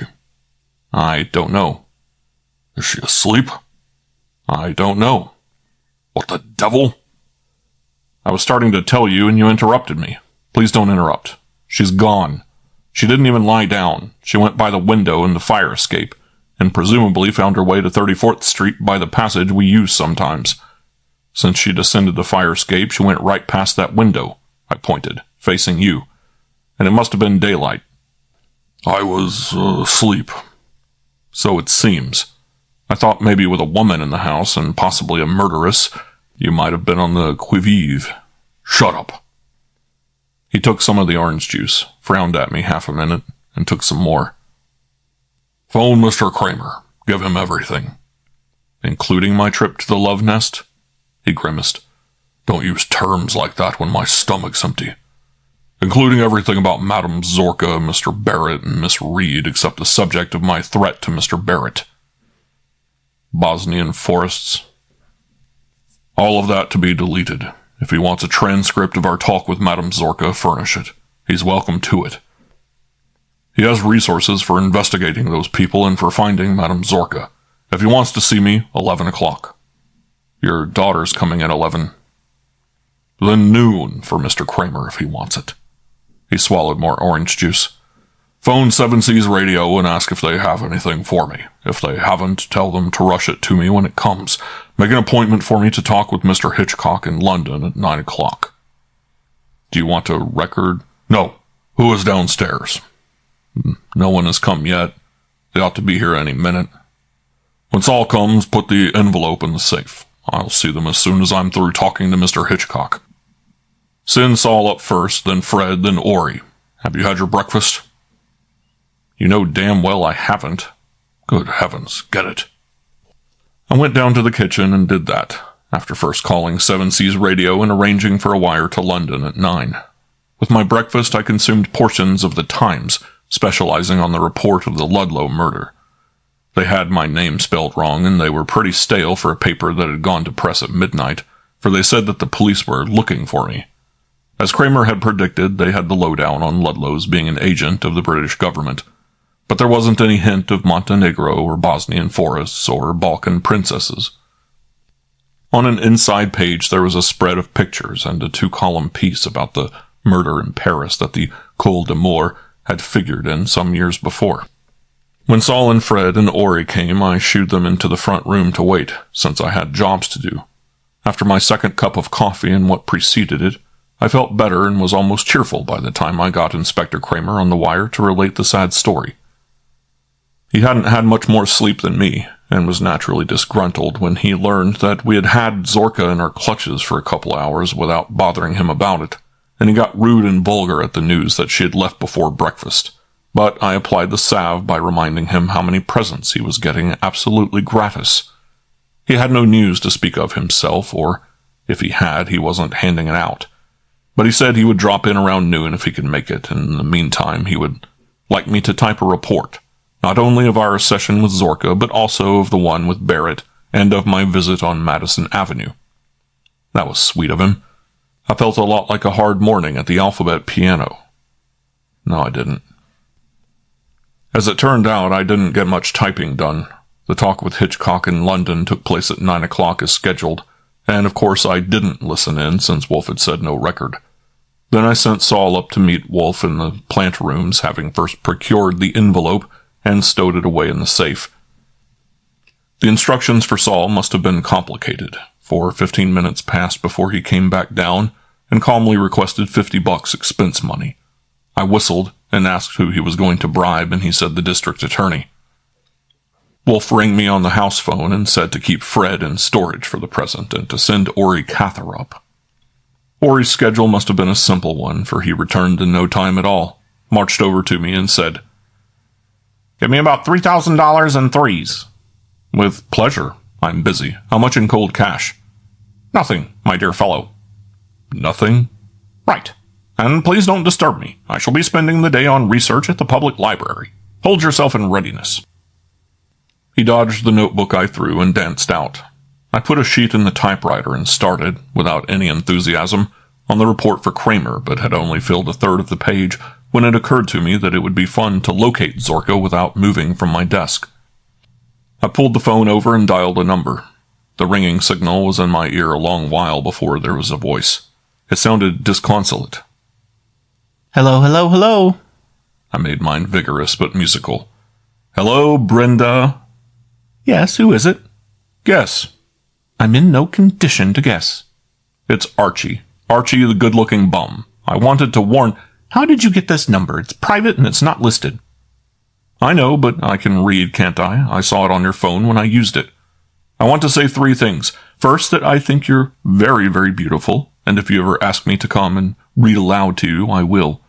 Second, I forgot to thank you for the drinks. Third, I want to warn you about Zorka. About 1,000 cops are looking for her, and if they come and find her there, it will get you in a lot of trouble, and I'd be glad to—" "What are you talking about? How are they going to find her here when you took her away?" "But she went back there." "She did not. Where is she?" "She started for your place about 5 o'clock. "Well, she didn't get here." "That's funny. What do you suppose happened to her?"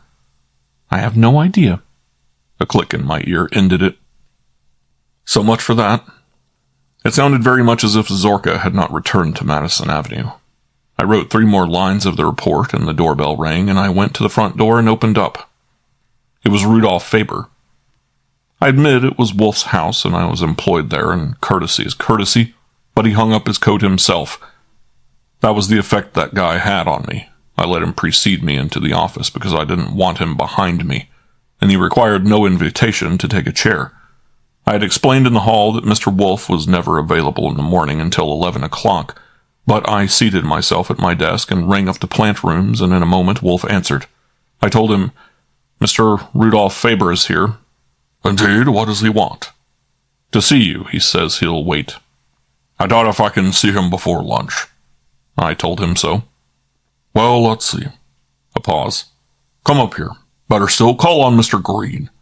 Before leaving him, give a good book to read and see what happens." "A really good book?" "The best you can find." I hung up and swiveled to face the caller. "Mr. Wolfe needs me upstairs, and he suggested that I should give you a book to amuse yourself with while I'm gone." I went to the shelves and got down United Yugoslavia and returned and handed it to him. "I think you'll find it very interesting, especially—" He stood up and threw the book on the floor and started for the exit. I trotted around and got between him and the door, faced him, and said urgently, "Pick it up." I knew at the time that it was childish, but in the first place the impulse to make some kind of alteration on the supercilious look of his face was absolutely irresistible.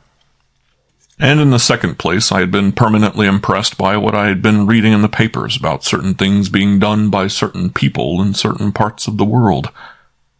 I did give him a second chance by telling him again to pick it up, but he kept right on coming, apparently expecting me to melt into a grease spot.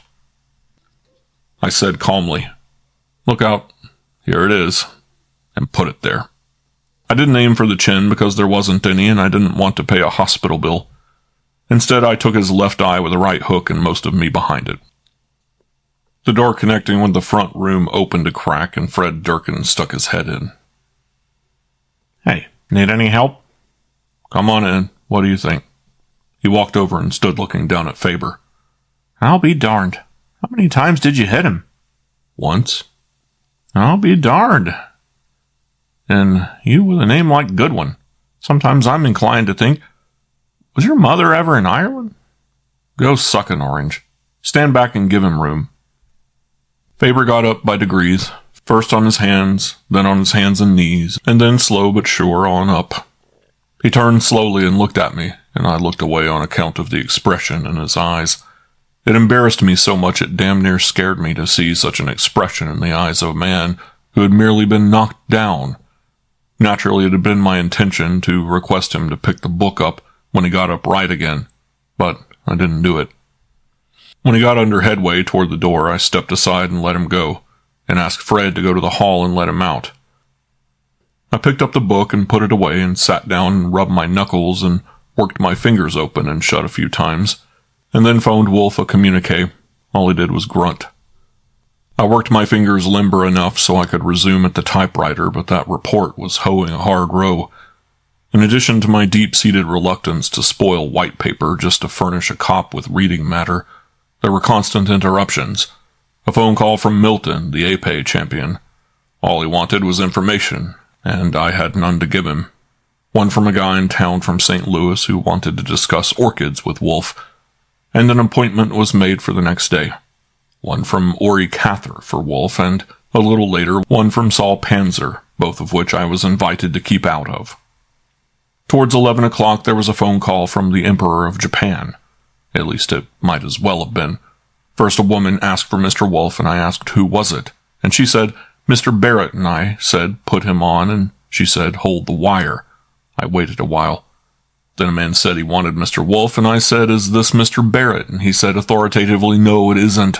Put Mr. Wolfe on, please, and I asked who it was that wanted to talk to Mr. Wolfe, and he said Mr. Barrett, and I said, put him on, and he said, hold the wire. That kind of a shenanigan. There was more to it than that, but after a terrific and exhausting struggle, I finally heard something definite in a leisurely cultivated male voice. This is Barrett. Mr. Wolfe? Donald Barrett? No, John P. Barrett. Oh, Donald's father, of Barrett and DeRussy. That's right. Mr. Wolfe, could you... Hold it. This is Archie Goodwin, Mr. Wolfe's confidential assistant. I thought I had Wolfe. No, I wore him out. Mr. Wolfe will be engaged until 11 o'clock. I'll take any message. Well... Hesitation. That will do, I suppose. I would like to have Mr. Wolfe call at my office as soon after 11 as possible.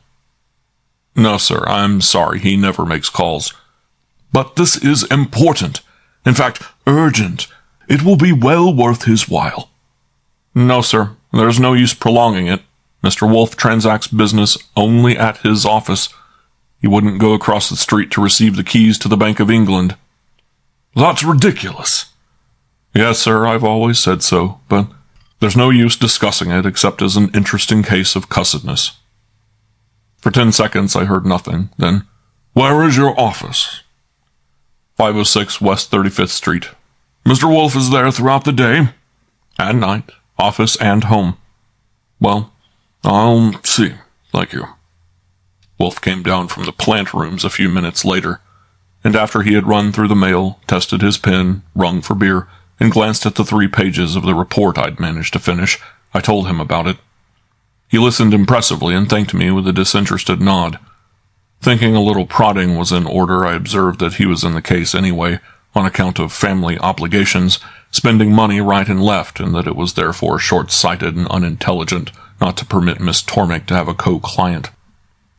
When the co-client was of the nature of John P. Barrett, obviously anxious to join in the fun and ready to ante.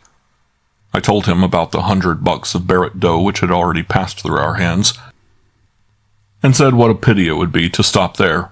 But before I could get really worked up about it, I was interrupted by the arrival of the client herself. Fritz announced Miss Nea Tormik and escorted her in. She greeted Wolfe in a hurry and me not at all, and without taking time to sit down, demanded of him. The paper. Have you got the paper?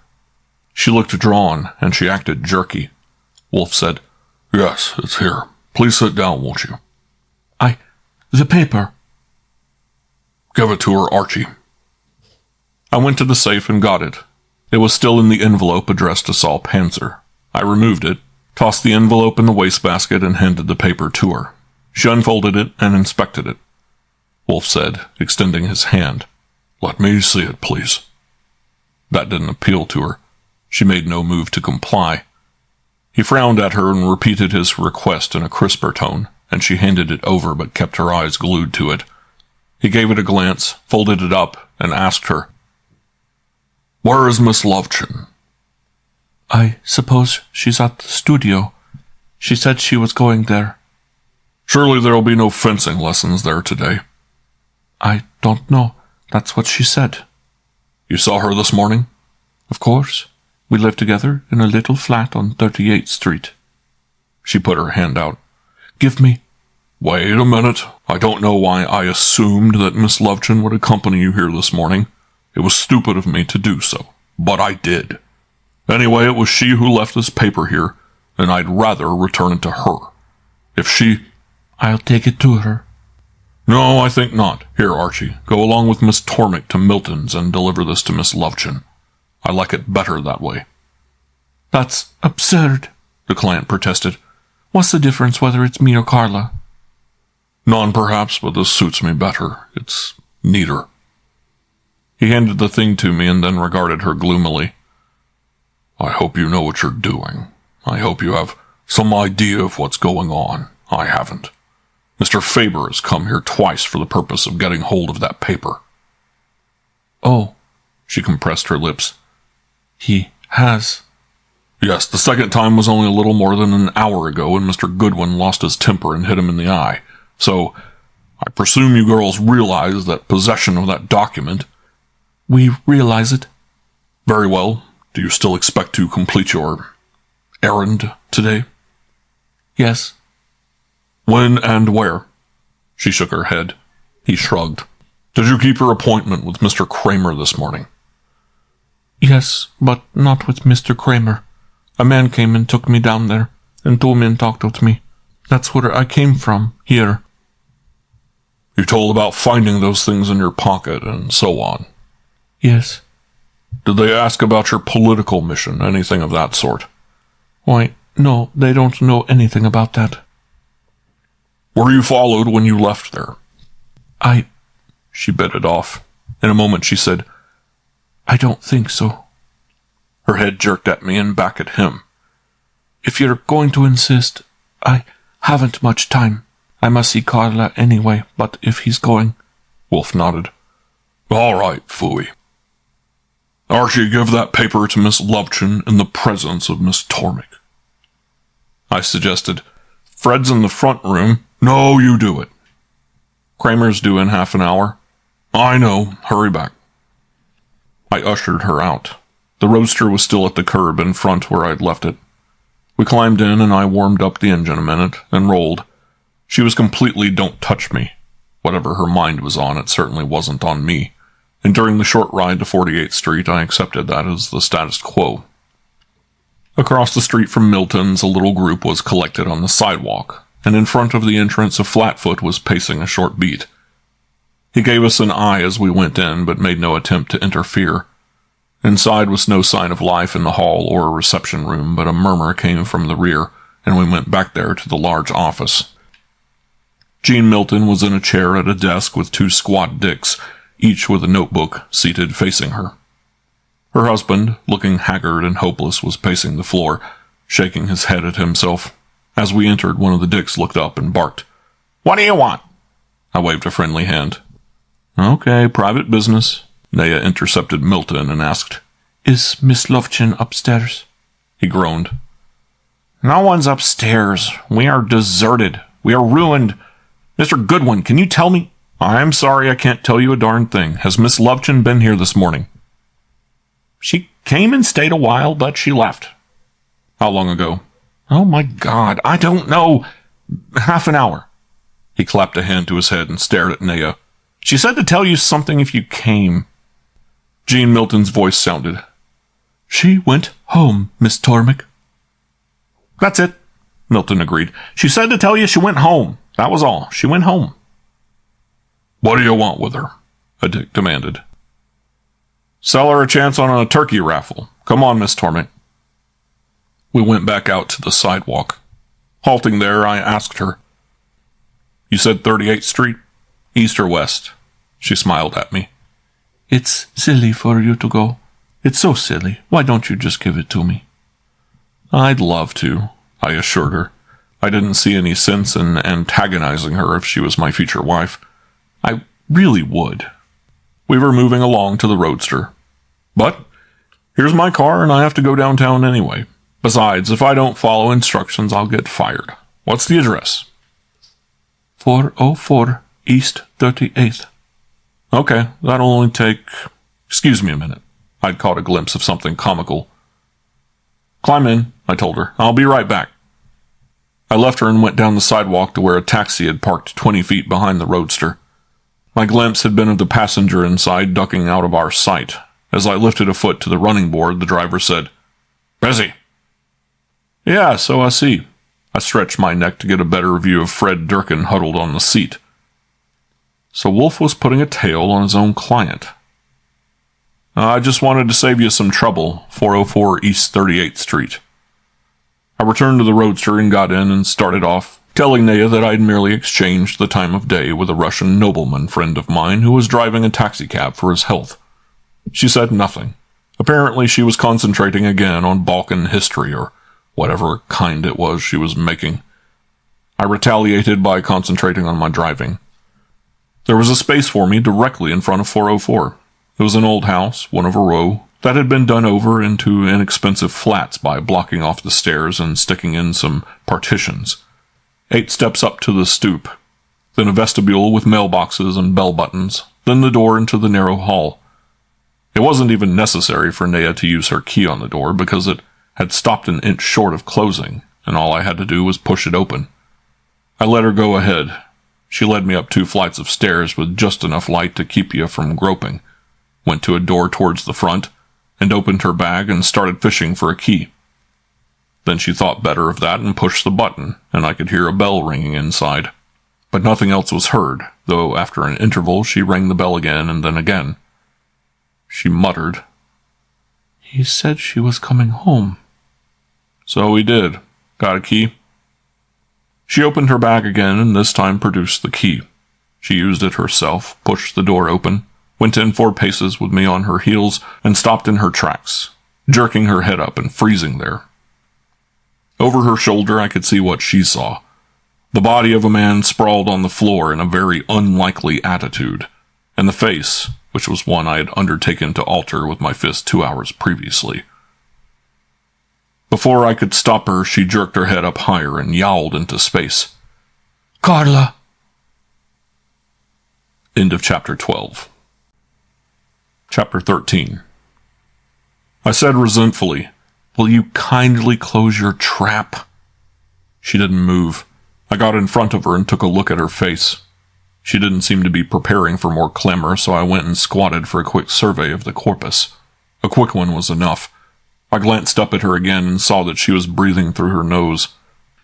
I rocked on my heels for half a minute, gazing at the chinless wonder and using my brain up to capacity.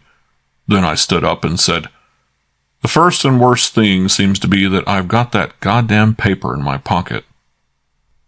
She met my eye and said with her lips barely moving, Give it to me. Sure, that'd be swell. I walked around a table to get at one of the windows, which fronted on 38th Street, and opened it and poked my head out, and saw what I hoped to see. I pulled my head in and asked her, How's your nerve? My nerve's all right. Then come over here. She came, nice and steady, and I told her to look out the window with me. See that gray and white taxicab at the curb in the middle of the block? Yes. Go down there and you'll find a man inside. Ask him if his name is Fred Durkin. He'll say it is. Tell him I want him up here quick, but no more than that because the driver will hear you. Come back up with him and use your keys. I'll be watching from the window, and if you get an impulse to scoot off... I won't. Okay, step on it. You're a good, brave girl. She went. In a few seconds from my post at the window, I saw her descend the stoop, trot to the taxi, open the door, and speak to its inhabitant, and come back with Fred. Not sure of what a Montenegrin female might do under stress, I stayed at the window until they both entered the room. Fred stopped short at sight of the casualty on the floor. "I'll be darned," he said and looked at me. "No," I said. "Not guilty this time. Nobody will ever sock him again." I pulled the paper from my pocket. "Here's something important. I discovered this corpse and I can't leave it. And after certain events that happened yesterday, they're apt to frisk me to the skin when they come. Take this." "Hey, you little devil." Naya had lunged like a champion with an épée, grabbed the paper from my fingers, and sprung back. She stood there clutching it. "Jesus," I said. "You're like a streak of lightning. But you're dumb. You've got to stay here too, and I'll see that you do. When the cops come, they'll go through this place, including us. Extra special for today, considering yesterday. They would love to have that paper, and they'll have it. Hand it to Fred." "Well?" Her breast heaved. "Don't be dumb, damn it. The only chance of getting it out of here is for him to take it. Hand it over." Fred stuck out a hand. "Gimme, lady." "What will he do with it?" "Take care of it." She didn't move. I stepped over and yanked it out of her fingers and passed it to Fred. "Go down and dismiss your taxi," I told him, "and take the roadster and go to the office. If Wolfe's alone, give him that paper. If he isn't, go to the kitchen and have Fritz bring Wolfe to the kitchen and give him the paper there." "Do I tell him?" "I'll phone him. If and when you're questioned, tell them just what happened, leaving out the paper. I'm sending you to the office because I know I'll be held up here God knows how long. And with me absent, Wolfe will need you, okay?" "Okay." He turned to go. "Hold it. Stay there by the door a minute." I began darting around. I took a look behind a sofa and even under it, and opened a closet door for a glance inside, and had my hand on the knob of another door leading to the rear of the flat when Fred growled, "Hey, what about Prince?" To hell with Prince. I've got a right to look for a murderer, haven't I? I went on through and kept moving, bothering only with places big enough to hide a man or woman. It didn't take long since there was only a bath, a kitchenette, and 2 small bedrooms. I trotted back to the front and told Fred, "All right. 1, 2, 3, go." And he beat it. I looked at Naya. "You're starting to tremble. You'd better sit down." She shook her head. "I'm all right, but Carla, where is she?" "Search me." I'd gone around the table to where the phone was and lifted it from its cradle. "But wait, please. Why can't we just leave? Just go and find her?" "Sure, splendid." I started dialing. "You certainly get charming ideas, like the one yesterday, stuffing that junk in my pocket. Just lock it up and go, huh? With those babies at Milton's knowing we started for here and Fred's taxi driver?" The phone told me. "This is Nero Wolfe." I kept my voice down. "Hello, boss. Let's be discreet." "Oh, yes." "Kramer there?" "Yes." "Well, leave it open so that if you'll want to, you can say it was the Salvation Army. We went to Milton's and Carla had been there but left for home. We came on here, 404 East 38th. Got the address?" "Yes." "Old house, walk up 2 flights. Naya let us in with her key. Rudolph Faber was lying on the floor dead. Hole through his coat, left breast, shirt soaked with blood inside. No weapon. Carla not around on quick inspection. I'm phoning from right here, this room, and Naya is standing here." "One moment. I was empowered without reservation." "That's all right. Fred was tailing us, and Naya went down for him, and I gave it to him, and he's on his way with it now. He can be traced here easy, and so can we. The place has been frisked by someone in a hurry. Drawers standing open, things scattered on the floor, and so on. The number of this phone is Hammond 34505. Do you want me to keep on talking?" "No." "Do you want to ring off and let your genius work, and I'll call again in 3 minutes?" "No. You'd better stay there, both of you. Mr. Kramer is here, and I'll tell him about it. Hold the wire." I heard him tell Kramer, and I heard noises which were presumably the inspector turning somersaults. Then a voice in my ear, not Wolfe's. "Goodwin," Kramer yapped. "Yes, sir. Speaking." "You stay there. Hear me?" "Yes, sir." That was all, except the click. I hung up and walked to Naya, took her elbow and steered her to a chair and put her in it. "They'll be here in 5 minutes, or less. This time Inspector Kramer will get here first. And this time you're connected up. Here in your own front room. What are you going to tell him? Her eyes met mine. They didn't waver. But she was having trouble with her chin. She shook her head. What can I tell him? I don't know. What can you? Nothing. Not enough, under the circumstances. Did your friend Carla do it? I don't know. Did you? You know I didn't. I do not. Is there a lot of stuff around here about Bosnian forests and Barrett and DeRusi and secret codes? No, nothing. I am very careful. Yeah, this looks like it. All I'm saying, if you try to tell Kramer that you know nothing about Faber and you can't imagine why in the world he came here to get killed, you'll find yourself out on a limb. If you tell the truth, that won't be it. And if you decide on lies, you'll have to do a lot better than that. One little fact is that whoever killed Faber deprived you of your alibi for the murder of Ludlow. I'm not trying to scare you, I'm only trying to make you grab hold.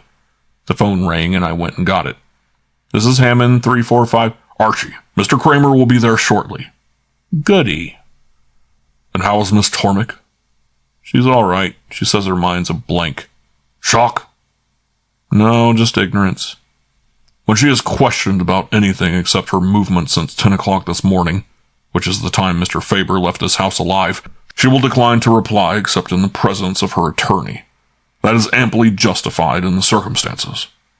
I'll tell her that. Do so. I'll arrange for Mr. Parker to represent her. What does she say about Miss Lovechen? More ignorance. The first thing she did when she entered the room and looked at the floor was let out a yell for Carla. I see. That's too bad. By the way, where did you put those germination records on the onacidium hybrids? I want to check them over. Christ almighty, I said bitterly. Here's your daughter sizzling on a spot, and here I am with blood on my fingers off a Faber shirt, and you Why don't you try doing a little work for a change? I can't work with nothing to work on. Get away as soon as you can. Where did you put those records? I told him. He thanked me and rang off. I looked at Nea sitting there with her jaw clamped and her fingers twisted and observed grimly. You certainly picked a Lulu for an adopted daddy. Do you know what he's doing? Checking up on orchid seeds he planted a year ago. Incidentally, he says you are to answer any questions the cops ask about your movements since 10 o'clock this morning. All other questions refuse to answer until you see a lawyer. He's getting one. A lawyer for me? Yes. A police siren sounded through the window I'd left open. End of Chapter 13. Chapter 14.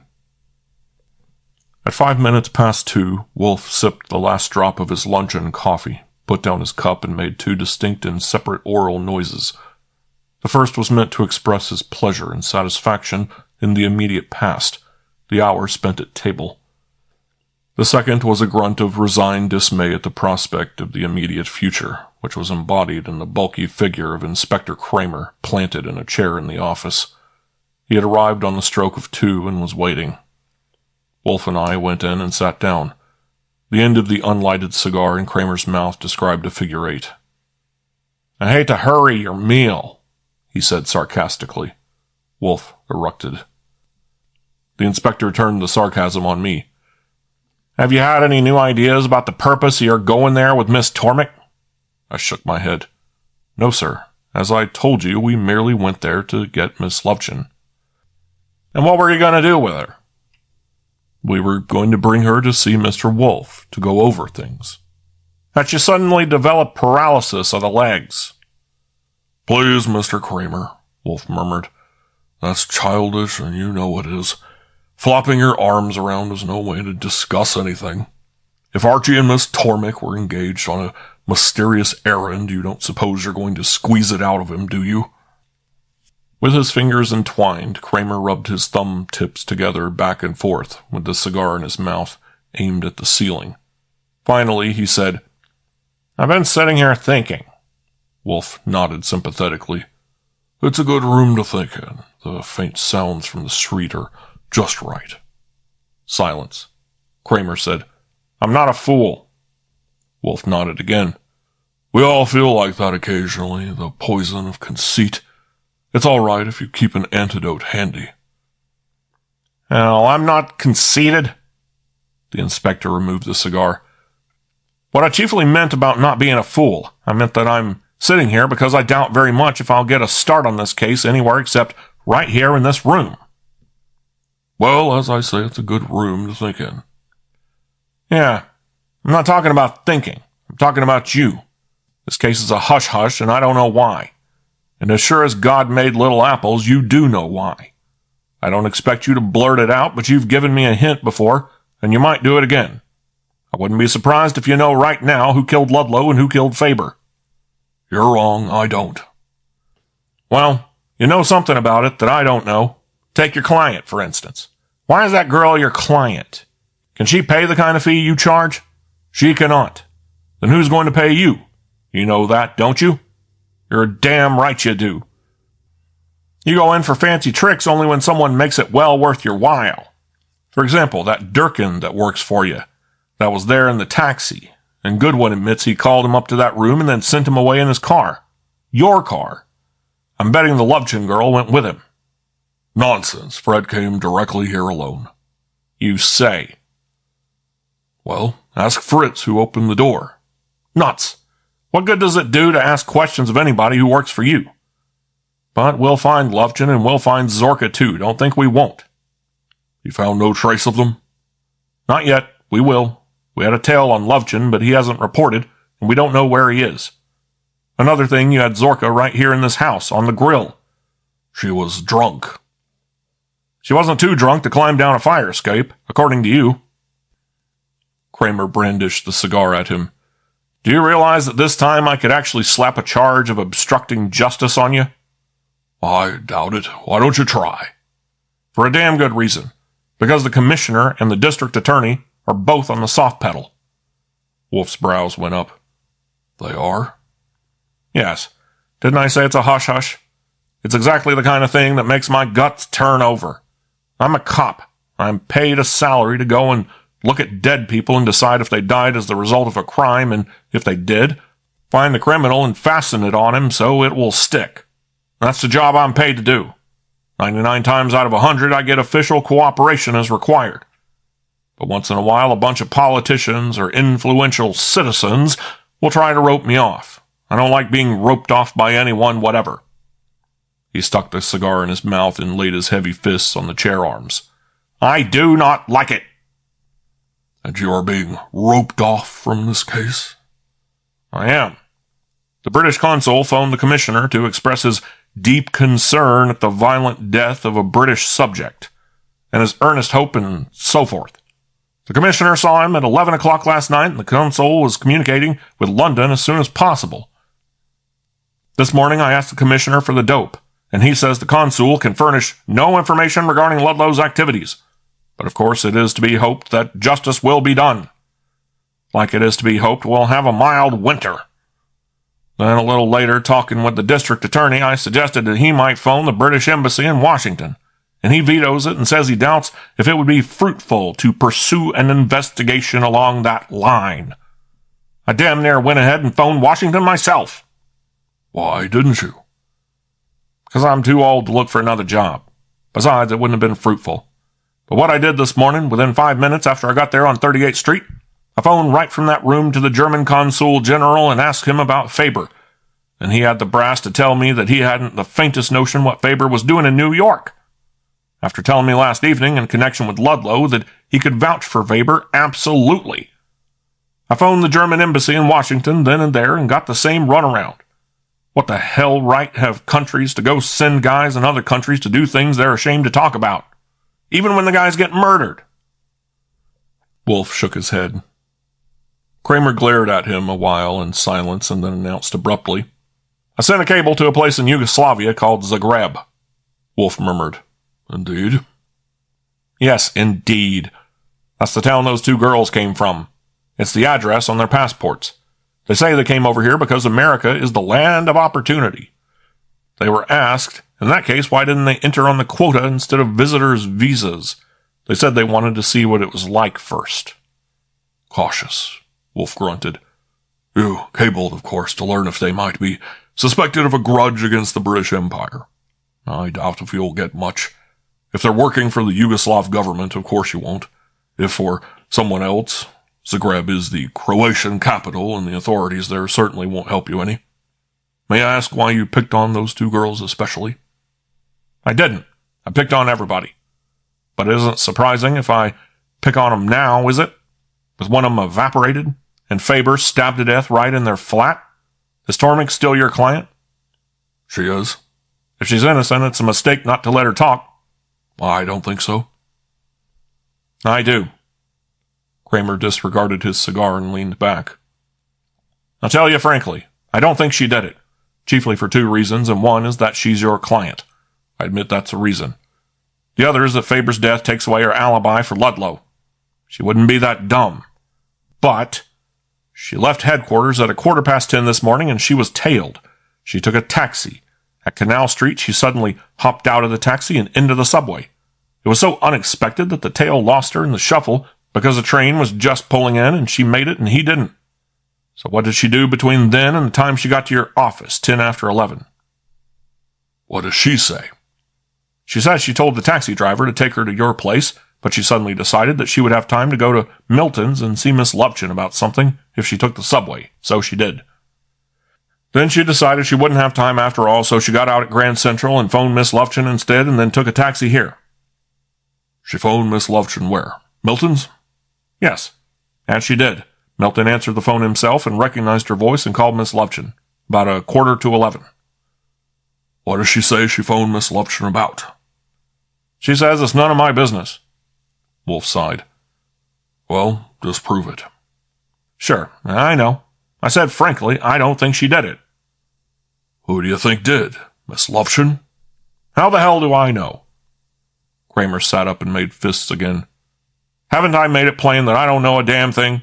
I can't even put anyone in that room between 10 o'clock, the time that Faber left here on his feet, and the time that Goodwin and Miss Tormik went there and found him. We can't find anyone that saw anybody go in or out of that building. We're still trying it, but you know that game. He banged a fist and demanded, And what if we do? What if I stood there on the sidewalk myself and saw her go in with Faber and come out again without him? What good would that do me?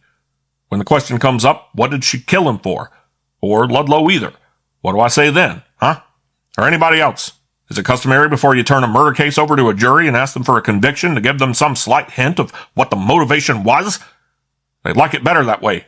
And where it stands now, I could give just as good a motive for Goodwin here and say he did it with his jackknife when he went there with Miss Tormik, as I could for anybody else. I protested. I don't carry a jackknife. A penknife. Maybe your field's too narrow, Wolfe suggested. Have you considered? I haven't got any field. As far as I'm concerned, it's wide open. Naturally, we're checking up on everyone that was at Milton's last evening. Young Gill was at his office, 1 out. Milton and his wife were at their place, 3 out. That leaves 6 in of that bunch. Driscoll went for a walk at 10:30 and got to his office at 11:30. Donald Barrett says he was at his office, Barrett and DeRusi, but it hasn't been confirmed yet to make it tight. Lupton and Tormik and Zorka, 2 of those disappeared. Belinda Reed left her apartment shortly after 10 o'clock to go shopping and hasn't been located. The weapon? Hasn't been found. He was stabbed in the left breast with a blade long enough to reach the heart, and it was withdrawn in a few minutes, but not immediately, judging from the amount of bleeding. He was also struck a severe blow before he was stabbed on the left eye. A very hard blow with something blunt and hard and heavy. Very unlikely that he could have got it falling, and anyway, if it had happened at the moment he was stabbed to death, it wouldn't look the way it does. It indicates that there was a struggle. What's the idea? I doubled up my right fist and displayed it in front of his nose. Blunt and hard and heavy, I declared. Huh? What? Yes, sir, it was me. He got obnoxious here in this office, and I plugged him. I tell it because you may dig up someone who saw him soon after, and I don't want to be accused of withholding evidence. Kramer's chin slowly sunk to his breastbone. It looked like a slow motion of Jack Dempsey preparing to wade in. Then, also slowly, he put the tip of a forefinger to his nose and rubbed up and down gently and rhythmically, meanwhile surveying me through narrowed lids. It was quite a while before he said thoughtfully, "You wouldn't stab a guy." "No, sir," I agreed brightly. "It wouldn't be in character." "Shut up! But what if you and Tormik went there and found him going through things? You got mad and socked him. Tormik got mad and stuck a knife in him. You sent for Durkin and made him a gift of the knife, and he left with it. You phoned here, and I was here." "It sounds pretty plausible," I conceded. "But you're confronted with the question of motive again. What was it that infuriated Tormik to the point of croaking him? Another trouble is that Fred Durkin was here in the office when I plugged him." I shook my head. "That theory is full of holes. I'm in favor of crossing it off." The phone interrupted me. It was a call for Kramer. I gave him room to take it at my desk.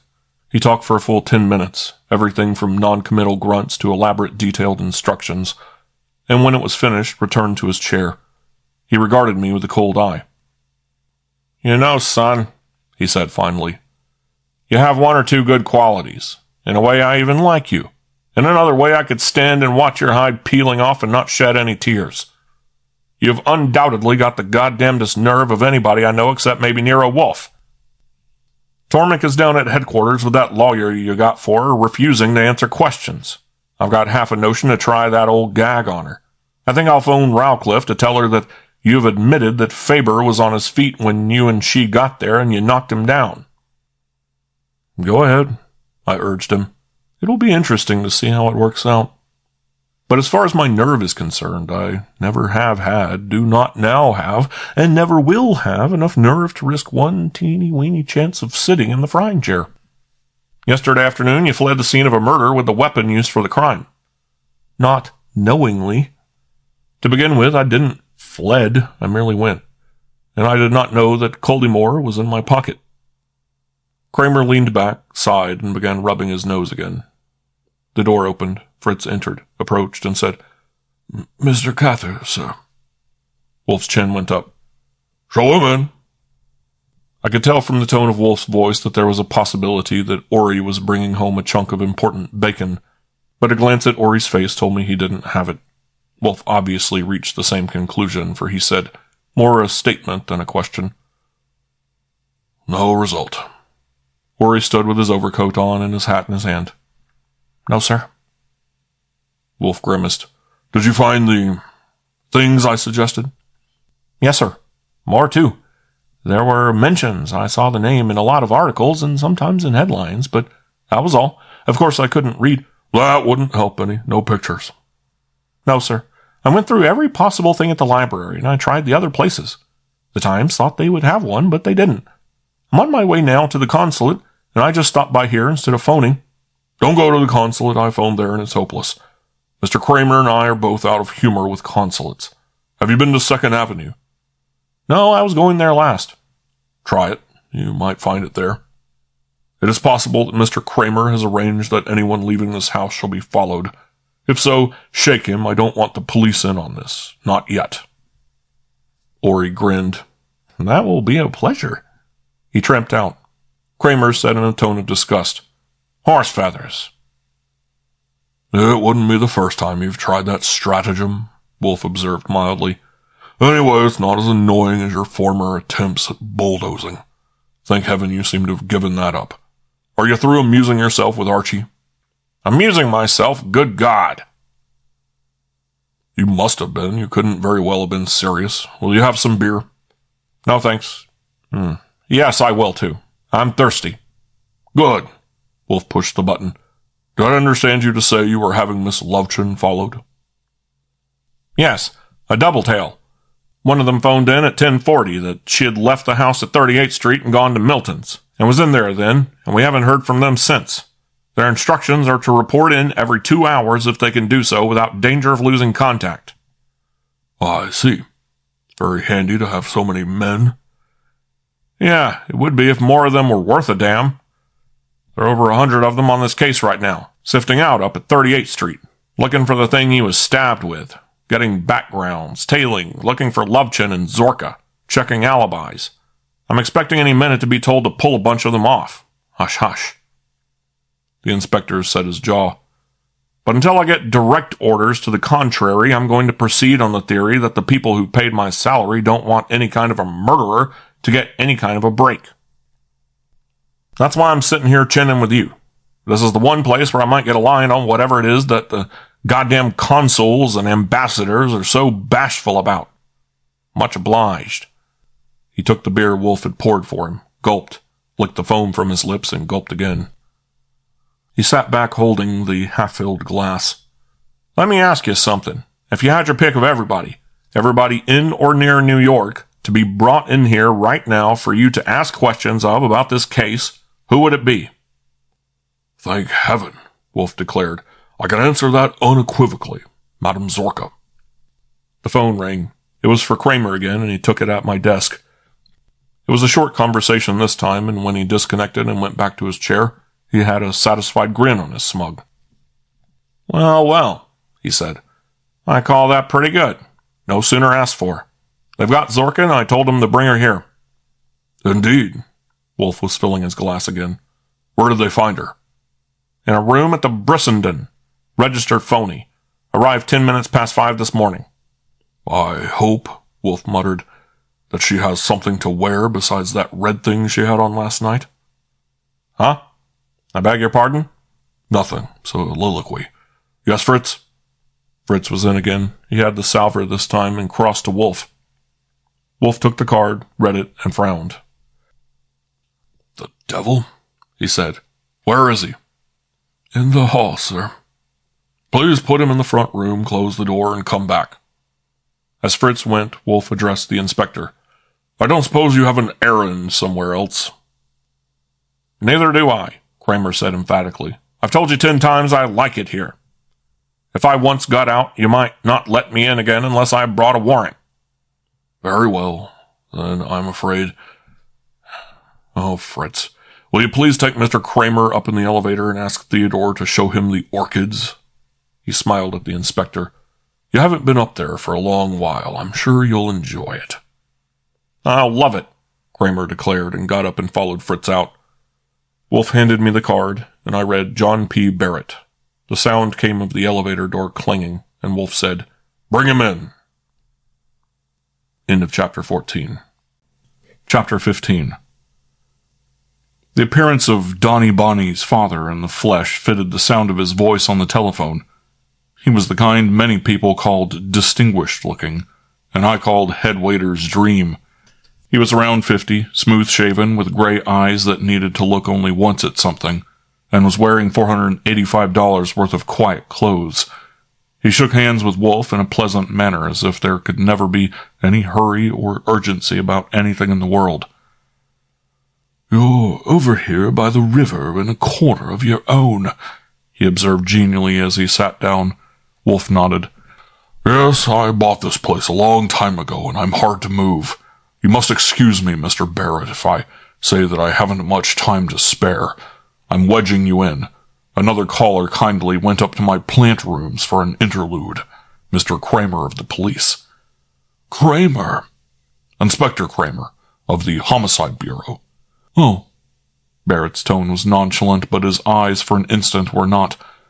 I came to see you on account of some remarks you made last night to my son.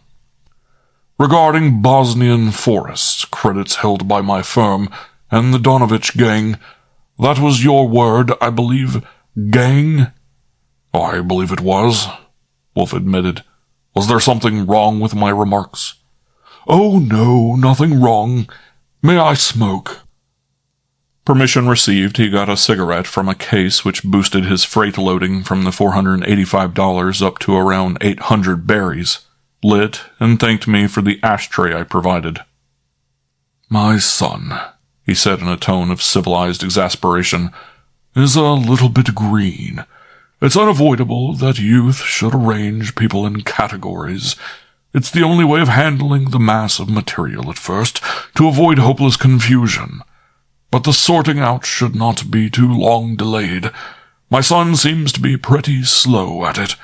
He overrates some people and underrates others. Perhaps I've tried to rush it by opening too many doors for him. A father's conceit can be a very disastrous thing. He tapped ashes from his cigarette. He asked abruptly, but not at all pugnaciously, What is it you want, Mr. Wolfe? Wolfe shook his head. Nothing right now. I wanted to see Madame Zorka, and your son kindly made that possible. Yes, he told me about that. But what else? Nothing at present, really. Well, Barrett smiled, I understand that as a private investigator you undertake almost any sort of job that promises a fee proportionate to your abilities. Yes, sir, I do. Within certain boundaries I have set, I try to keep my prejudices intact. Naturally, Barrett laughed sympathetically. We can't leave it to anyone else to defend our prejudices for us. He tapped off ashes again. My son also tells me that you are engaged in the interest of a young woman named Tormik, who is a friend of his, at least an acquaintance, in connection with the murder of that man Ludlow. That's right, Wolfe agreed. I was originally engaged to clear her of a charge of stealing diamonds from a man named Driscoll. Then Mr. Ludlow got killed, and Miss Tormik needed a little help on that, too, because she was implicated by circumstances. And was it this Miss Tormik that you received information which enabled you to put pressure on my son? You did put pressure on him, didn't you? Certainly. I blackmailed him. Yes, with the threat to disclose certain facts. Did you get those facts from Miss Tormik? My dear sir, Wolfe wiggled a finger at him. You can't possibly be fatuous enough to expect me to tell you that. Barrett smiled at him. There's always a chance that you might, especially since there's no good reason why you shouldn't. Are you under obligation to defend the interests of anyone except Miss Tormik? Yes, my own. Always my own. That, of course. But anyone else? I should think there would be no impropriety in your telling me if you represent any interest except that of Miss Tormik. For instance, Madame Zorka. Wolfe frowned. I'm always reluctant to make a present of information, just as you are reluctant to make a present of money. You're a banker and your business is selling money. I'm a detective and mine is selling information. But I don't want to be churlish. In connection with the activities we are speaking of, I represent no interest whatever except that of Miss Tormik. And always your own? Always my own. Good. Barrett crushed his cigarette in the tray. That clears the way for us, I should think. Please don't think I'm fatuous. I've made some inquiries, and I find you have an enviable reputation for good faith. I have a proposal to make regarding this little project my firm is interested in. This, business you mentioned to my son. We need your services. Nothing onerous, and certainly nothing to offend your prejudices. He pulled a little leather fold from his pocket. I'll give you a check now as a retainer. Say $10,000. I thought to myself, what do you know about that? Donnie Darling got his briber's itch honestly, by direct inheritance. Then I grinned, looking at Wolfe. One corner of his mouth was twisted a little out of line, which meant that he was suffering acute pain. It was a situation he had had to face fairly often during the years I had known him, and the torture involved was in direct proportion to the number of ciphers. $10,000 would have kept a good man, even Ray Borchers in Central America, for a full year, hunting rare orchids, always with the possibility of finding one absolutely new, or 5,000 cases of beer, or 600 pounds of caviar. He said bravely, but with somewhat more breath than the word should require, No. No? No. If I assure you that you will be expected to do nothing that will interfere with the interest you already represent, and in case my assurance doesn't satisfy you, if at any time you feel your engagement's in conflict, you may merely return the $10,000. Wolfe's lip twitched. I turned my head away, but his voice showed that he had it licked. No, sir. To return that amount of money would ruin my digestion for a week. If I could bring myself to do it, which is doubtful. No, sir. Abandon the idea. I shall accept no commission or retainer from you. Is that definite? Irrevocable. One little vertical crease showed in the middle of Barrett's forehead. With no other sign of fits, he returned the leather fold to his breast pocket, and then regarded Wolfe with what was probably as close to an open stare as he ever got. "The only recourse that leaves me," he said with no affability left in his tone at all, "is to draw my own conclusions." "If you find you must have a conclusion, yes, sir. But I confess I'm puzzled. I'm not often puzzled, but I am now. I'm not gullible enough to believe that your interest is only what you profess it to be. I have very good reasons for not believing it, besides the fact that in that case there would be no explanation for your refusing my proposal. My son thinks that you are representing either London or Rome, but there are two objections to that. First, no contacts have been reported to us, and second, if that were true, why would you have exposed yourself as you did last night? Is it any wonder that we regarded that as an invitation to deal?" "I'm sorry I misled you," Wolfe murmured. "But you're not going to tell me whom you're tied up with?" "I have no client but Miss Tormik." "And you're not prepared to deal with us?" Wolfe shook his head, if not with enthusiasm, with finality. John P. Barrett stood up. There was a vague sort of vexation on his face, like a man with a feeling that he has gone off and left something somewhere, but unable to say either what it was or where he left it. "I hope," he said with an edge to his tone, "for your own sake, that you don't happen to get in our way unwittingly. We know who our opponents are, and we know how to handle them. If you're in this on your own and you're trying to play for a haul—" "Nonsense!" Wolfe cut him off. "I'm a detective working on a job. I'm not apt to get in anyone's way or perform any other maneuver unwittingly. I will say this. There is a possibility that, in finishing up my own business, I'll be compelled to interfere with yours. If that seems likely to occur, I'll let you know in advance." Bang went another illusion. I wouldn't have supposed that a man of Barrett's appearance and breeding, and especially with the clothes he was wearing, could do or say anything mean. But the look in his eyes at that moment and the tone of his voice were plain mean, and you could even say nasty.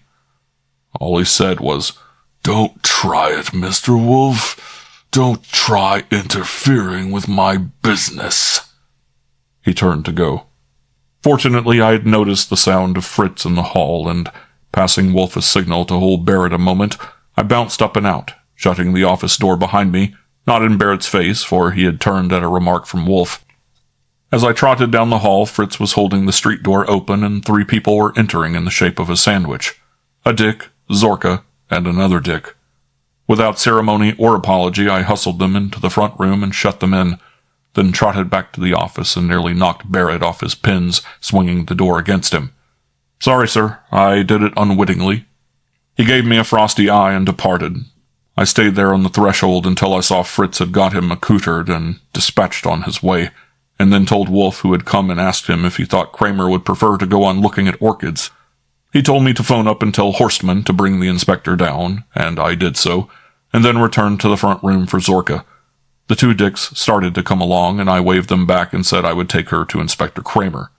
"We'll help you, buddy," they said as if they were twins, and stayed as close to her as they could without being vulgar. Wolfe frowned as the 4 of us clustered into the office. In a minute, we were a neat half-dozen when Kramer joined us. 5 full-grown men against 1 dressmaker. One of the Dicks got out a notebook, and I arranged myself at my desk with mine. Wolfe leaned back with his clasped hands resting on his meal container, looking at Zorka with his eyes half shut. Kramer was scowling at her. I had remembered the name of the girl in the Bible she resembled. Delilah. But right then she looked crummy, with puffs under her eyes, scared and nervous and altogether anything but carefree. I was glad to notice, for Wolfe's sake, that she had snared a dark red woolen suit somewhere and some shoes and stockings, but it was just like Wolfe to pick on that as the first means of harassing her. Naturally, he was sore at her for using his fire escape. He growled at her. "Where did you get those clothes?" She looked at the skirt as if she hadn't realized she had it on. This? She stopped, frowning at him. "I mean the clothes you're wearing. When you left here last night, this morning, all you had on was a red thing under your coat. Those things you're wearing now were in the bag and suitcase you took to Miss Reed's apartment, is that right? You say they were? Weren't they? Who took them to you at the Hotel Brissenden? Mr. Barrett? She shrugged. Kramer barked. We can prove that, and that's not all we can prove. After those clothes were delivered to you this morning, you put them on and left the hotel and you were followed. That is not true. She set her teeth on her lower lip for a moment, and then went on. For one thing, if you had me followed, you would know where I was, and you would not wait so late to get me and bring me here. For another thing, I did not leave the hotel not once until the men came. That won't get you anywhere. Now look here. Please, Mr. Kramer. Wolfe opened his eyes. If you don't mind, remember what you said, that you'd be no better off if you had stood across the street yourself and seen her go in with him and emerge without him. There's no point in running her up a tree if you have no ammunition to bring her down again. Have you? The inspector demanded. I don't know, but I'd like to find out. Kramer pulled out a cigar and stuck it between his teeth. Go ahead. Wolfe cleared his throat and focused on her. Madame Zorka. Is that your name? Of course it is. I know. It's the name on your letterheads and in the telephone book. But were you christened Zorka? It is my name. Where's the rest of it? She fluttered a nervous hand. Zorka. Now, my dear young lady, last night, inferentially at least, you were drunk. But you're not drunk now, you're merely bedraggled. Do you intend to tell us the rest of your name or not? She hesitated and then said with sudden determination, No, I can't. Why can't you? Because it would be dangerous. Dangerous to whom? To you? No, not to me. As much as other people. She took a deep breath. I am a refugee. I escaped. Where from? She shook her head. Come, Wolfe said brusquely. Not the place, the city, the village, if you think you can't. What country? Germany, Russia, Italy, Yugoslavia? All right, that much. Yugoslavia. I see. Croatia, Serbia, Montenegro? I said Yugoslavia. Yes, but... Very well. Wolfe shrugged. How long ago did you escape? About 1 year ago. And came to America? To New York? First, Paris. Paris sometime, then America. Did you bring a lot of money with you? Oh, no. She spread out her hands to reject an absurdity. No money. No refugee could have money. But I understand you have a business here in New York, which must have cost a good deal to set up. She almost smiled at him. I knew you would ask that.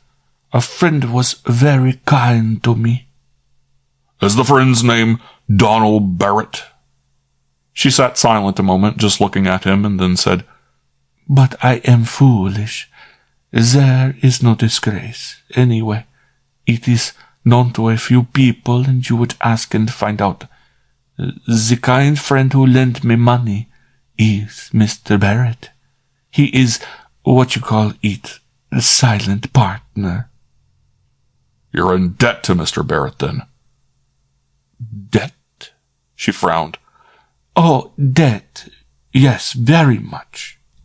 Wolfe nodded. I sympathize with you, madam. I hate being in debt. Some people don't seem to mind it.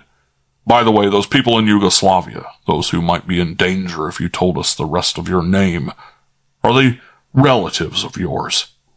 Yes, some relatives. Are you Jewish? Oh, no, I am very old Yugoslavian family. Indeed. Nobility? Well... She pulled her shoulders up and together and released them again. I see. I won't press that. The danger to your relatives. Would that be on account of your activities in New York? But I have no activities in New York, except my business. Then I don't understand how revealing your name would place your relatives in peril. That is... It would be suspect. What would be suspect? She shook her head. Kramer growled. We know damn well she's not normal. I could have told you that much. When we went through her apartment this morning—" Zorka's head jerked around at him, and she squeaked in indignation. "You went through my apartment?" "Yes, ma'am," he said calmly. "And your place of business. Anybody that stages the kind of performance you did last night can expect some unwelcome attention. You're lucky you're not down at headquarters right now phoning for your kind friend to furnish bail for you. And that's exactly where you'll be when we're through here, maybe." He resumed to Wolfe. "There's not a thing, not a scratch of anything at her home or office either, that takes you back further than a year ago, the time she came to New York. That's why I say we already knew she wasn't normal." "Did you find a passport?" "No, that's another thing." "Where's your passport, madam?" She looked at him. She wet her lips twice. "I am in this country legally," she declared. "Then you must have a passport. Where is it?" For the first time, her eyes had a cornered look. "I will explain to the proper officer." "There's nothing improper about me," Kramer said grimly. Zorka spread out her hands. "I lost it." "I'm afraid the water's getting hot," said Wolfe. "Now, about last night, why did you phone here and say that you saw Miss Tormik putting something in Mr. Goodwin's pocket?" "Because I did see it." "Then why hadn't you told the police about it?" "Because I thought not to make trouble." She edged forward in her chair. "Now look, that happened precisely the way I say. I thought not to make trouble. Then I think murder is so horrible, I have no right. Then I phone you and say I will tell the police. Then I think Mr. Barrett is friend of Miss Tormik. So to be fair, I should tell him what I do, and I phone him. Of course he know how I am refugee, how I escape, how I must not put people in danger." "By the way, where did you first meet Mr. Barrett?" "I meet him in Paris." "Go ahead." "So he say, 'Good God, the police question me so much. They must know everything about me. So dangerous to me, and so many people. Why do I not go to visit Miss Reed so I can pack my bags?'" There was a knock at the door, and Fritz entered. He advanced and spoke over a Dick's shoulder. "Mr. Panzer, sir." "Tell him I'm engaged with Madame Zorka and Mr. Kramer." "I did so, sir. He said he would like to see you." "Send him in," Kramer bellowed. "So it was Donald Barrett that got you to take a powder?" "Just a moment," Wolfe begged him. "I think we're getting a reinforcement." Nobody seeing Saul Panzer for the first time would have regarded him as a valuable reinforcement for anything whatever, but they would have been wrong. A lot of people had underrated him, and a lot of people had paid for it. He left his old brown cap and coat in the hall, and as he stood there absorbing a couple of million details of the little group with one quick glance, everything about him looked insignificant but his big nose. Wolfe asked him, "Results, Saul?" "Yes, sir." "Definite?" "Yes, sir." "Indeed. Let us have them." "I was going to bring your birth certificate along, but I thought that might make trouble, so I took a copy." He retreated a step because Zorka had leaped to her feet, confronted him, and practically shrieked at him. "You didn't. You couldn't." A Dick reached for her elbow, and Kramer bawled, "Sit down!" "But if he—" "I said sit down!" She backed up, stumbled on the other Dick's foot, recovered her balance, and dropped into her chair. Her shoulders sagged, and she sat that way. Saul said, "I didn't have to make any expenditures of the kind you contemplated, but I spent $3.90 on a phone. I thought it was justified." "No doubt. Go ahead." Saul took a step back. "First, I went to Madame Zorka's apartment. There were 4 city detectives there making a search, and the maid was sitting in a bedroom crying. I had already decided what to do if I found that, so I merely went in." He stopped with a glance at Kramer and the Dicks. Go on, don't mind them, Wolfe told him. If it ruins a modus operandi for you, you'll invent an even better one for next time. Thank you, sir. I went in for a minute only, establishing a friendly basis, and got the maid to look at me. Then I went to Madame Zorka's place of business on 54th Street. There were more city detectives there, but aside from that, it didn't look promising, and I decided to leave it as a last resort. From a certain source, I got 3 leads on friends and associates, and I spent nearly 4 hours on that line counting lunch, but got nothing at all. I then, at 2:15, returned to the apartment. I learned downstairs that 2 of the detectives were still there, so I waited until they left, which was at 2:35, and then I went up.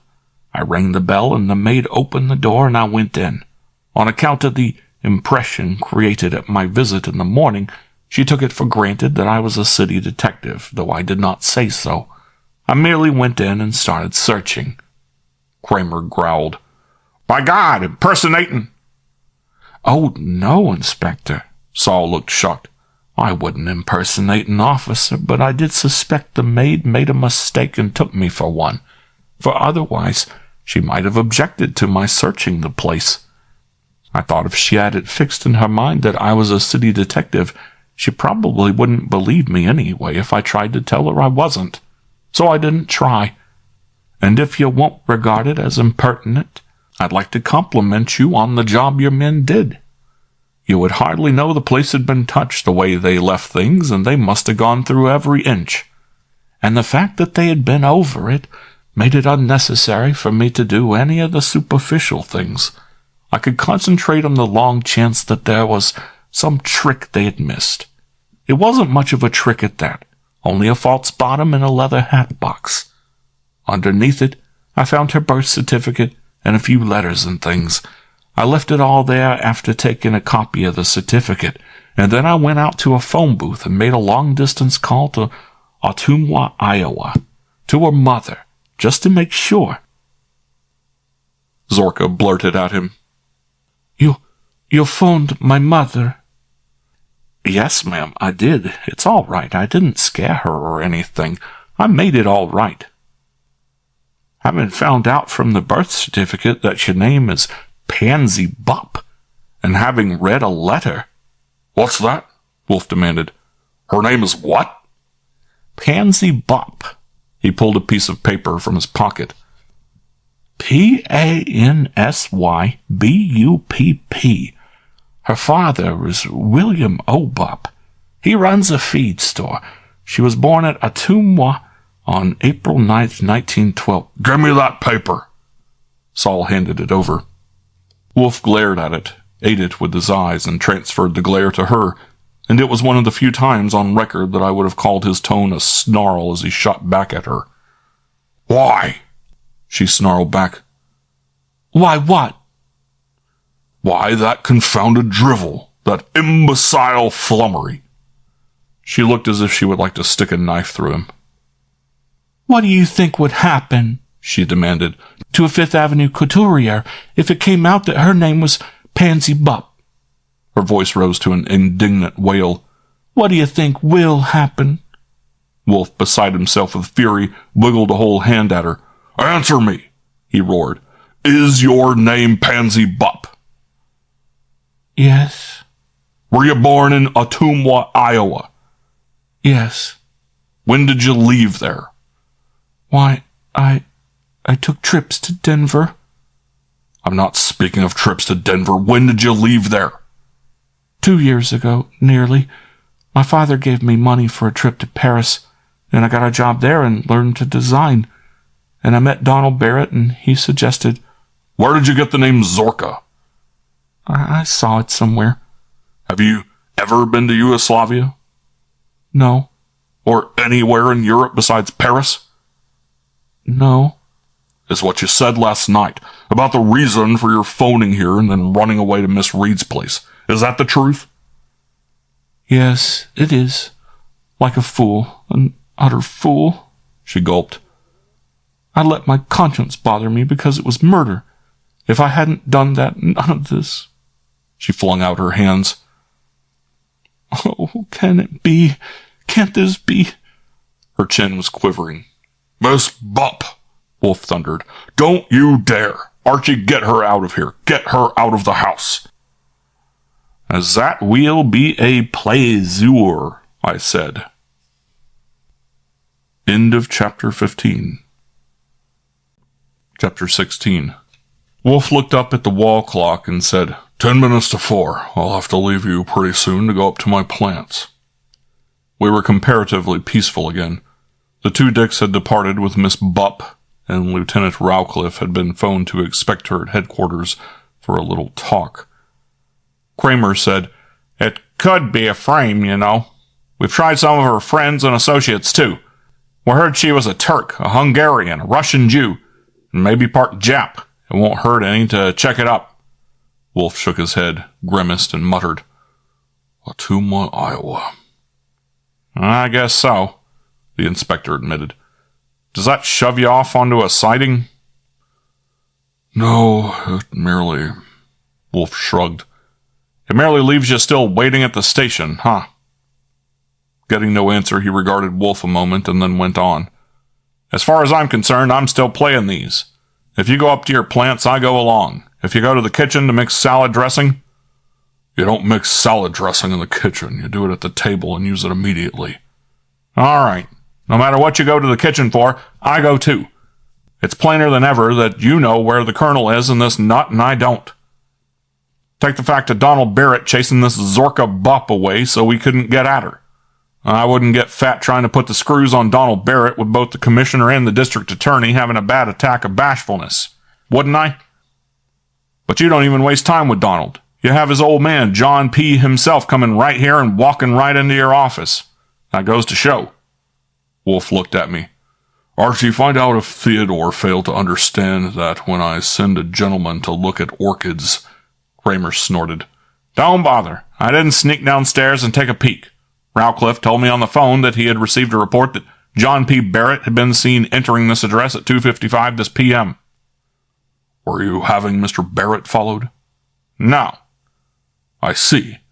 You have a regiment watching this house." "I wouldn't say a regiment. But I've said, and I say again, that right now I'm more interested in this house than any other building in the borough of Manhattan. If you want me out of it, you'll have to call the police. By the way, another thing, Rowcliffe told me they found Belinda Reed. She's at a matinee at the Lincoln Theater. Do we want her in here?" "I don't." "Then I don't either. The boys will take care of her, if she can account satisfactory for..." "Is that for me?" I nodded and vacated my chair for him to take another phone call. This was a comparatively short one. He emitted a few grunts and made a few unilluminating remarks and hung up and returned to his chair. No sooner had I got back into mine than the house phone buzzed. As I pulled it over to me, I heard Wolfe asking Kramer if there was anything new, and the inspector replying that there was nothing worth mentioning, and then, over the house phone in response to my hello, Fred Durkin's voice was in my ear. "Archie, come up here," I said with irritation. "Damn it, Fred, I'm busy."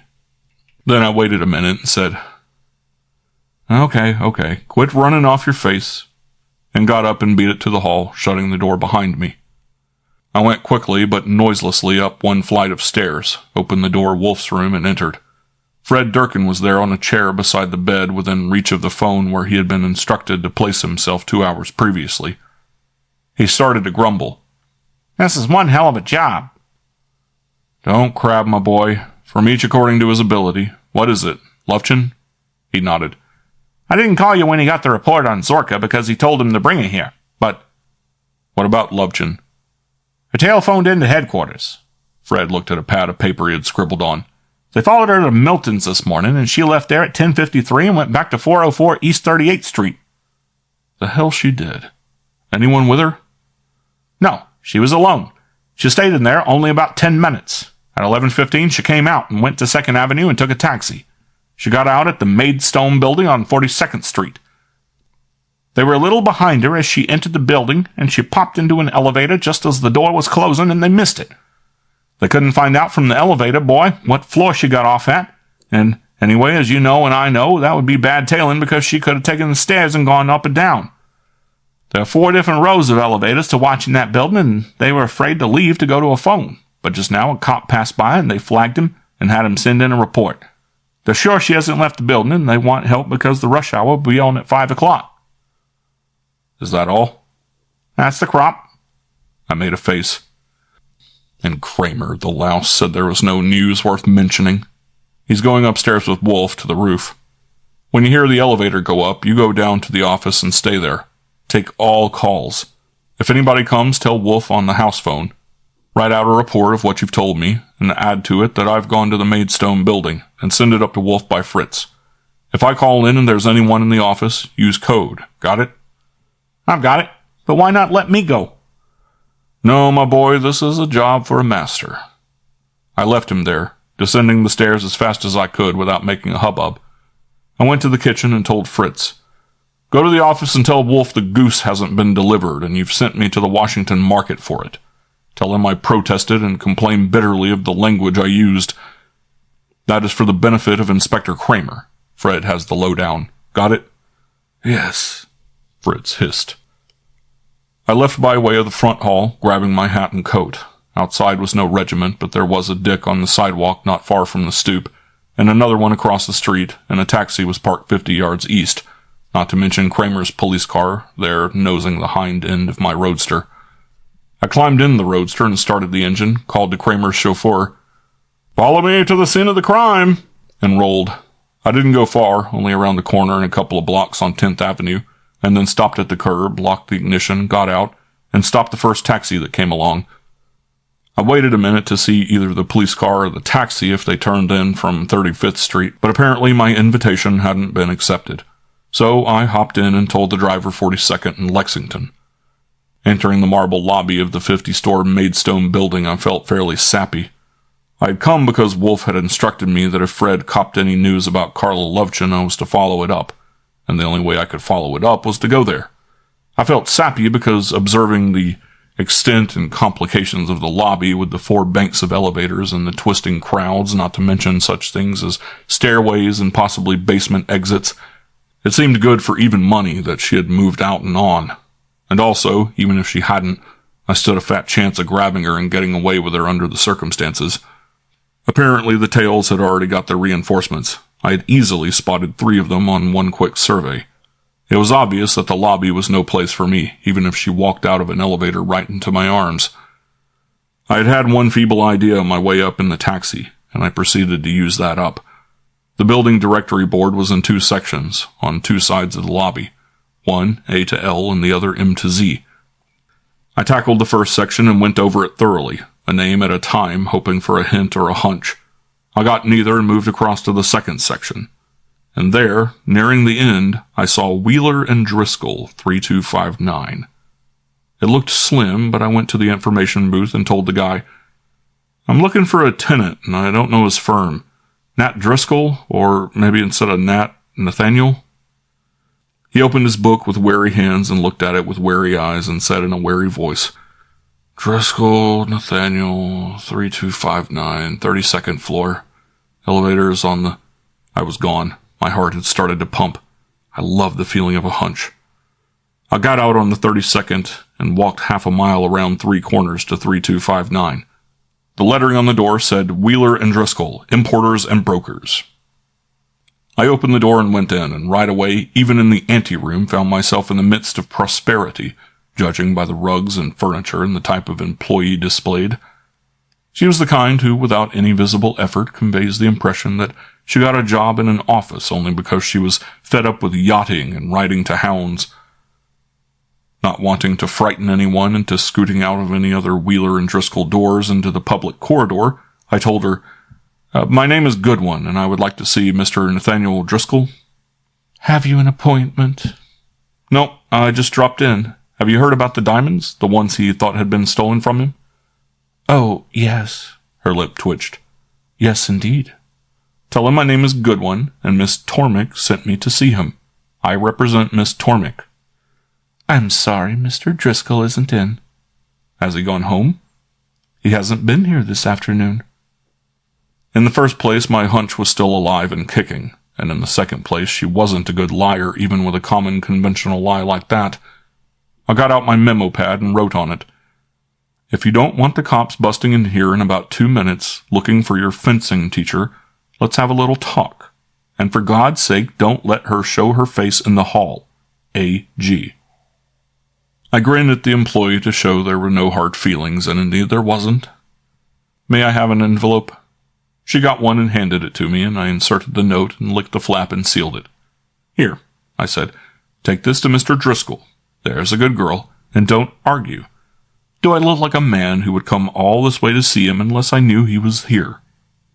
Without saying a word, she pressed a button. A boy entered from a door at the left, and she gave him the envelope and told him to deliver it to Mr. Driscoll's desk.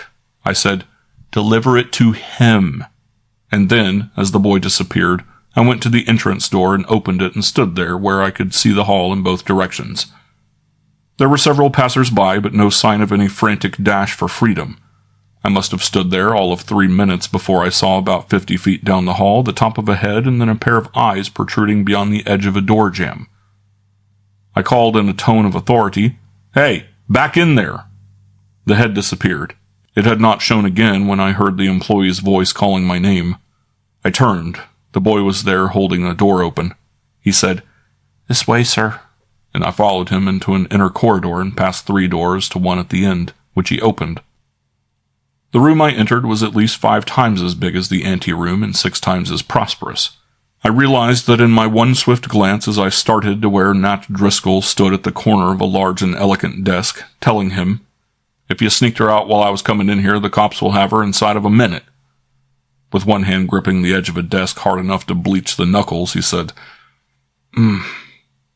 He looked as bewildered and terrified as a corpulent uncle who had been inveigled into taking a ride on the Zipperoo at Coney Island. I looked around. "Where is she?" He said, There were 2 doors beside the one I had entered by. I trotted across and opened one and saw only gleaming tiles and a washbowl and cittery. I closed that and went and opened the other one and looked into a small room with filing cabinets, a bookcase, and a deluxe secretary's desk. The secretary sat there staring at me with big round blue eyes, and a more glittering stare was bestowed on me from a chair in a corner occupied by Carla Lovchin. She didn't say anything, just goggled at me. My elbow was grabbed from behind, and I was agreeably surprised to find that Nat Driscoll could grip like that. I pulled away, and we were both inside the small room, and I shut the door. I demanded, "What did you figure on doing? Keeping her till after the funeral?" Carla asked in a low, tense voice without altering her stare. "Where's Nea?" "She's all right, for a while anyhow. You were tailed to this building." "Tailed?" "Shadowed, followed by policemen. There are a dozen of them downstairs now, covering all the elevators and exits." Driscoll dropped onto a chair and groaned. The blue-eyed secretary inquired in a cool business-like tone, "Are you Archie Goodwin of Nero Wolfe's office?" "I am. Pleased to meet you." I met Carla's stare. "Did you kill Rudolph Faber?" "No." A shiver ran over her, and she controlled it and sat rigid again. Driscoll mumbled at me. You mean Ludlow, Percy Ludlow." "Do I? I don't." I fired at the secretary. "What time did Driscoll get here this morning?" "Ask him," she said icily. "I'm asking you. Let me tell you folks something. I may not be your best and dearest friend, but I'm quite a pal compared to the guys downstairs I mentioned. Otherwise, I would have brought them up here. That can be done at any moment. What time did Driscoll get here this morning?" "About 11:30. That was his first appearance here today? "Yes." "What time did he leave?" "He didn't leave at all. He had some lunch brought in on account of Miss Lovchin." "She got here at 11:20. "Yes." The secretary was getting no warmer. "How did you know that? How did you know she was here?" "Intuition. I'm an intuitive genius." I shifted to Driscoll. "So, you didn't kill Faber, huh?" He stammered. You must mean Ludlow." "I mean Rudolph Faber. A little before noon today, he was found in the apartment occupied by Nea Tormick and Carla Lovchin, lying on the floor dead. Stabbed. Miss Tormick and I went there looking for Miss Lovchin and found him." The secretary looked impressed. Driscoll's eyes widened and his mouth stood open. I snapped at Carla. "He was there when you went there. Either alive or dead, or alive and then dead. I didn't. I wasn't there. Kenneth, what do you think this is? Hide and seek? They were tailing you. You went in there at 11:05 and came out again at 11:15. Faber was there. She shivered again. I didn't kill him. Was he there? She shook her head and took a deep, jerky breath. I'm not going to say anything. I am going away from America. She clasped her hands at me. Please, you must help me. Mr. Driscoll would help me. Oh, you must. Driscoll demanded in an improved voice. You say Faber was there in her apartment, stabbed to death? Yes. And she had just been there? She left there about 30 minutes before the body was found. Good God. He stared at her. The secretary was staring at her, too. I said briskly, She says she didn't do it. I don't know. The immediate point is that Nero Wolfe wants to see her before the cops get hold of her. What were you going to do? Help her get away? Driscoll nodded. Then he shook his head. I don't know. Good God. She didn't tell me about Faber. She said... He flung out his hand. Damn it. She appealed to me. She swore she had nothing to do with Ludlow, but she didn't need to. She had been damn fine with me down there, and that fencing, greatest pleasure I ever had in my life. She'd been damn fine and understanding. She's a very fine young woman. I would be proud to have her for a sister, and I've told her so. Or daughter. Daughter would be better. She came here and appealed to me to help her get away from trouble. And by God, I was doing it. And I didn't consult any lawyer either. And by God, I'll still do it. Do you realize that she appealed to me? I don't care if her apartment was as full of dead bodies as the morgue. The young woman is no damn murderer. I understand, said the secretary with ice still in her voice box, that it is perfectly legal to help anyone go anywhere they want to, provided they have not committed a crime. I don't give a damn, Driscoll declared. Whether it's legal or not, to hell with legal. Okay, I pushed a palm at him. Don't yell so loud. The point, I want you to understand. Pipe down. I understand everything. You're a hero. Skip it. Here's the way it stands. You can't go ahead and send her on a world cruise because to begin with, you don't stand a chance of getting her out of here and away. And to end with, I won't let you. Nero Wolfe wants to see her. Whatever Nero Wolfe wants, he gets, or he has a tantrum and I get fired. I have no idea whether she's a very fine young woman or a murderer or what. But I do know that the next thing on her program is a talk with Nero Wolfe, and I'm in charge of the program. I suppose, said the secretary crushingly, that you stand a chance of getting her out of here? Chance is right, I agreed grimly. May I use your phone? She pushed it across the desk, and I asked the anteroom employee to get me a number. In a moment, I had the connection. Hello? Hotel Alexander? Let me talk to Ernie Flint, the house detective. In 2 minutes, I had him. Hello, Ernie. Archie Goodwin. That's right. How about things? Fine, thanks. Everything rosy. I'm studying to be a detective. Not on your life. Say, listen, I'm pulling a stunt and I want you to do me a favor.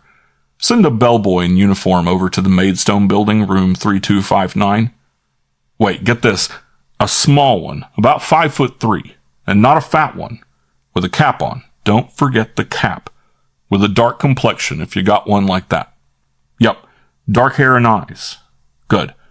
Have him bring a parcel with him containing all his own clothes, everything, including hat. Right. Oh, not long. He can be back there within an hour, only you'll have to give him another uniform. Oh, no, just a stunt I'm pulling. I'm playing a trick on a feller. I'll describe it when I see you. Make it snappy, will ya, Ernie? I rang off, took the expense roll from my pocket, peeled off a 10, and tendered it to the secretary. Here, run down to the nearest store and get a pair of black low-heeled Oxfords that will fit her, like what a bellboy might wear. Step on it. She looked critically at Carla's feet. 5? Carla nodded. Driscoll told the secretary. "Give him back that money." He got out his wallet and produced a $20 bill. "Here, get a good pair." She took it, handed me mine, and went. She may have been chilly, but she wasn't a goof. Carla said, "I won't go." "Oh?" I looked at her. "You won't?" No." "Would you rather go to the police headquarters and entertain the homicide squad?" "I won't. I want to go away. I must go away. Mr. Driscoll said he would help me." "Yeah, well, he wasn't quick enough on his feet, even after all his fencing lessons. Anyway, you would have been nabbed downstairs. Do you realize at all the kind of spot you're inhabiting right now?" "I realize." She stopped to make her voice work. "I'm in a terrible fix. Oh, terrible. You don't know how terrible." "Wrong again. I do know. Would I be staging a damn fool stunt like this to get you to Nero Wolfe if I didn't?" "It won't do any good to take me to Nero Wolfe. I won't talk to him. I won't talk to anybody." Driscoll went over and stood in front of her. "Look here, Miss Loveton," he said. "I don't think there's a sensible attitude. If you don't want to talk to the police, I can understand that. You may have a reason that's absolutely commendable, but sooner or later you'll have to talk to somebody, and if you're not careful, it will be a lawyer, and then you are up against it. From what I have heard of this Nero Wolfe—" He was still jabbering away when the phone announced that the bellboy was in the anteroom. I shooed Driscoll and Carla into Driscoll's room and had the bellboy sent in to me. He looked about right. Maybe an inch taller than her, but not too skinny or too husky. He was grinning because he could see it was a good joke. I opened the parcel for him while he took his uniform off and handed him a couple of dollars and told him, "Put your clothes on and sit here. It's a nice view from the window. Maybe 20 minutes. A blue-eyed girl will come and tell you when to go. Return to the hotel and they'll give you another uniform to work in. That $2 was just for your trouble. Here's a finiff if its effect will be to keep your trap entirely closed regarding the fun we're having, okay?" He said it was and sounded believable. I gave him the 5-spot, gathered up the uniform and cap and wrapping paper, and went to the other room, shutting him in. Carla, on the edge of a chair, and the secretary, kneeling on the rug in front of her, were busy getting her shoes changed, while Driscoll, with his lips screwed up and his hands in his pockets, gazed down at the operation. Carla stood up and stamped and said they were all right. I handed the uniform to her and said go ahead, but she would have to take off her clothes or it would look bunchy, and told Driscoll, "Turn your back." He blushed rosy. I can go in there." "I forgot you're modest. Suit yourself. Back turning will do me." He went and looked through a window, and I, facing the same way, regarded him suspiciously. It was getting dark outdoors, and the lights were on in the room, and under those circumstances a window pane is a fairly good mirror. I admit I may have been doing him an injustice. I spread the wrapping paper out on his desk, and when the secretary handed me Carla's clothes, including coat and hat, made a bundle and got it tied up. The secretary said, "Look, it's tied around under the arms." I looked. "Naturally, what would you expect? I think it'll do. Walk to the door and back." Carla walked. I frowned. The hips are bad. I mean, they're good, but you understand me. Put the cap on." "No, you'll have to stuff the hair under better than that. There, by the left ear. That's it. I believe we'll make it. What do you think?" The secretary said coldly, "I hope so. It's your idea." Driscoll crabbed. "It's no good. I know her across the street." "Oh," I said sarcastically, "we wouldn't try to fool you. There's hundreds of people going and coming in that lobby, and why should they be interested in the bellboy? Anyway, we'll take a shot at it." I got the parcel under my arm and confronted Carla. "Now, we have nothing to fear on this floor. We'll go down in the same elevator. You'll leave the elevator before me at the main floor, walk straight to the Lexington Avenue entrance, and on out. And don't look behind or around. I'll be following you, all right? Turn right and keep going on across 43rd Street. Between 43rd and 42nd, there will be taxis at the curb. Hop into one and tell the driver to take you to 37th Street and 10th Avenue. The secretary put in an oar. You'll be with her? I'll be behind her in another taxi. There's a chance that one of those birds in the lobby knows me and will be curious enough to follow me out, in which case I don't want to be seen going for a ride with a bellboy, especially a bellboy with hips. 37th Street and 10th Avenue. Got that? Carla nodded. Okay. Stay there in the taxi till I come. I'll probably be right behind you, but you stay there. If you try a trick, you're done. Every cop in New York is looking for you. Understand? Yes, but I must. What you want is a different matter entirely, like the guy that fell out of the airplane. Will you go to that corner and stay there in the taxi? Yes. Right. Goodbye, folks. In 10 minutes, not sooner, send the bellboy home. I'll take you on with the Ape someday, Driscoll. He looked as if he was about ready to cry as he shook hands with her. The secretary looked as arctic as ever, but I noticed her voice was a little husky as she wished Carla good luck. We departed. As she went along the corridor ahead of me on the way to the elevator, she looked kind of preposterous, but of course I saw not only what I saw, but also what I knew. The other passengers in the elevator gave her a glance or two, but nothing alarming. At the main floor, she preceded me out and marched through the lobby, dodging as necessary in the crowd, and it began to look like everything was Jake, when a call came from my right. Hey, good one, Archie. End of chapter 16. Chapter 17. It was Sergeant Pearlie Stebbins coming at me. The danger was Carla, but for once she acted as if she had some brains. She certainly heard my name called, but she didn't scream or stop and turn around or break into a run. She just kept on going to the entrance.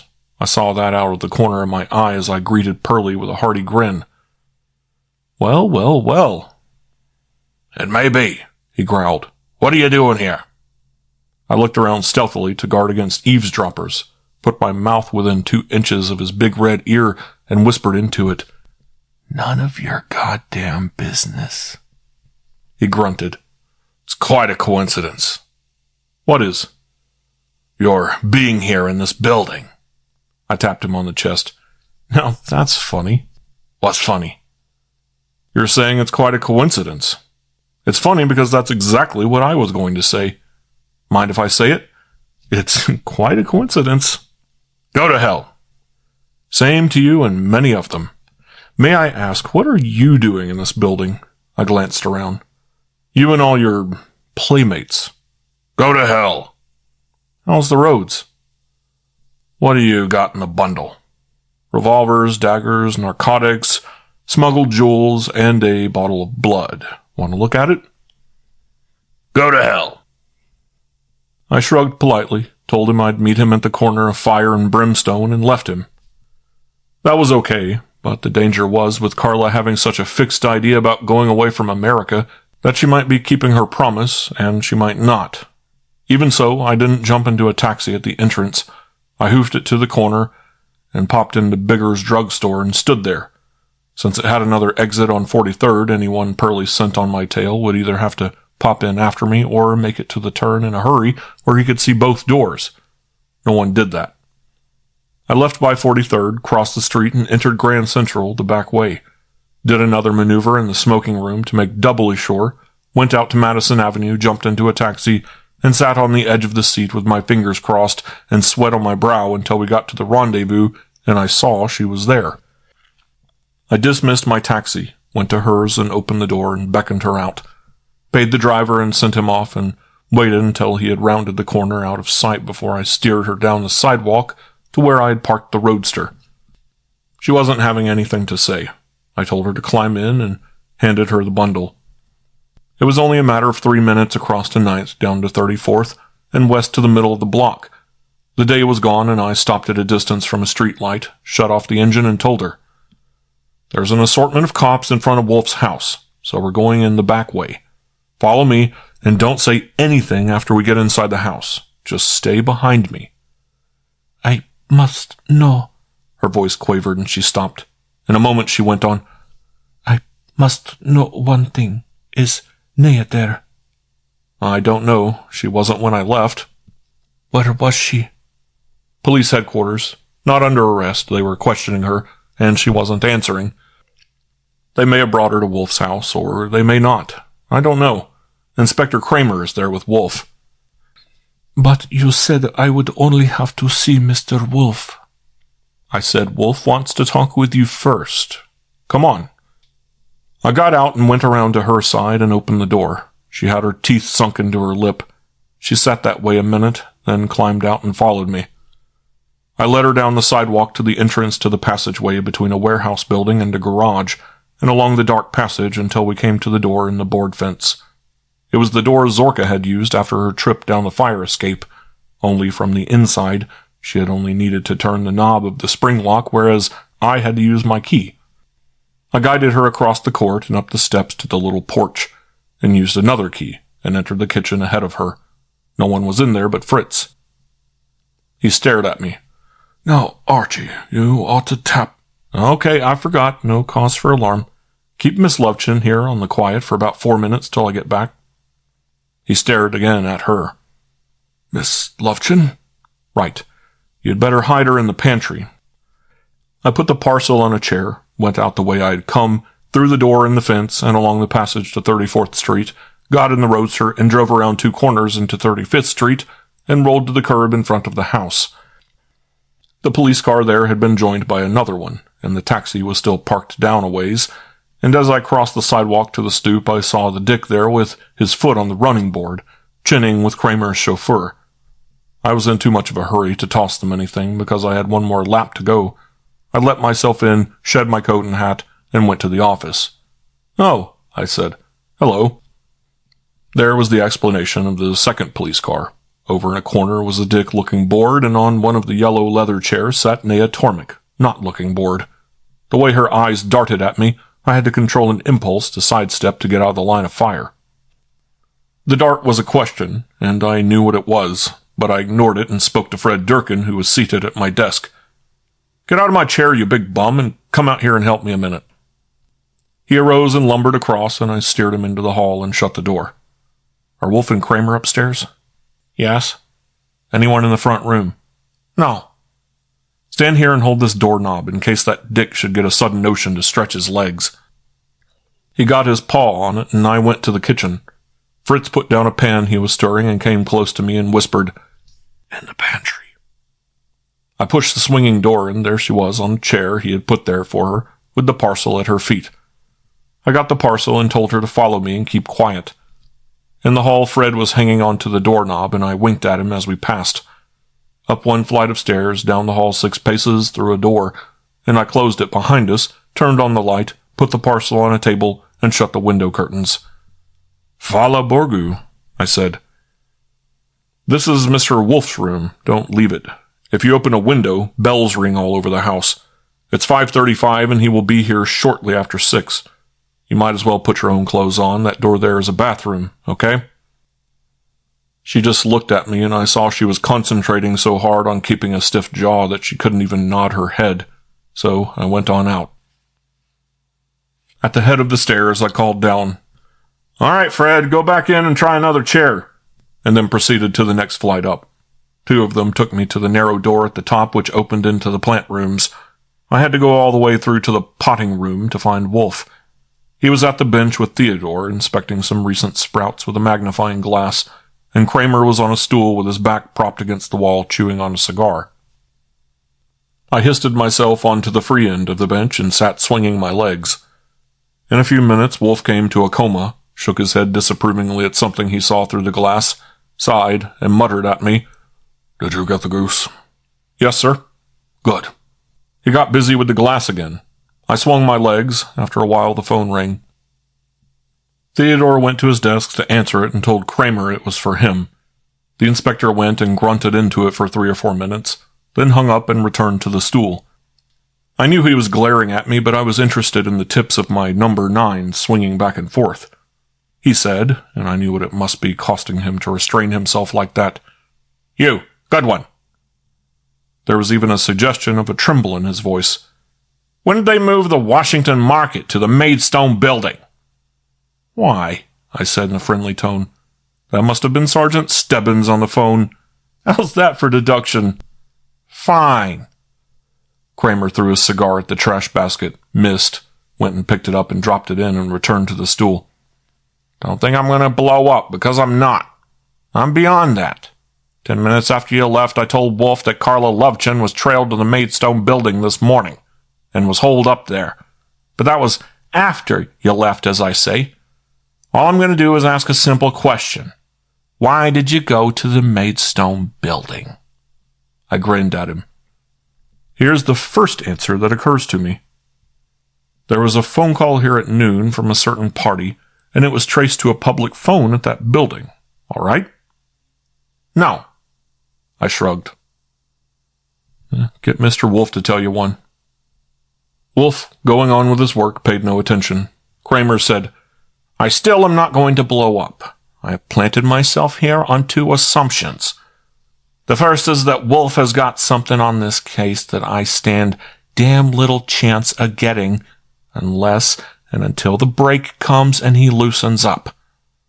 The second is, inasmuch as I have never yet found him picking up the pieces for a murderer, that he's not doing that now. If my first assumption is wrong, I'm just out of luck. If my second one is, you are. Both of you. That's all. Now you can take the Maidstone building and stick it up your chimney. But in case you don't already know it, Carla Lovechen went in that place on 38th Street at 11 o'clock this morning and came out again in 10 minutes. I want her, and I want her plenty, I'm telling you. So if it turns out that she has actually pulled a getaway and you helped her do it... The man's mad, I declared. Shut up. That's all. I continued to admire my feat. At 5 minutes to 6, Wolfe put the magnifying glass away in the drawer, gave Theodore a few instructions regarding the sprouts, and announced that it was time to descend.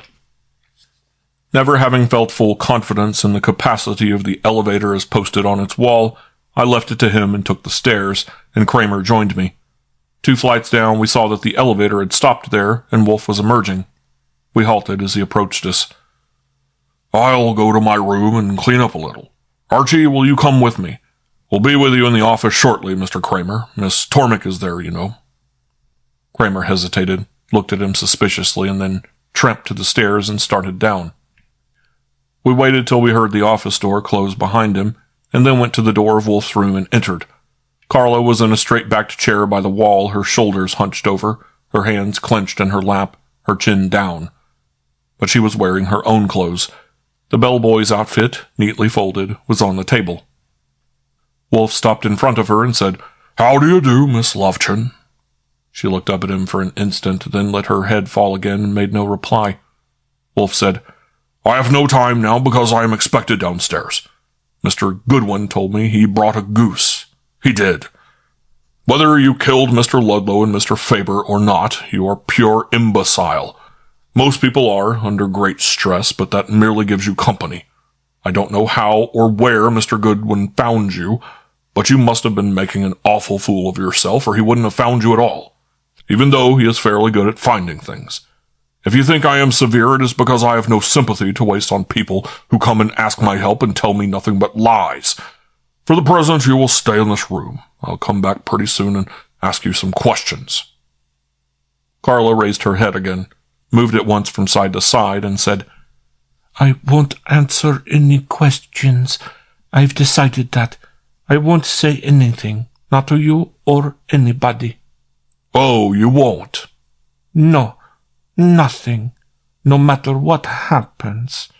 If I don't say anything, what can anybody do? What can they prove if I don't say anything? Maybe you think I haven't enough willpower for it, but I have. You might have for a while. Try it by all means. It would be an improvement on your conduct so far. Wolfe turned to go. I'll be back to see you anyway, or send for you. Come, Archie. With his hand on the knob, he asked, Are you hungry? Could you eat something? No, thank you. We went. The trio in the office was now 4, with us 6. The Dick was still bored. Fred, the bum, had reoccupied my chair against my express orders, but as I entered, he moved to another one. Kramer stood over by the big globe, twirling it. Nea Tormik's eyes fastened on Wolfe as he appeared in the door, and followed him as he crossed to his desk, sat, and reached for the button. I realized that he had about as bad a humor as I could remember, because he issued no invitation for anyone to have beer. Nea Tormek said, with her eyes boring holes through him, I want to see you alone, to ask you something. Wolfe nodded. I know what you want. That will have to wait. You didn't get to finish your errand, isn't that it? She stopped and wet her lips. You promised. No, Miss Tormek, I didn't. I know you've had a hard afternoon, but surely you remember why you and Mr. Goodwin were looking for Miss Lovechin, and you didn't find her. She's gone. How do you know that? This Inspector Kramer just told me they can't find her. Where's she gone to? I don't know. Wolfe uncapped a bottle of beer and poured. Anyway, he declared, that will have to wait. Confound it, everything will have to wait. He drank until the glass was empty. Mr. Kramer, you've been hanging around here since 2 o'clock. You have shown admirable patience and restraint. For instance, regarding Archie's presence at the Maidstone building, and of course I know why. You want something and you think you can get it here and nowhere else. I tell you frankly, it isn't here. I don't suppose you contemplate spending the night in my house? I didn't hear the rest of the build-up for sending the inspector out into the night because the doorbell rang, and I went to answer it. Usually I performed that service anyway from 6 to 8 when Fritz was busy getting dinner, and on this occasion, considering the goose I had left in Wolfe's room, I had a special interest in the possibility of invading hordes. But what I found in the stoop wasn't a horde at all, but merely a youth in a snappy uniform with a little flat package he wanted to deliver to Nero Wolfe. I put out a hand for it, but he said he had instructions to put it into the hands of Nero Wolfe and no one else's. So I took him to the office.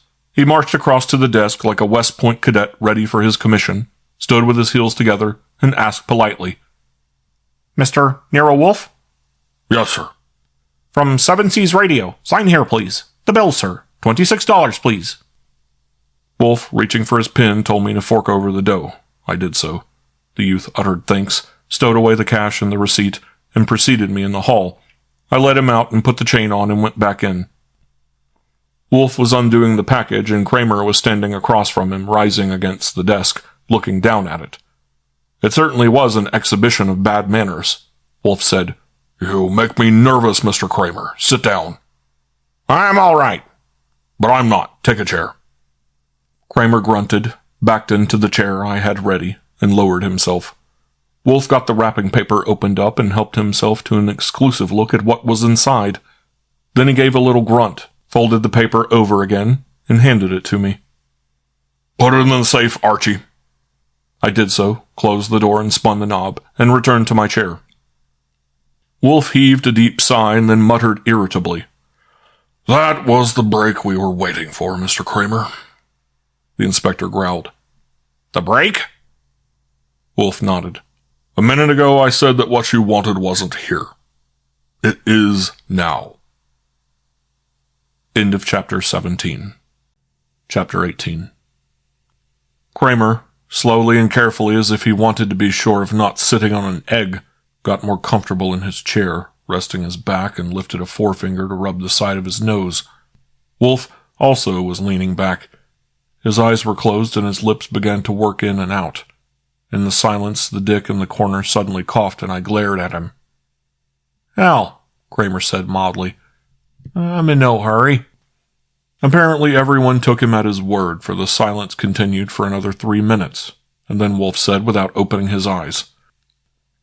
Of your 2 assumptions, Mr. Kramer, the first at least is correct. I doubt if you could get what I've got, or considering the attitude of your official superiors. If you did get it, I doubt if you'd be able to use it. You'll get no argument from me on that, the inspector asserted. What have I been saying? And while I know you can handle your affairs without the help of any gratitude from me, still and all, I know you're being tactful and adroit. You're dripping honey. Phooey, I'll tell you what I'll do. I'll give you what you want, on the condition that you agree without reservation to let me do it my way, without interference or protest. Well, Kramer regarded him with narrow eyes, but it was one-sided because Wolfe's eyes were still shut. That's sort of vague. That you'll give me what I want? Who decides what I want? Nonsense, I'm not quibbling. You want the identity of the murderer and the motive. I'll give you those. Any evidence? Enough to satisfy you, and some of it I don't think you'll ever get unless you get it here, and soon. Is it that thing in the safe? Oh no, you could get that yourself in about 24 hours. It took me 25. I'll have to pry off a lid to get the evidence I'm speaking of. Kramer eyed him a moment longer and said, Shoot! Without reservation, no interference or protest from you. Right. Shoot! Wolfe opened his eyes at me. Archie, get Mr. Barrett on the phone. Donnie or Dad? Mr. Barrett Sr., Nea Tormek blurted. You mustn't. As I got at the phone, Wolfe shushed her, and he had to keep on shushing her while I fiddled around with 3 different numbers before I finally reached the desired party at the Thistle Club. She subsided when Wolfe got on the phone. Mr. Barrett, this is Nero Wolfe. I'm calling to fulfill a promise. I told you that if I should find it necessary to interfere with your business, I'd let you know in advance. I'm afraid I'm not giving you much notice. I'm going ahead now. No, please, that won't help matters any. At my office. Yes, I'll consent to that. No, if your son is there with you, you'd better bring him along. Yes, we'll be expecting you within 15 minutes. He pushed the phone away and got to his feet, and moved to the direction of the door. Nea Tormek jumped up and grabbed at him. She got his sleeve. Where? I'll go with you. No, Miss Tormek, I'll be back in a moment. Archie. I arose and started over, but before I got there, she let him go and he went on out. I had no idea what her status was, or her intentions either, so I ambled to the door and stood there with my back against it. She didn't go back and sit down, but stood pat with her eyes leveled at me, or maybe at the door, since I don't like to flatter myself. We had held the tableau perhaps 3 minutes, not more than 4, when I felt the door pressing against me and stood aside to let Wolfe re-enter. He halted to hand me an envelope sealed, with "For Nea Tormek" on it in his writing, and then went on to his desk. He looked at Kramer and indicated with a thumb the dick in the corner. What is that man's name? That? Charlie Heath. Tell him to obey the instructions I give him. Kramer twisted his neck. Here, Heath, follow orders. Thank you. Wolfe regarded the dick approaching. Have you a car, Mr. Heath? Yes, sir. Good. Take that envelope from Mr. Goodwin and put it in your pocket. No, your inside pocket. Take Mr. Tormek in your car and drive. Nea was at him. No, I'm not going. That will do, Wolfe snapped. You are going. I do this my way. Have you any cash with you? But I won't. You will. Confound it, how much cash have you? I have a little. How much? A few dollars. Archie, give Miss Tormek $100. I produced the expense roll and peeled it off, making the roll look pretty sick, and handed it to her, and she took it. Wolfe said to the dick, Drive to the corner of 5th Avenue and 35th Street. Let Miss Tormek out, give her the envelope, leave her there, and return straight here immediately. You are not to loiter to see what she does or which way she goes. Nor are you to communicate in any way with any other person either going or returning. I said grimly, Send Fred along, or let me go. Will that be necessary, Mr. Kramer? No, I'm not a complete damn fool. Follow instructions, Heath. Yes, sir. I take her to 5th. Drop her. Give her the envelope and come straight back. Wolfe nodded. Will you do that? Yes, sir. Good. He turned. Au revoir, Miss Tormek. Ah, she said. Her black eyes were piercing him. You think so? Well, a conjecture. It wouldn't surprise me any. You fat fool. Yes, I'm fat, and of course we're all fools. I'm sorry you won't be here to see the end of this. A silly little victory, but it's mine. Victory? Yes. Her lip curled. She turned and started off. I got to the door and opened it, but before she passed through, she halted to fling back at him, "Digami borni urusa," or at least that was what it sounded like. Then she went on, "Don't touch me all over," with the dick at her heels. I let them out, followed them into the November night air, and stood on the stoop to overlook the departure. As well as I could see in the dim light, the dick didn't pass any signal to any colleague, and when they rolled off in the police car, they certainly weren't followed. I stayed on the stoop long enough to be absolutely sure of that, knowing as I did the lengths the cop will sometimes go to on account of his passion for law and order, and was about to check it off and go back in when a big black town car rolled to the curb there below me. A chauffeur jumped out and opened the door, and touched his cap when one of the two men who emerged said something to him. They started up the steps, and I recrossed the threshold and turned to welcome 2 generations of Barretts. I asked them to wait there a minute and went to the office and told Wolfe, "Father and son, bring them in." I did that. John P., who hadn't changed his clothes, took the chair Nea had occupied. His face was all tightened up, and the glance he shot first at Kramer and then at Wolfe was not what I would call conciliatory. I moved up another chair for Donald. He looked so fierce and truculent that I had a notion to go get him a hunk of raw meat. Nobody had seemed to have any inclination to shake hands like gentlemen. Wolfe said, "Fred, wait in front." Fred went. "Archie, take your notebook." I took it. John P. asked, "Are you Police Inspector Kramer?" "Yes, sir," Kramer told him. "Of the Homicide Bureau." John P. said to Wolfe, "That's ridiculous. This is a confidential business matter, and telling your man to take his notebook." Wolfe leaned back and pressed his 5 right fingertips against his 5 left ones. "No," he said. "I wouldn't call it ridiculous. Mr. Kramer's presence is surely appropriate, since one of the things you'll want to do is to try to arrange it so that your son will escape an indictment for first-degree murder." Kramer's head jerked around. Donald gawked, and some of the color leaving his face made him look a little less fierce. John P. betrayed no sign whatever of having heard anything more provocative than a remark about the weather. But he clipped off words and lunged with them. "That's worse than ridiculous, and more dangerous. That's actionable." "So it is." Wolfe's tone sharpened. "I'm coming right out with it, Mr. Barrett. My dinner's in an hour, and I don't want to waste time flopping around in a mire of inanities. I hold the cards, and I don't have to finesse.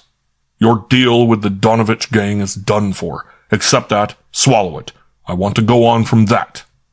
"I'd like to see you alone." John P. stood up. "Get them out of here, or take me." "No, sit down." "Sit down for what? You say the deal's done for. Whether it is or isn't, I'm not talking on that basis. There's nothing to talk about. Come, Donald." He started off. Wolfe's words hit him in the back. "Within an hour, a warrant will issue charging your son with murder. It will be too late to talk to me then." Donald was up and following his leader, but his leader suddenly wheeled, strode back to confront Kramer, and demanded, "You're a responsible police officer. This blackmailing threat is made in your presence. Do you know who I am?" "Well?" That was a fizzle, in spite of the fact that Kramer hadn't the faintest idea of what was going on. I wouldn't have given an unconditional guarantee on his brains, but there was nothing wrong with his guts. "Yeah, I know who you are," he said calmly. "Sit down and give him rope. He owns this house and about $1 million worth of orchids. It's a good thing you've got me here as a witness in case you try for damages." Wolfe snorted irritably.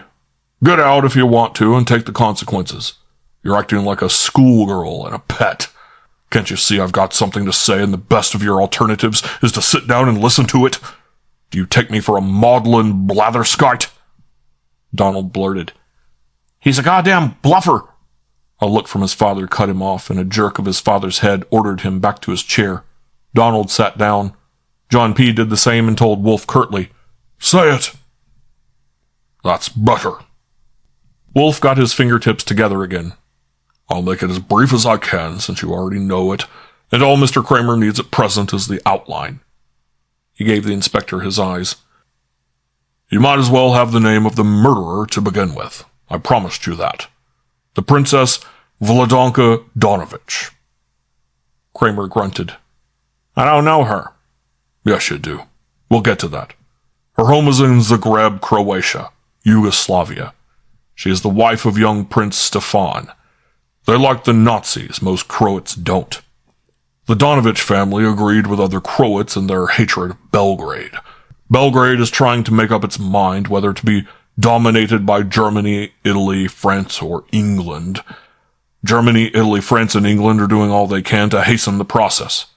The attitude of the Croats is Germany's biggest obstacle. She is trying to buy them, with the Donovich gang as selling agents. The other countries are competing. Kramer growled. I'm a New York cop. I know, and most of the money in the world is in New York or controlled from here. That's why people come here from all directions with things like this. Wolfe reached in his breast pocket, pulled out a paper, and extended it to Kramer. Keep that. It's evidence. You can't read it. It is signed by Prince Stefan Donovich, and it empowers the princess, his wife, to conclude certain transactions in his name. John P.'s lips twitched. Where did you get that? That doesn't matter, Mr. Barrett. Not now. Wolfe went on to Kramer. Specifically transactions regarding concessions in Bosnian forests and the transfer of credits held by a firm of international bankers, Barrett and DeRussy. The princess came to New York incognito under an alias and started negotiations. Because secrecy was essential on account of American restrictions regarding the export of capital in the form of loans, and I suspect other skullduggery besides the violation of those restrictions, she even went to the trouble of pretending to be an immigrant and getting a job in a fencing school. I don't suppose many persons were aware of her true identity, but certainly 3 were. Mr. Barrett here and his son, and a man named Rudolf Faber, who was assisting in the negotiations as a secret agent of the Nazi government. You see, Barrett and DeRussy have financial relations with the Nazis. Donald began explosively. We merely act, but a glance from his father shut him up again. Wolfe nodded. I know money and morals don't speak, but a British agent named Ludlow got onto it. He not only got onto the princess and what she was up to, he even threatened, I don't know how, but possibly by informing the American government, to ruin the deal. And that just at the moment when all the details had been decided and it was ready for consummation. So she killed Ludlow. I want to make it plain that the princess did that herself. A friend, another young woman, had come to Zagreb with her, also under an alias. But she had no part in the murder. You understand that, Mr. Kramer? Kramer muttered. Go on. There isn't a lot to go on with. Rudolf Faber knew what the princess had done, and he blackmailed her. Up to last evening, he had been merely a negotiator, a bidder. That made him boss. He imposed terms on her, and I imagine they weren't generous. He didn't strike me as a generous man. He forced her to tell where that paper was, and he tried to get it. The paper was, of course, vital. I presume, Mr. Barrett, it was to be attached to the agreement that you were drawing up to validate it? John P. didn't answer. Wolfe shrugged. So she killed Faber. She made an appointment to meet him in her own apartment and stabbed him. God only knows what she thought she was going to do next. There is no way of telling what goes on in that kind of a head. She seems to be as heedless and harebrained as a lunatic. She may have counted on the taciturnity of governments and international financiers regarding their privy intrigues, but what the devil did she take me for, a goat on a chain? A creature like that is outside the realm of calculation. I wouldn't have been surprised if she had tried to stab me. Were you able to deal with her on a rational basis, Mr. Barrett? John P. was regarding him steadily. I'm waiting for you to say something. That's about all there is. Bah! You've made a lot of loose accusations with nothing to support them. There's that paper. You stole it. I didn't. But what if I did? There it is for evidence. Damn flimsy evidence for 2 murders. I know. Wolfe wiggled a finger at him. See here, Mr. Barrett, you're making a blunder. I made a serious threat. I said that a warrant would issue charging your son with murder. I meant, of course, as accessory, which is the same thing. It's obvious he knew the Princess Vladanka had killed Ludlow. You probably knew it too, but I have no proof that you tried actively to cheat the law. I have got proof that your son did, and 3 witnesses, Belinda Reed, Madame Zorka, and Mr. Goodwin, my assistant. That was only... Quiet, son. John P. didn't move his eyes from Wolfe. What else? Nothing to stun you with, I'm afraid. Frankly, sir, I have no bomb to explode under you, but the point is this. Mr. Kramer here doesn't like murder. He doesn't like to see it practiced with impunity under any circumstances whatever. But in this case, he was impeded by a wall of reluctance which he couldn't possibly have breached. By luck, I have made a hole in the wall, and I have let him through, and if you knew him as I do, you would realize he can't be chased out again. He has it now, and he'll hang on to it unless you can get him ditched. Which I doubt. He has that paper, and he'll arrest the princess, so your deal's off anyway. He has enough to take your son as a material witness. With that paper, he can get a court order to examine your records and correspondence. But you know as well as I do what this will mean if you try to fight it. If you try to shield a murderer from the penalty she has earned. The fact is... I missed some then because I had to answer the doorbell.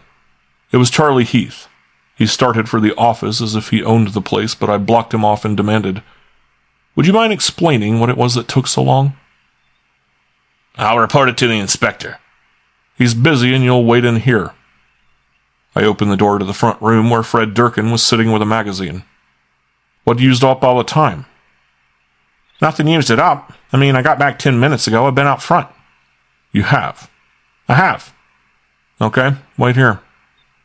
I went back to the office and ran into a scowling match, and took advantage of it to report the return of Heath. All Kramer did was to favor me with 5 seconds of his share of the scowl. Wolfe didn't even look at me. Apparently he was still trying to undermine Barrett without a bomb and was finding it hard digging. "No," he said. "I wouldn't expect that. We don't expect much from you, Mr. Barrett, in any event. But you seem to have overlooked one thing at least. You seem to be ignoring the existence of a person who knows as much about all this as the princess herself does, including your part in it, and your son's part. Of course, the friend who came here with the princess from Zagreb." "Maybe he's ignoring it," Kramer put in. "But I'm not. And you let her go, and gave her money to go with. That was cute." "No," Wolfe asserted. "I did not." Kramer started. Wolfe said, "Archie, get that package from the safe and give it to Mr. Kramer." I went and got it and handed it over. Kramer started to unfold it.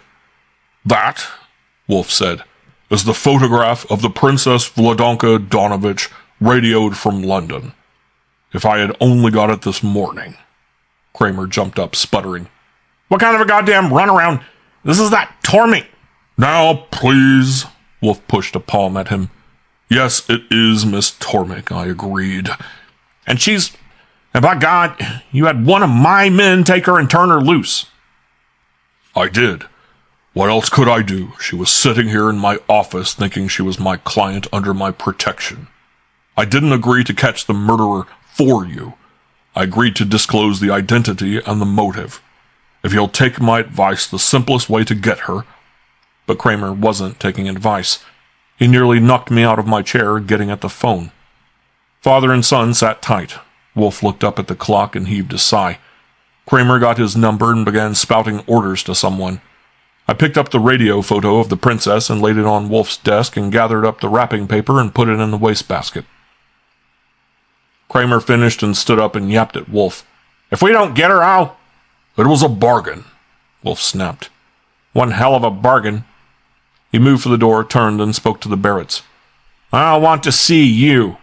If you try setting a fire under me, I'll give you all I got." He went, and I was right behind him. While he grabbed his coat and hat, I got Heath from the front room, always glad to get cops out of the house from Flatfoot's on up. I followed them out to the stoop, leaving the door ajar, and watched the army that had been surrounding the house being called into action. Kramer waved them in and gave them curt and crackling orders. His own car had to back up a few feet before it could nose around the rear of the Barrett town car. The taxi down the street rolled up. Then it and Heath's car sped away. Kramer's car started, then stopped, and my name was called. "Hey, Goodwin, come here!" I trotted down the steps and past Barrett's car on over to him. Kramer leaned from the window. "I want that picture, understand?" "Sure, we're through with it," I told him obligingly, and stood at the curb and watched their tail light as they headed for the corner. I watched them too long. What happened quick. But even so, I might have headed her off if I had turned 2 seconds sooner. She came from inside the tonneau of Barrett's car, leaping out, and went like a bat out of hell across the sidewalk, up the steps, and through the door I had left ajar. I was after her, and I am not old enough to be incapable of rapid movement. I was starting up the steps as she hurtled through the door, and by the light in the hall I saw a glittering streak from something she had in her hand. I gave it all I had then, but I couldn't catch lightning. When I was at the door, she was swerving into the office. As I made the office, she was halfway across it, and her hand was up with the shining blade, and Wolfe was there in his chair with no time to move, and I had no gun, and all I could do was yell and keep going. I do not know now how Wolfe did it, and I never will know, though he has kindly explained it to me several times. He says that when he heard the commotion in the hall, he stiffened into attention, which is the most incredible part of it. That when he saw her leaping in with the dagger flashing, he grabbed a beer bottle with each hand. That when she was upon him, he struck simultaneously with both hands, with his left at her descending wrist and with his right at anything at all. I don't know. I do know that something broke her right wrist and something cracked her skull. When I reached them, he was still sitting in his chair, with a beer bottle in each hand, and she was on the floor back of his chair, flat on the floor, with her legs twitching spasmodically. I looked at him for blood and didn't see any. Fred Durkin busted in from the front room. Fritz came running from the kitchen. Father and son stood there, white and speechless. I couldn't see anything wrong with Wolfe, but I asked him in a voice that sounded funny to me. "Did she get you?" "No," he bellowed. He couldn't get up because her body against his chair kept him from shoving it back to make room. I knelt down to take a look at her. Her legs had stopped twitching. I couldn't feel any heart. It was close quarters with her there between Wolfe's chair and the wall, and I squirmed around to get on the other side of her. As I did so, I heard a voice from the middle of the room. "Excuse me for walking right in, Mr. Wolfe, but the door was standing open. I was on my way uptown, and I dropped in to say that we may expect a ruling from the Attorney General on that point in about a week. The matter of registration as the agent of a foreign principal when the—" I raised myself up enough to see the face of Stahl, the G-man, looking polite but stern. Then I sat back on my heels and howled with laughter. End of Chapter 18. Chapter 19. Wolfe said in a tone of exasperation, "Fritz tells me nothing on your tray was touched. Confound it, you have to eat something." Carla shook her head. "I can't. I'm sorry. I can't." I had brought her down to the office. The clock on the wall said 11:20. The chairs were back in place. Wolfe sighed. "It's nearly midnight. Mr. Goodwin is yawning. You may go now whenever you want to, or I'll ask 1 or 2 questions if you feel like telling the truth." "I can tell the truth now." "It would have been just as well." His massive shoulders went up 1/16 of an inch and down again. "I would like to know if you were aware that that woman was a maniac." "But she wasn't." Carla stopped for repairs to her voice. "I never had any idea." Her hand fluttered and dropped again to her lap. "Were you, in fact, her friend?" No, not her friend. It wasn't like that. When Mrs. Campbell died, I was left dependent on the Donovich family. Then Prince Stefan married her, and she came there, and in no time she was the head of things. She treated me as well as I could expect, since I was not a Donovich. I didn't dislike her. I was a little afraid of her, and so was everybody else, even Prince Stefan. When she decided to come to America, she selected me to come with her, and I thought that the reason she did that was because she knew about you, and she thought she might need to use you. One reason I thought that was because she told me to bring that adoption paper along. Yes. Excuse me. Get it, Archie. I went to the safe and dug it out and handed it to him. He unfolded it to glance at it, folded it up again, and passed it over to her. She looked at it a second as if she was afraid it might bite, and then reached out and took it. I came with her because I had to, and anyway I wanted to, she went on in a better voice. It was an adventure to come to America. I knew all about what she was coming for. She trusted me. I knew she would do dangerous things, but I never thought of anything like murder as a thing she would do. When Ludlow was killed, I suspected she had done it, but I didn't know. I asked her last night, and she told me I was a fool. Then when I went there this morning and saw Faber, of course I knew she had done that, and the other one too. I was frightened, and I couldn't think. I couldn't answer questions about her. I couldn't betray her, but I couldn't lie for her anymore either. I tried to run away, and I couldn't use my head. And in a strange country, and I was stupid. She stopped and her hand fluttered and fell to her lap again. In a moment, Wolfe said gruffly, It is frankly encouraging that you are aware that you were stupid. She offered no comment. He demanded, What are you going to do? She shook her head. I don't know. Well, I suppose you are legally my daughter. That puts some responsibility on me. Her chin went up. I'm not asking any. Phooey, don't. I know. Confound it, you've been dependent on someone all your life, haven't you? Are you going back to Yugoslavia? No. Oh, you're not? No. What do you want to do, stay in America? Yes. As a spy for the Donovich gang? There was a flash in her eye. No. Where are you going to sleep tonight? In that apartment on 38th Street? Why, A shiver went over her. No, she said. I don't think I could. I couldn't go back there. Somewhere else. Anywhere. I have a little money. She got to her feet. I can go. Nonsense, you get run over or fall into a hole. You haven't eaten anything and your brain isn't working. I hope it turns out that you've got one. I'll have Fritz fix up another tray for you. No, I couldn't. Really, I couldn't. Well, you must sleep, and in the morning you must eat. You are in no condition now anyway to make any sort of intelligent decision. We'll discuss it tomorrow. If you decide to stay in America and not tear that paper up, I suppose your name will be Carla Wolfe. In that case... Archie, what the devil are you grinning about? Baboon? Take her upstairs to the south room, and tell her if she undertakes to use the fire escape not to tumble through my window as she goes by. I arose. Come on, my Carla. 10 minutes later, I went back to the office. I hadn't heard the elevator, so I knew he was still there. Not only was he still there, but he had just received a fresh consignment of beer. I took a good stretch accompanied by a yawn. Well, I observed good-naturedly, that was a damned profitable case. You turned loose of about 4 centuries, not counting loss of brain tissue, and what you got out of it was one shapely responsibility and nothing else. He put down his glass and said nothing. There is one thing, I announced, that I would like to have cleared up now, once and for all.